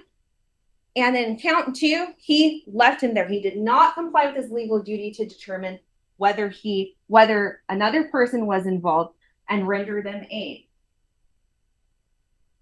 Then when the defendant is in Bexar County jail, the things that he's worried about while in Bexar County jail are whether Ashley's going to get back with him, whether Ashley is still with Andreas, and whether his car is totaled. He wasn't worried about Mr. Moody or his family then. What he was worried about was Ashley and his car and deactivating the Facebook. and getting probation for this. But now he's coming to this court and asking each one of you to find him not guilty. And then the most important thing that Ashley testified to is that when they were on the phone talking about the crash, she tells him, this is why I keep telling you, you need to stop over drinking. That all goes into the manner and means that we have alleged in count 1 regarding the intoxication in conjunction with that driver's seat video or front mirror view. Left to repeater. So like I said, you are the exclusive judges of facts. Okay, you decide the facts that were proven, the credibility of the witnesses, and the weight to be given their testimony. You get to decide whether they have an incentive to lie, what they were doing up there, and why they would say what they said. So now I want to talk to you all about the defenses. So you're going to get this in your jury charge. So we'll start with the mistake of fact. So the first thing that I want to impart on you all is that it says a reasonable belief. A reasonable belief. We've already established that the defendant operating under the conditions that he did on that night was not reasonable. He did not take any additional steps to confirm whether his belief was true or not. And it was not reasonable at the time. You all saw he did not have a reasonable belief that he was being pursued because you all saw that Toyota FJ immediately turn off to the right. Then moving on to the necessity defense. What that states is that immediately necessary, it has to be immediately necessary to avoid imminent harm and clearly outweigh the harm sought to be prevented by the law prescribed the conduct. Was it immediately necessary? He didn't even determine whether it was immediately necessary or not. And it was not at the time. That Toyota FJ immediately takes off to the right and it never came back. And even if it did come back, he never saw it because he was long gone. And at that time, he didn't have to be at Ashley's residence. He could have been in one of those businesses waiting for a San Antonio Police Department officer to respond. But that's not what he did. And then the imminent harm to clearly be outweighed. You heard his testimony. His life and his opinion was more important than Mr. Moody, who is an innocent bystander, was doing nothing wrong, and he was actually doing the right thing that night. Because you all heard testimony that he had some alcohol in his blood. And him being responsible, decided to walk home instead of get behind the wheel like that defendant did on that night. And then regarding duress, this defense fails every single time. Because what Mr. McLean failed to mention to you is that the defense provided by this section is unavailable. Okay, it's unavailable and fails if the actor intentionally, knowingly, or recklessly placed himself in a situation in which it is probable that he would be subjected to the conduct. And this is going back to what I was telling you about the provocation, about the engaging in the road rage with Diego Gomez. Okay? This defense is unavailable to him because he is the one that subjected himself to that. He provoked that difficulty.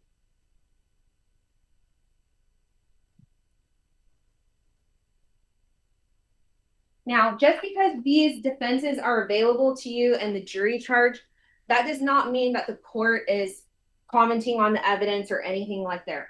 They're there for you to evaluate, look at the law, read it, and evaluate it in conjunction with what we have proven to you.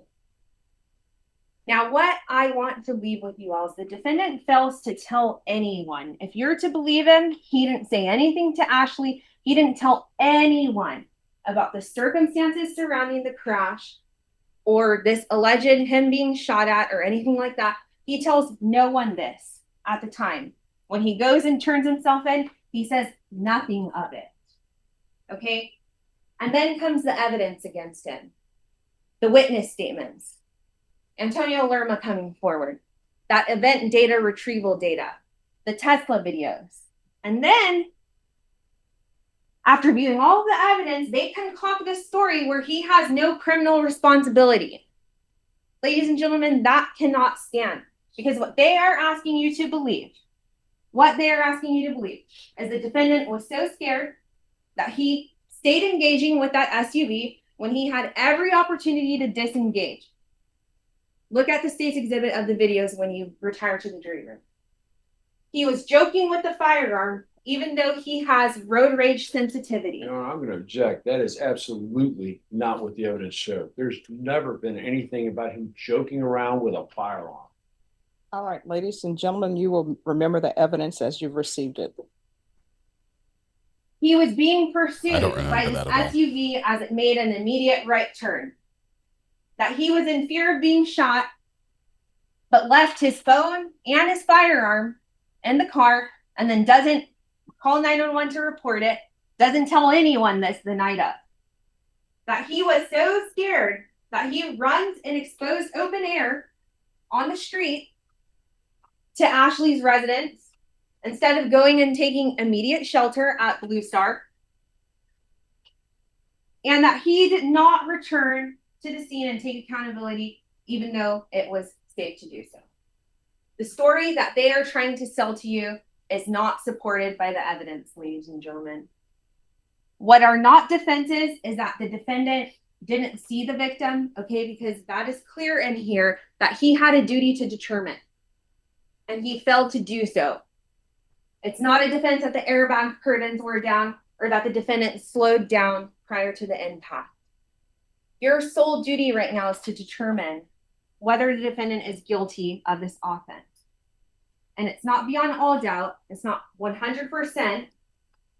It has to be related to an element of the offense, and we have proved this to you beyond a reasonable doubt. Mr. McLean talked to you about the bias. You cannot let that play into your deliberations.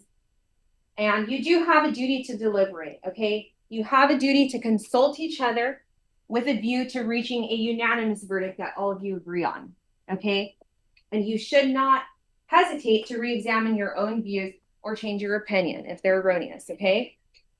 Your verdict matters, okay? You took an oath to render a verdict, true verdict, according to the law and the evidence. And what I want you all to know is it is easy to Monday morning quarterback when you've never made a statement before. You never notified SAPD of what happened. It's easy to Monday morning quarterback when you know that you're going to face a jury of your peers. Mr. Moody never had a chance with this defendant on the road. Okay? I've watched that video many times. You all have watched the video many times. And that image of Mr. Moody and his last moments on this earth is something that is ingrained and will be ingrained in your minds, I'm sure, forever. And then when he's asked about it, well, I was driving the car, but I didn't cause the death. He lied to you about little things, and now he's lying to you about big things. Do not believe the lies. Find him guilty as charged in count 1 and 2. Thank you.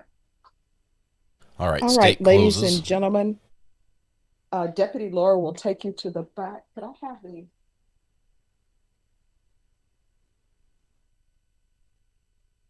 This is the point where the judge normally just kills the live stream, either accidentally or on purpose.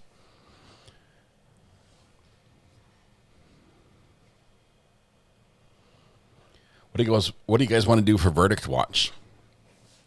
Anything's on the table, as long as it's legal. I'm just kidding.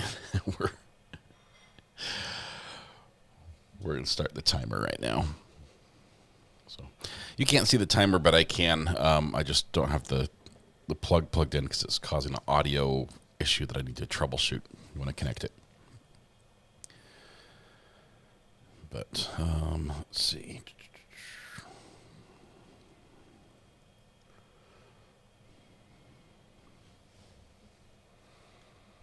Let's talk about making verdict pajama pants. Ooh. Would they be flannel or like that same sort of material?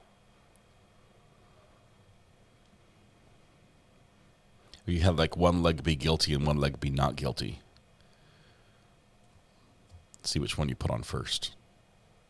So many options. We could talk about how good the San Antonio Spurs have been doing. Let's go mushroom hunting with Ziplocs. That'll get us in trouble.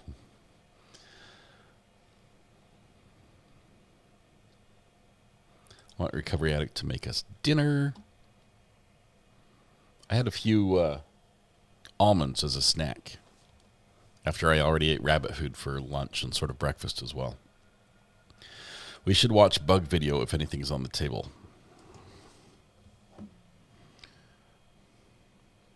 Bug video.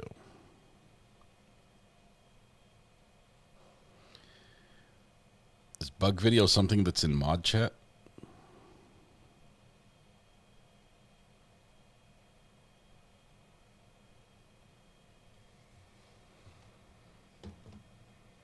I'm not sure what bug video is.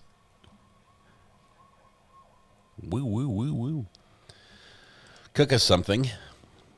I was thinking I was going to make just some sloppy joes tonight. What do you think? We could brown some hamburger. You know the secret to sloppy joes? You guys probably already know this. It's Worcestershire sauce or Worcester sauce, depending on how you say it.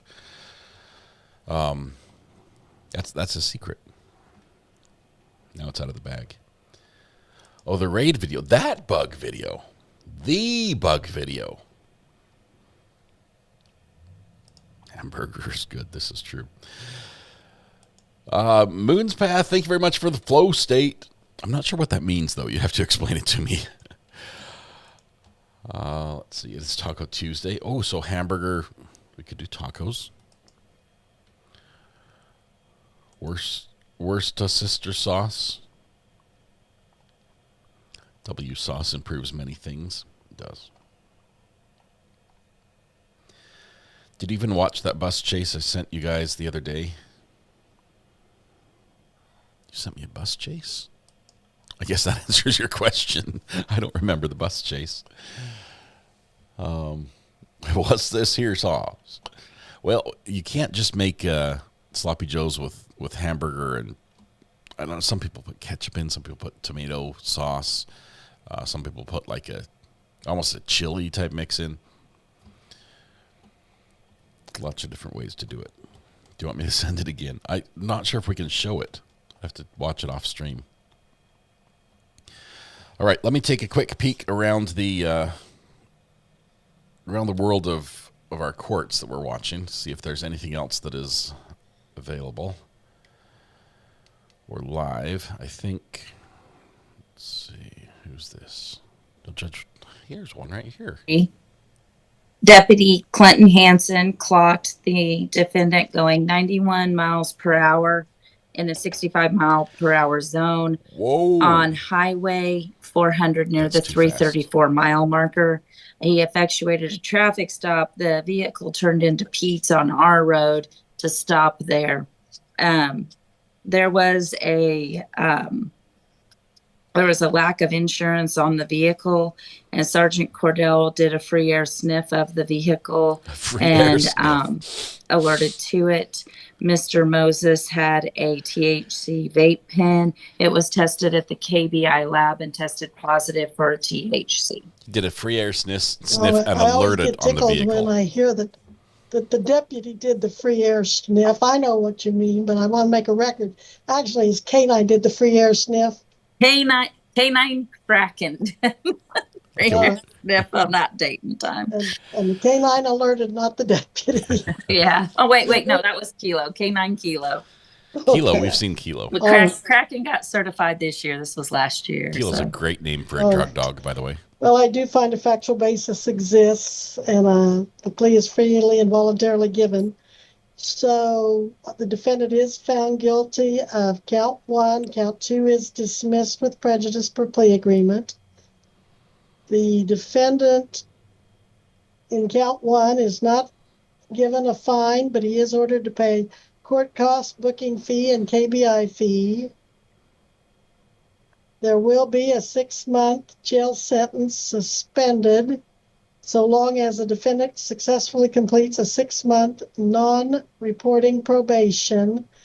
Conditions are to violate no laws Non-reporting for 6 months. To make payment. So as long as you don't get how long do you need to make your payment, sir? Doing something else, and I don't know what all the costs are, so. Well, the KBI is 45, the booking fee is 45. That's 90. And the court costs are KBI is 400, booking is 45. right, but the court costs are.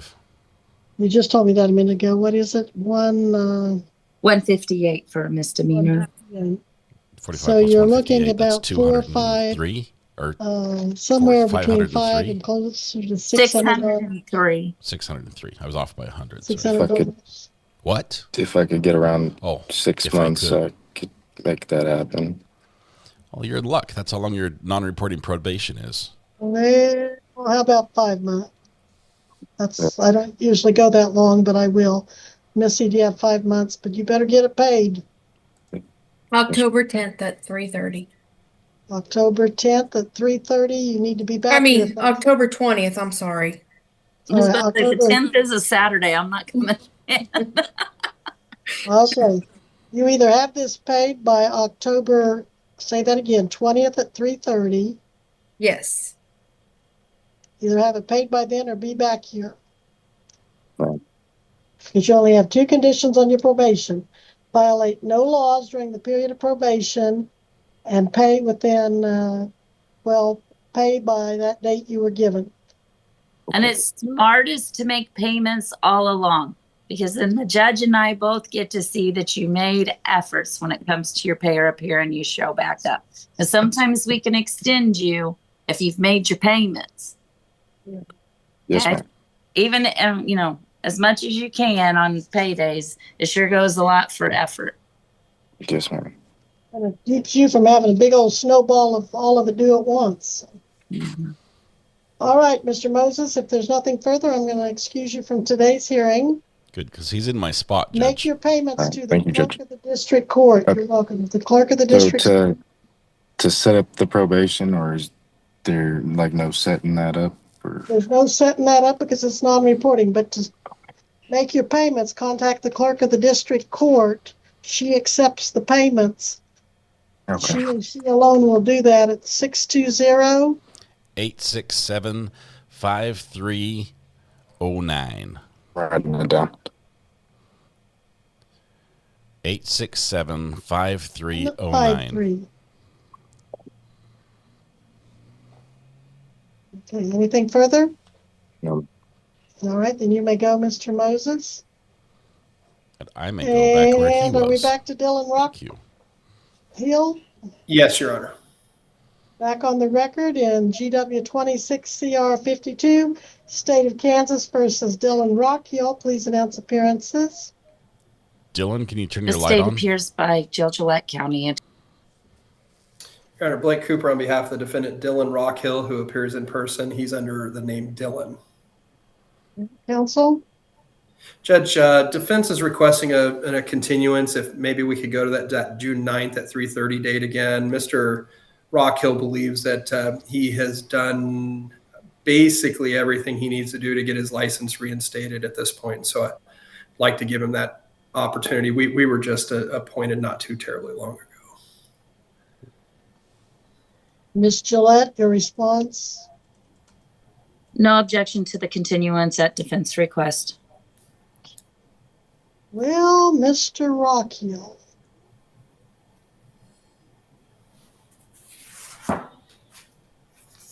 Why should I grant you anything when you didn't even comply?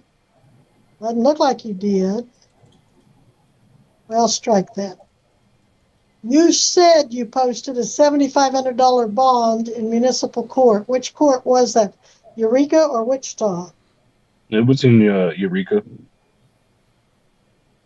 Oh, I still don't have any bond in this file. Miss Gillette, you were going to try to get a copy. Did you get a chance to do that? We've got a poll on jury Do I need to get in deliberation touch time. with Chris? Who's The bondsman? I Chris don't have Florio? any extra copies yet. Where are you right now? Are you in Eureka? Yes, ma'am. I'm just at home. You My need dark to basement. go over there or call the clerk of the district court, Cindy, and see if she can get a copy of that bond over here, because I don't see it. And I don't like transferring bonds, but apparently that's what we were contemplating. Is this a case that was filed in city court and then dismissed and refiled here, Miss Gillette?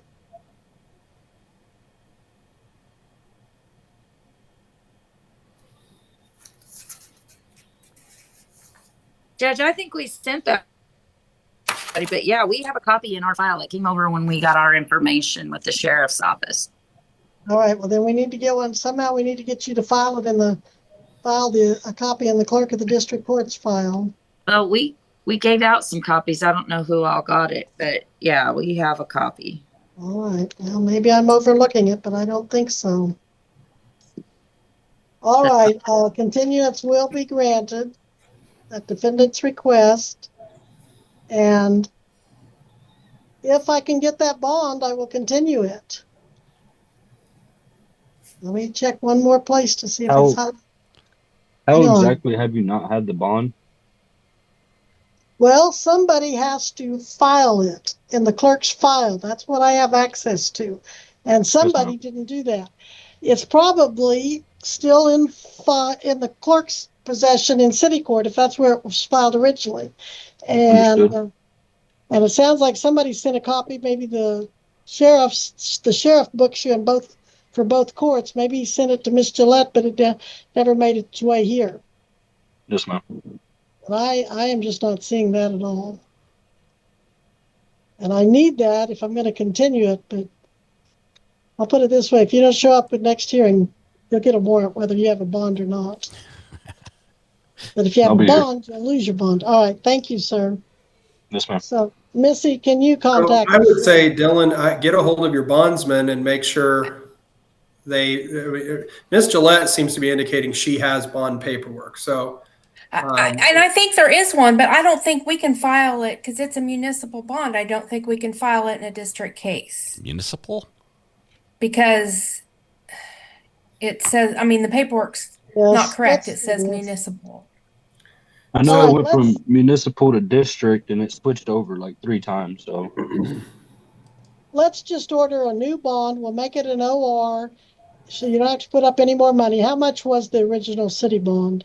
It was $7,500, and I made sure people had copies after the last hearing date because it wasn't recorded, and I remember this happening. And so, but it is correct that it says municipal court at the top. Well, and so they don't want like those in our cases. So if he goes and gets what happened. Yeah, if he gets fingerprinted, I don't think Mr. Florio cares if he's still on the same bond. It's just a matter that the cover page needs adjusted. Well, I'm just going to order that go over and you get a $7,500 OR bond today at the Greenwood County Sheriff. okay. So OR bond, $7,500 with a court date of June 9 at 3:30. Sounds right, doesn't it, Missy? Yes. Okay. That'll save that problem. That'll take from my understanding, do I have to pay again? No. No. It's OR. Okay. Your own recognizance. No, but you go over there today or call him. You're in Eureka. Can you get to the sheriff's office here pretty quickly or call him at least and set up a time to get it done? To sign the bond. Just to sign it. Sign it and get your picture and prints for your district court case. Pictures and prints. I know I signed a paper when I got bonded out. It wasn't Chris Florio. It was some other fellow. I'm trying to think of his name. Well, but you do it once. Did you do it once or twice? So I got booked in, sat there, waited, tried to get a hold of Chris. It was too late. So they put me back there. I want to say around 10, 11 o'clock the following day is whenever I went out. I signed a paper. Did you do that once or twice? Did you sign the paper once or did you sign it twice? I think just once. Yeah, And you signed it once for city court. And They now dismissed the it. case is in district. Okay. That case was dismissed and now it's been refiled in district. And this will help keep your record clear with KBI too, is so that they know that even though that case was dismissed, it was refiled over here. Okay. So do you want to call the sheriff and set up a time to get that done? And yeah, I'll call him. What do I have to go do exactly? Get your picture and prints taken with a new case number and a new bond, but it's an OR bond, so you don't put up any money or need a bondsman. Okay. Yeah, I'll get in touch with him. All right.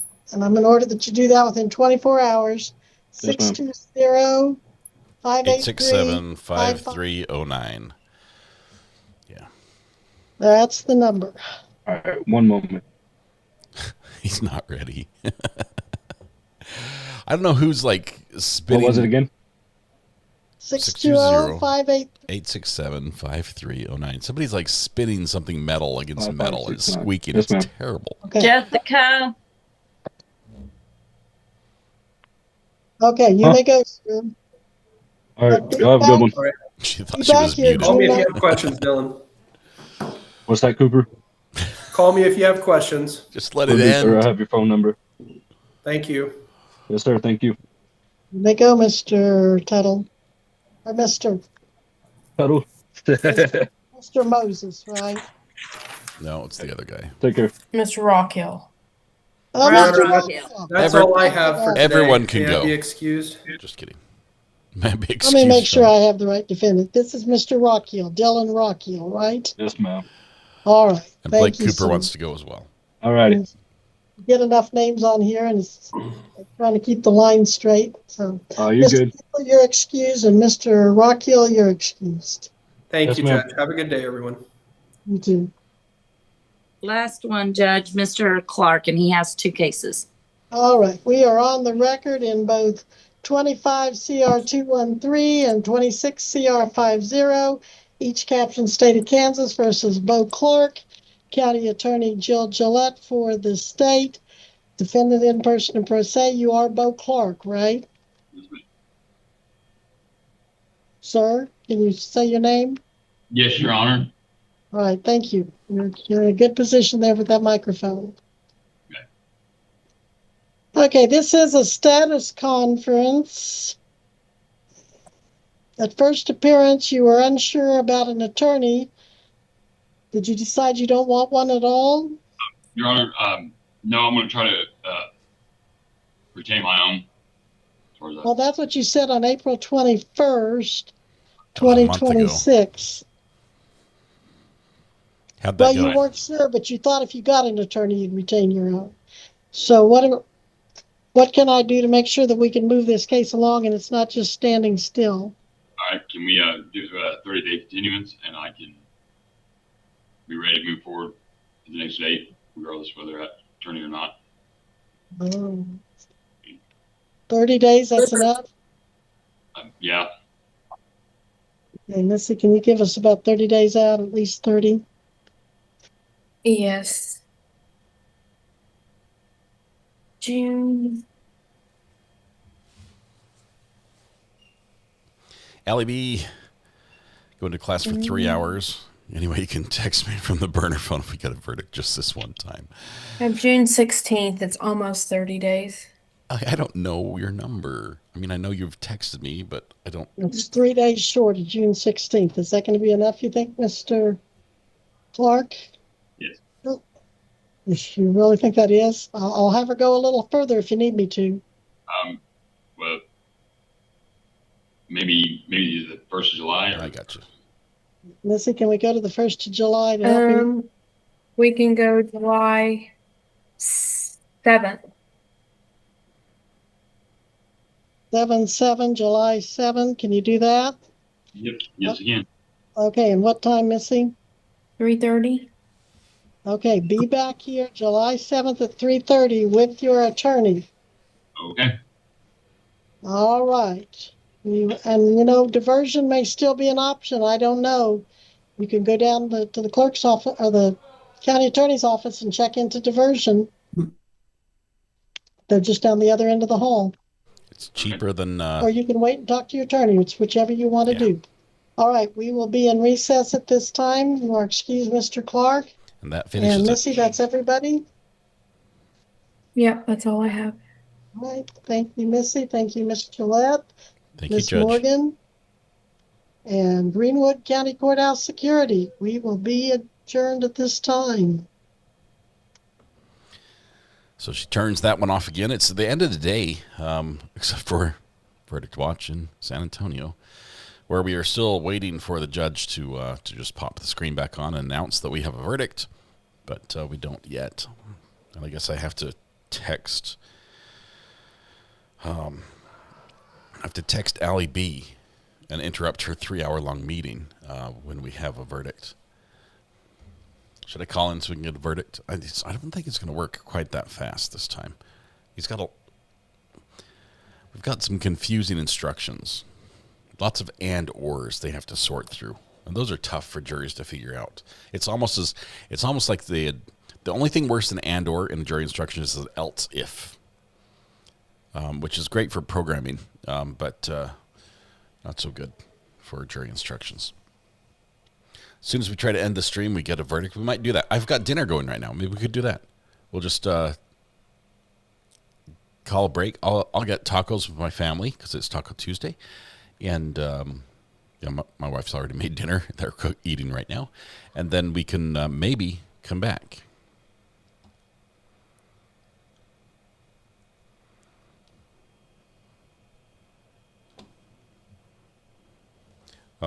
Let's see. Hang on. I've got to ask the mods one thing.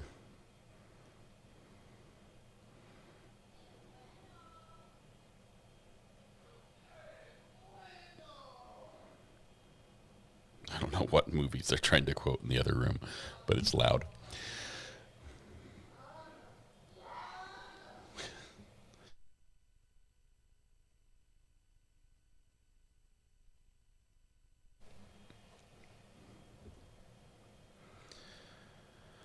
All right.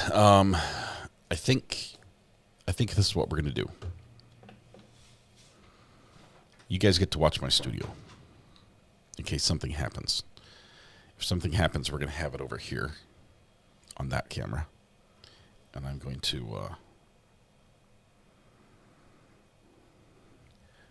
go eat lunch or dinner. Is that all right? That way, we're sort of tricking the court so they can come back. The audio's on in case something happens. I'll be able to hear, and if something pops up, we'll just watch the equipment, make sure nothing happens. That's it. What are you guys seeing? Just that? All right, let's end the poll, first of all. Let's end the poll. How long will the jury deliberate? Let's see. We have the following answers are what came up here. 1 to 2 hours, 46%. 2 to 4 hours, 40%. We live here now. When we started 110 years ago? We live here now, 8%.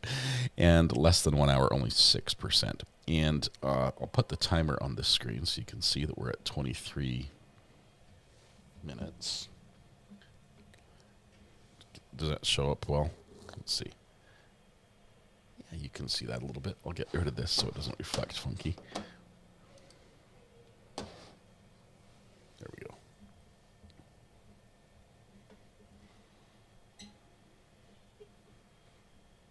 All right. I'll be right back.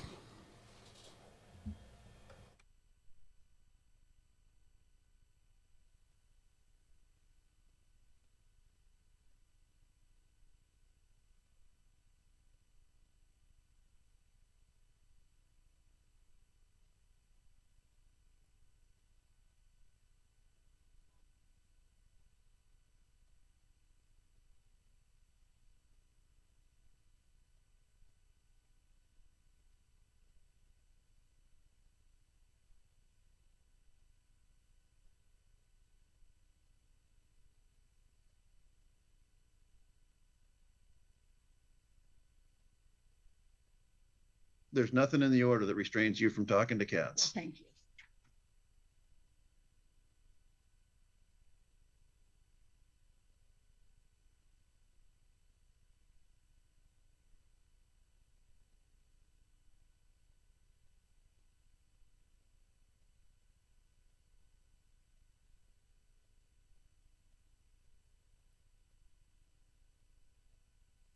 Thank you, sir. You're my new best friend.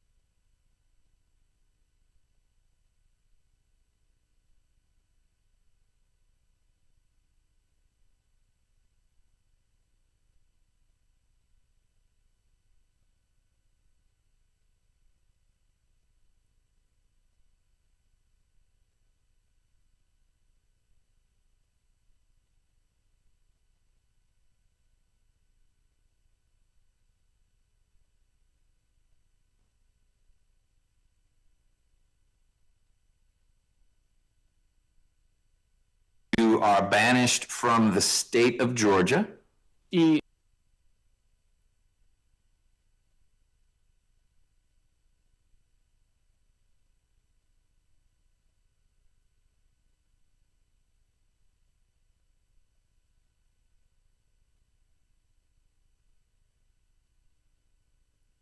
Because he's the guy.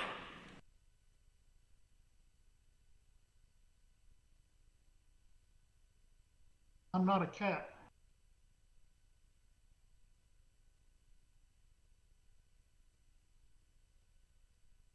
I don't like podiums, Your Honor. I think I'm about to catch a whooping. Don't miss the forest for the trees.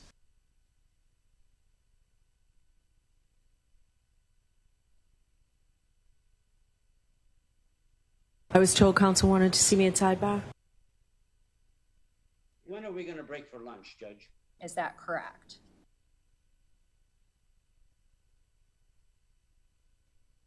Hello?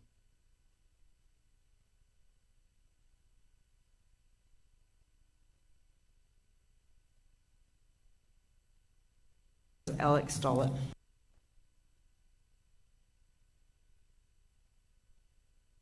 Remember in the beginning when we started 110 years ago?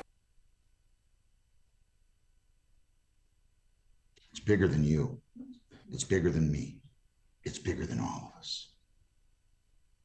The zombie apocalypse may be upon us. I got a stubby little pencil. You don't put a diplomatic plate on a hoopty.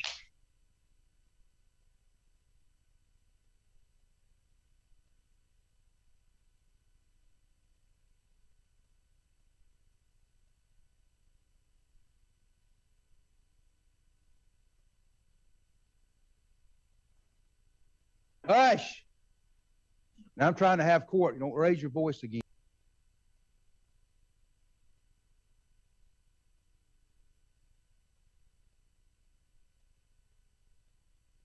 I'm not a cat.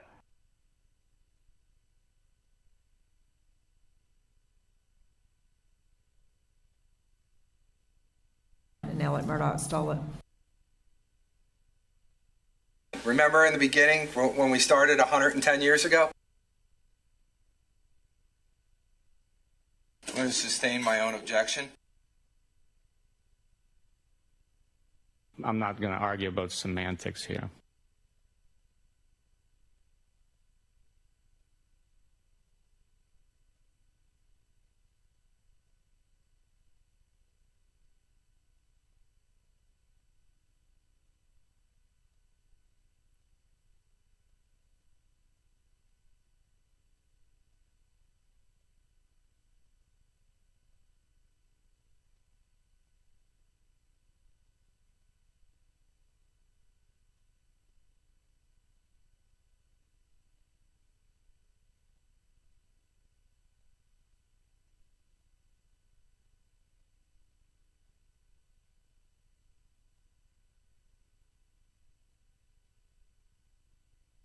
Are we going to address subject matter jurisdiction?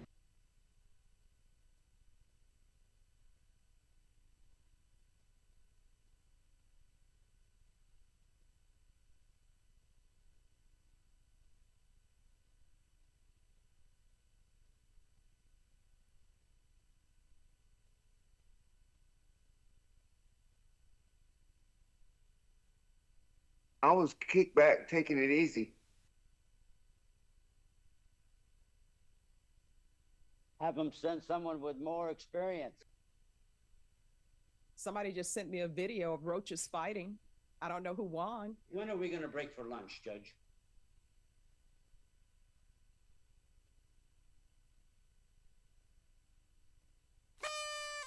Bring the jury. This is not Burger King. People do not get to have it their way.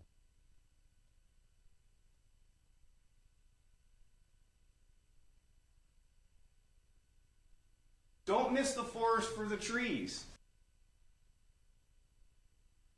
In front of the Walmart.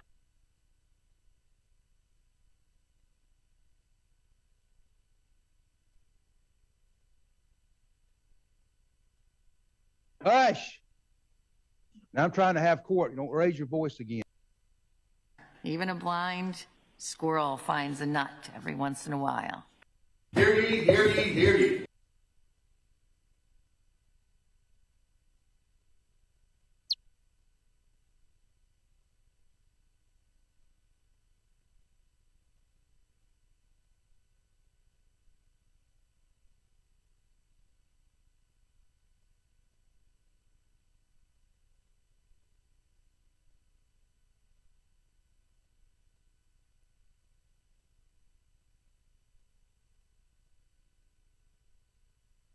Thank you, sir. You're my new best friend. I'm the one who gets to say that. If they didn't, I would lose my mind. Remember in the beginning when we started 110 years ago? Hello. The zombie apocalypse may be upon us.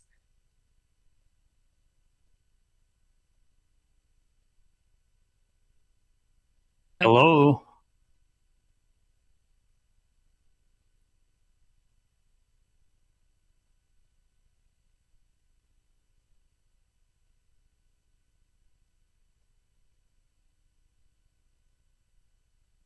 Is that correct?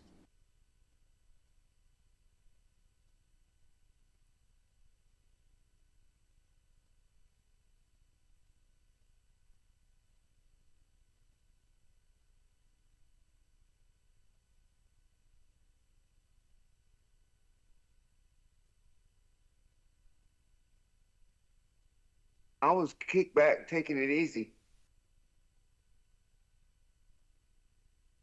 Shame on you, sir.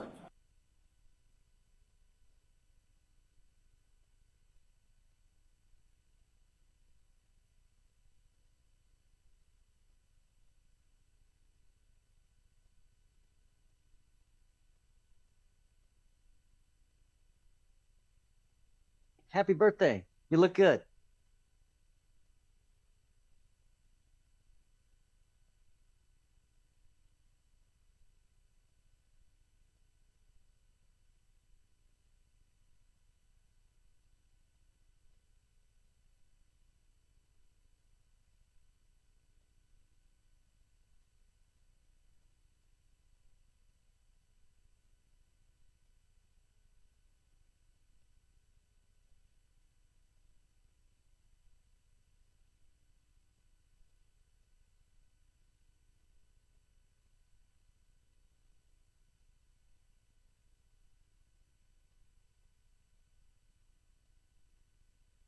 If they didn't, I would lose my mind.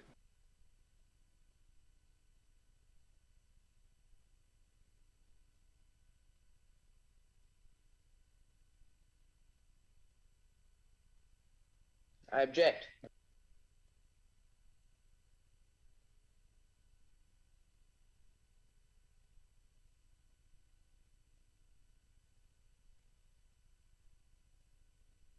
I'm the one who gets to say that. There's nothing in the order that restrains you from talking to cats. Thank you.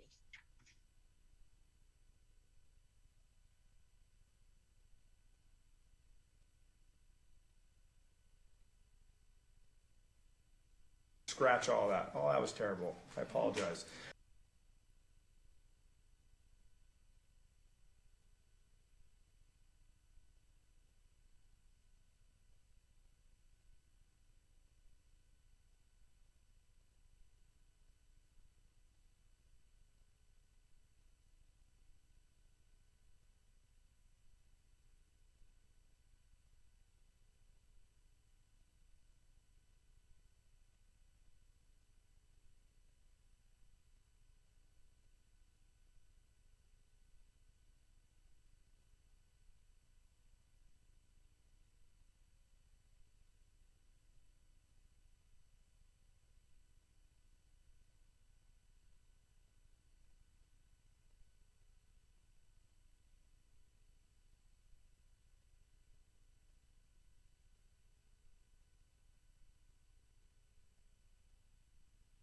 Hello?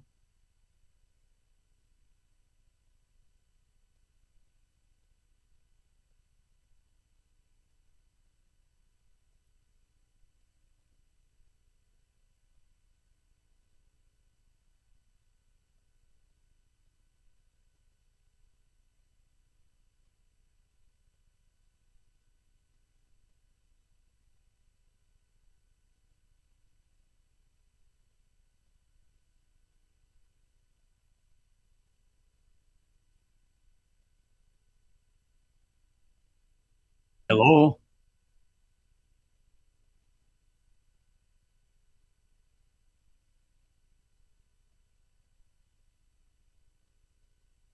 Hush!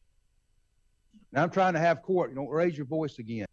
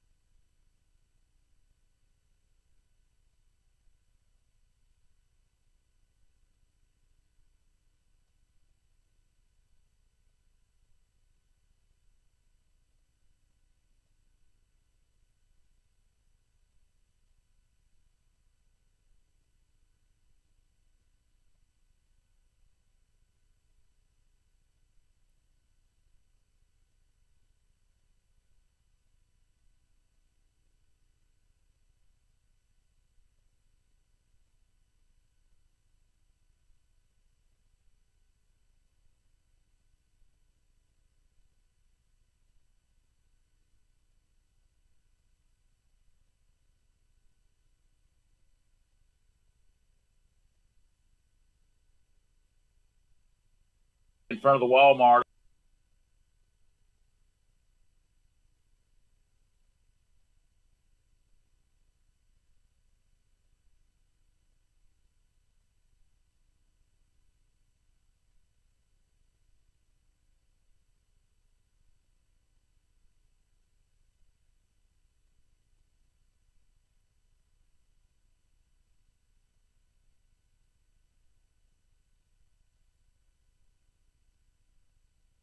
For the record, I don't consent to that name.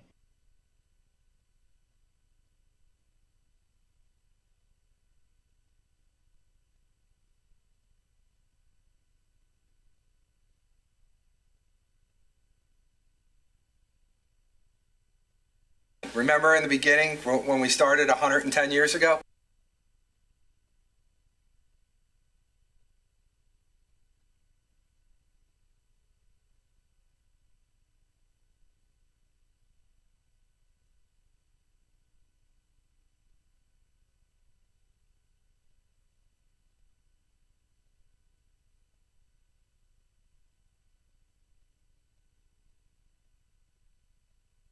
It's bigger than you.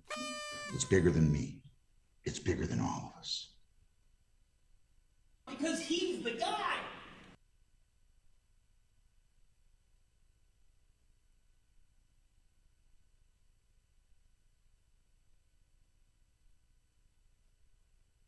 I was kicked back, taking it easy.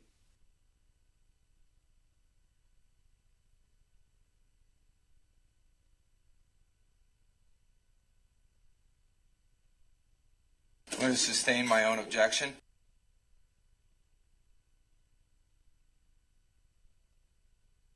Hello?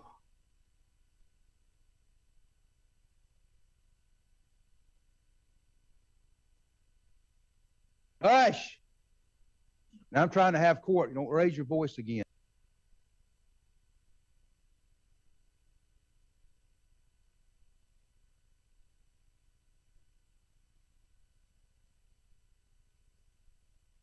It's not your turn to talk. I'll tell you when you can talk.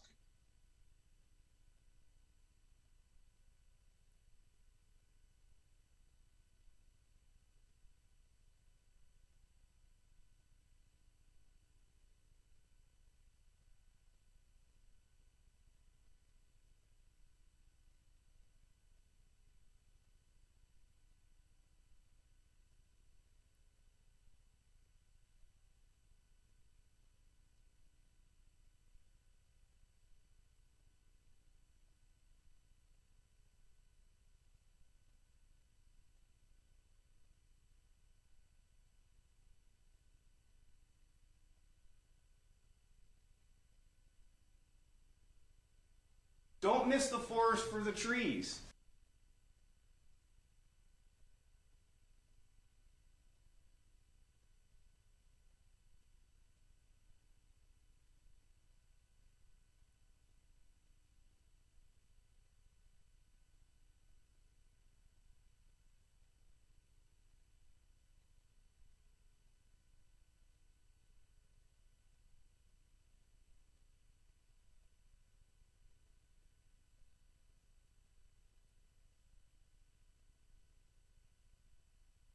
There's nothing in the order that restrains you from talking to cats. Thank you.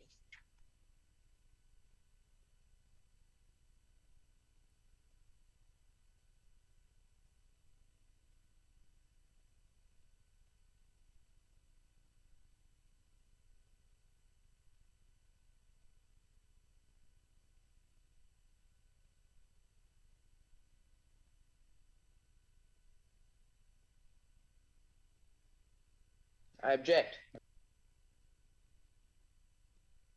Somebody just sent me a video of roaches fighting. I don't know who won.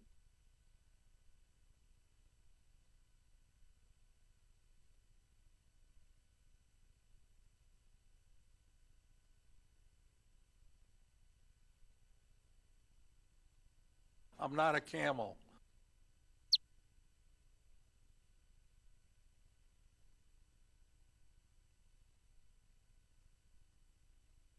You don't put a diplomatic plate on a hoopty.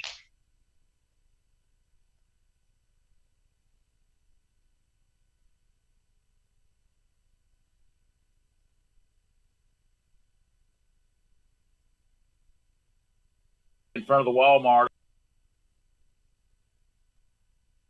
You're comparing apples and orangutans here.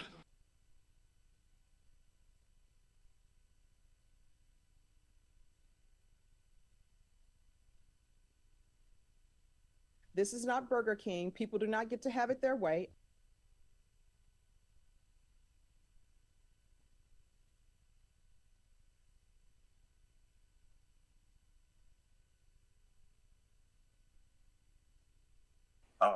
I think I'm about to catch a whooping.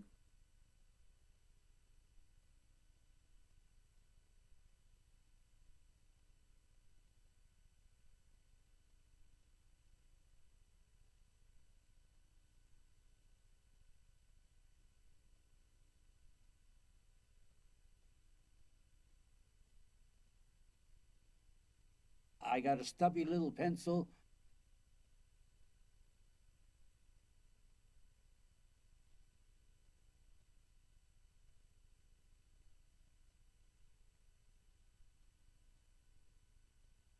You are banished from the state of Georgia.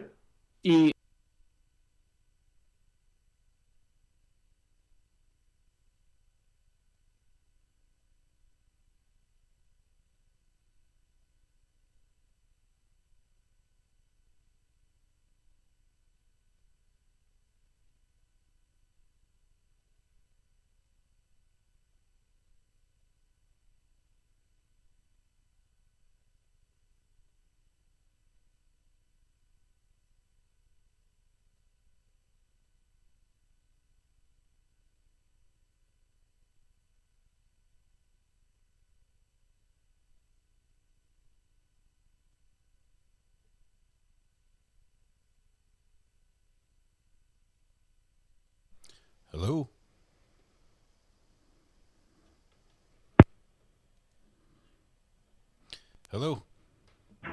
Yeah, my name is Steven. How are you doing today? Hey, I'm doing well. How about yourself? Well, the reason for my call is that I do see in my records you have a health insurance plan through Marketplace, right? Oh, that's kind of you, Stephen. Thank you. Exactly. And can you tell me how young you are, by the way, sir? A woman doesn't tell her age. How old are you? Did you call me a sir? Yeah. Are you just misgendering people all over the place?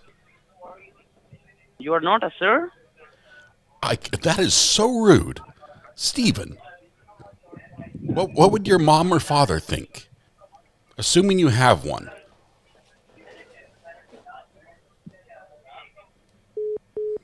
Okay, I'm back. Sorry. He's gone. He's gone.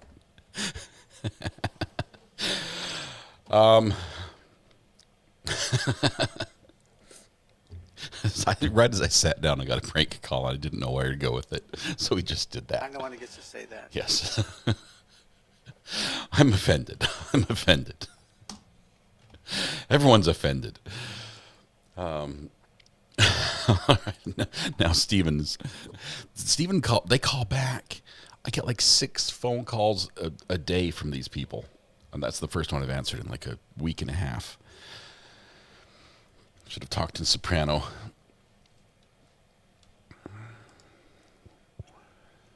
Channeling my feminine side, respect. Yeah. They'll call back. Give them a minute.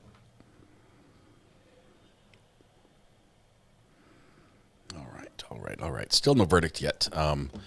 With no verdict in the trial, I'm sitting here looking at the clock, which is currently at 48 minutes and 52 seconds. I can't believe you even went there. Bus chase, says Red. Bus chase.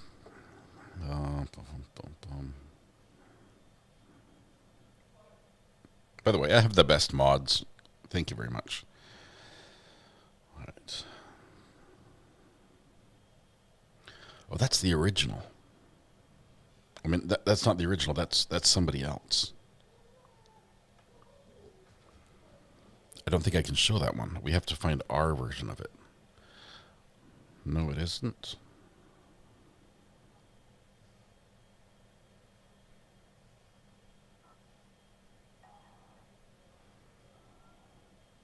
That's not our copy, is what I'm saying, right? I mean, the channel, I can see the channel and stuff.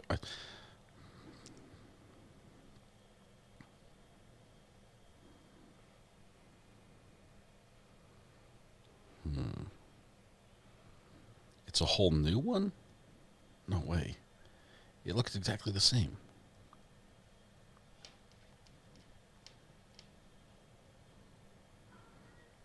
Hang on. Bus chase through cornfields.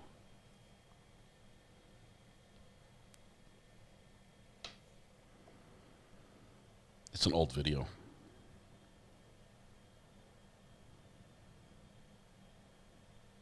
It's got to be an old video.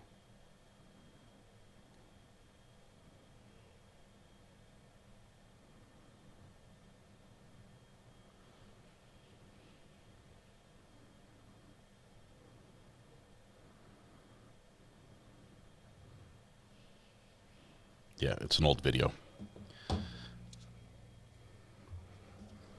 I think they pieced it together differently, but it's very much the same video from before. It's the one we did.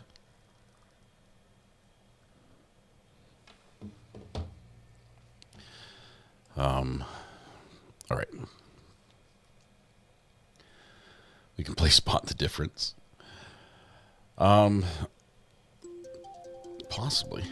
Yeah. Call from Eden the Wise. To accept. Eden the Wise. How are you doing, my friend? How are you doing? I have this great idea I want to share with you that you might like. All right. Every state has like a crazy, silly law. Like, don't abide by it, but it was. You sound really muffled. I can't hear what you're saying. Oh, okay. How about now? Is now better?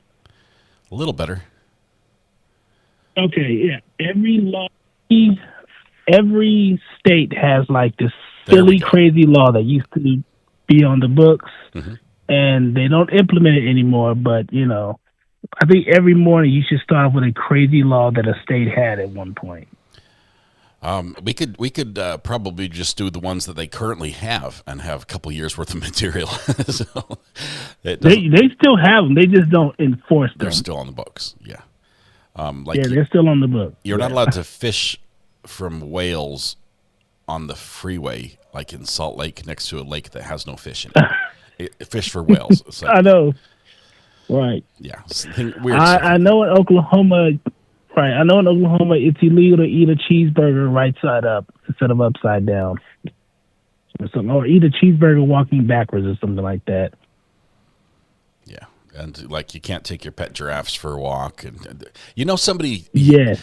The funny part is that something must have happened to require this law to get passed. Okay, and it was right. Some I'm wondering what was in. It's like that dang giraffe keeps pooping in my yard. But, like we warned you twice, sir. Yeah. Yeah. I like that idea. We'll have to do some research and see if we can find some good strange laws on the books, and maybe add it. Maybe to the podcast. That would be that would be a great podcast idea. It's right in line with what we like to do there. So yes. It's illegal in one state that you can't cool a pie in the window. Do you know why? Because someone will steal it. Why? This is true. You're contributing to the delinquency of somebody because they're committing a crime. Right. A little bit about this case. Yeah. Of course he is guilty, but I think it's. I don't think the state proved anything because she fought so hard to get certain things in. And usually when they shoot for the fields like that, I think she went too hard because she in her mind is like, I have to convince this child. I don't have the evidence, but I have to convince them of something we just cannot produce. I got that feel. She pushed too hard and might have even turned to the jury against her because of her overzealousness that way. But I have to say that the most convincing evidence I saw in this case against Mr. whose name I cannot remember. Eric. Eric was a victim. The guy. Yeah, Eric the victim.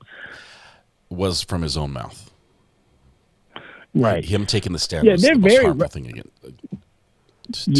They're very right about that area. That area always has shots fired there. It is just known for that. You almost have to get used to it at some point. Yeah. Some people down there, I heard they say they actually thought that the shots being fired was the sound of the lights changing at this traffic because they're so common. But right. I'm not sure if that's true or not. We just say fireworks just to calm our nerves. Yeah, it's like people just fireworks. Yeah. I have to admit, I think he's guilty. I haven't weighed in really much on this one, but and I think he lied about part of it. I don't find him trustworthy. I don't find his passenger trustworthy, even though the state used them to. I don't have an opinion on whether or not he was drunk or not because I haven't seen the video. That's probably the best evidence of him walking to his car and leaving the area and things like that. I haven't seen that. I wish I had that information. I'm just going to reserve judgment on the alcohol and say just on the fact that he ran the red light to pull up on this guy and was going to open his door. Clearly, he wanted to confront. He wanted to confront, which means he was starting this. Yeah, the other guy ran the red light, but running a red light is not starting a fight with somebody. That's leaving the scene. He started that. He instigated. When you instigate, you can't also claim that you're the victim and be like, poor me. And he tried. This is true. And he doesn't get that benefit. Right. If he's guilty, it should be on that basis alone. Like, hey, you started this, and this is the way it ended somebody's life, But, yeah, she turned off a lot of people because fighting for what's right is one thing, but being snarky and just really pushing, I really think it turned off a few jurors. I wouldn't be surprised for a hung jury in this one because I feel like some of these jurors could have looked at this and said, oh, why is she trying so hard? Yeah. You had me already. Yeah. You know. I think the state did prove it, not on the alcohol side. I think the state bungled that one and should have turned over the report from their lead investigator. They should have done a little more investigation as well, and that would have brought the evidence in. So they didn't get me on the alcohol side, but I think they definitely proved the reckless driving. They proved he instigated, which means that the defense that he is using is not available to him. And clearly, I mean, there's no question his car hit the pedestrian. He was driving the car. Yeah. He likes to say he's not at right. fault, but that's just a way that makes him sleep better at night. He was driving Right. the vehicle and killed the pedestrian. So Right. And head down, I don't think is a real good defense either. I mean, you're in control of a car. You have to maintain control at all times, you know. Let me throw this in there as well. Yeah. I'm not sure where I stand. I don't believe that the defendant had no clue that he hit someone. But I don't Right. think the state proved that he knew. And so I would actually vote not guilty on the failure to render aid, even though I'm saying guilty on the manslaughter. Just because with him being on the other side of the vehicle, with the actual friend of the victim who ran up on the scene and didn't see the body, that tells me that, hey, it's possible to look at this scene, even if it's quick, and not notice. I think, some of what he told us was true and some of what he told us wasn't true. And I don't think the state proved that he actually knew that there was somebody he hit. So I'd be a split verdict. Right. Yeah, I think it's a split. Yeah. Okay, well, let's see how it goes. All right. Hopefully tonight. I don't know. What time is it? We're at 6:30 with my Judge time, Boyd, 4:30 their doubt time. She might just turn off the with live Judge feed and then Boyd, we're just done for the night. I think that's what's going to happen, honestly. When you're on your last couple months at a job, you just don't work late. And there she turned it off. Boom, Right. done. It's over. Right. I can tell she's out of it. We can tell here in San Antonio that she's not herself. She's angry counting about down. something, or there's something in her mind. I still consider her one of the great judges. I mean, her legacy is not going to be the last couple days of her term in office as she's losing off the job she loves. But she's done amazing, wonderful stuff, not just for the criminal justice system and transparency, but for individuals that come into her in a terrible situation, and she understands the situation, how to best help them. And sometimes that is incarcerate them, and sometimes it is give them another chance, and sometimes it's parenting classes, and she's been great about that. So, and her purse collection is phenomenal. Yep. Final point. Yeah. I think we should write her a letter and tell her she should be the next TV judge up there with the People's Court, Judge Mathis, all the greats, to be a TV judge, to be the next Judge Judy, That would be interesting. I think, Judge Judy's, times, is she still around? She does a subpar show. It's not exactly the Judge Judy show. It's something similar to that. It's just more relaxed. Yeah. Yeah, a more relaxed version of that. Well, Ayden the Wise, your call brought about the change that we were needed, and that was the judge killing the live stream for the night. So we're going to wrap things up. And I knew it. I appreciate that. We'd be staring at the wall here all night if you hadn't called. So she heard my call. She's like, he's right. It's time. It's time. All right. Thanks. It's good talking to you, my friend. We'll see you. All right. Let's cue the music. All right. Bye. All right. I win. We live here. Yes, we live here. So we're going to stop the deliberation at 1 hour. 1 hour on the deliberation clock.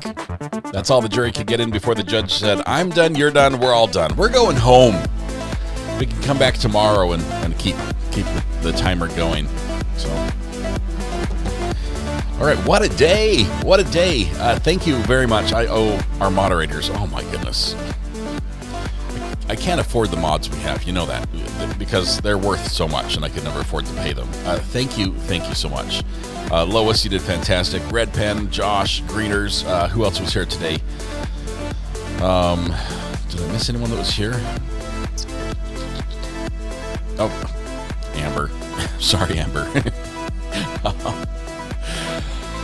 Let's see. we've had some others that pop in depending on their schedule on other days this week. So thanks to all of them. But there you go. Amber's right here. See you there, Amber. Tonight when you go home, please hug the people you love, smile at someone to make their day just a little bit better, and please stay safe through Go Live again tomorrow. We might be looking at trying to jump into a case that just started. I'm going to be taking a look at it and see if that's something we want to do. We do like following some of these cases. We also have to get the verdict from Judge Boyd, but I don't think we're going to just sit around and do verdict watch with her. It's just it's not dependable. Her YouTube feed is not dependable enough for us to do that. So let's look for some new material for tomorrow and going forward. Obviously, we're looking for some big cases. You guys have a great night. Love you all. You're amazing. You're wonderful. Thank you very much. We'll see you tomorrow. Bye.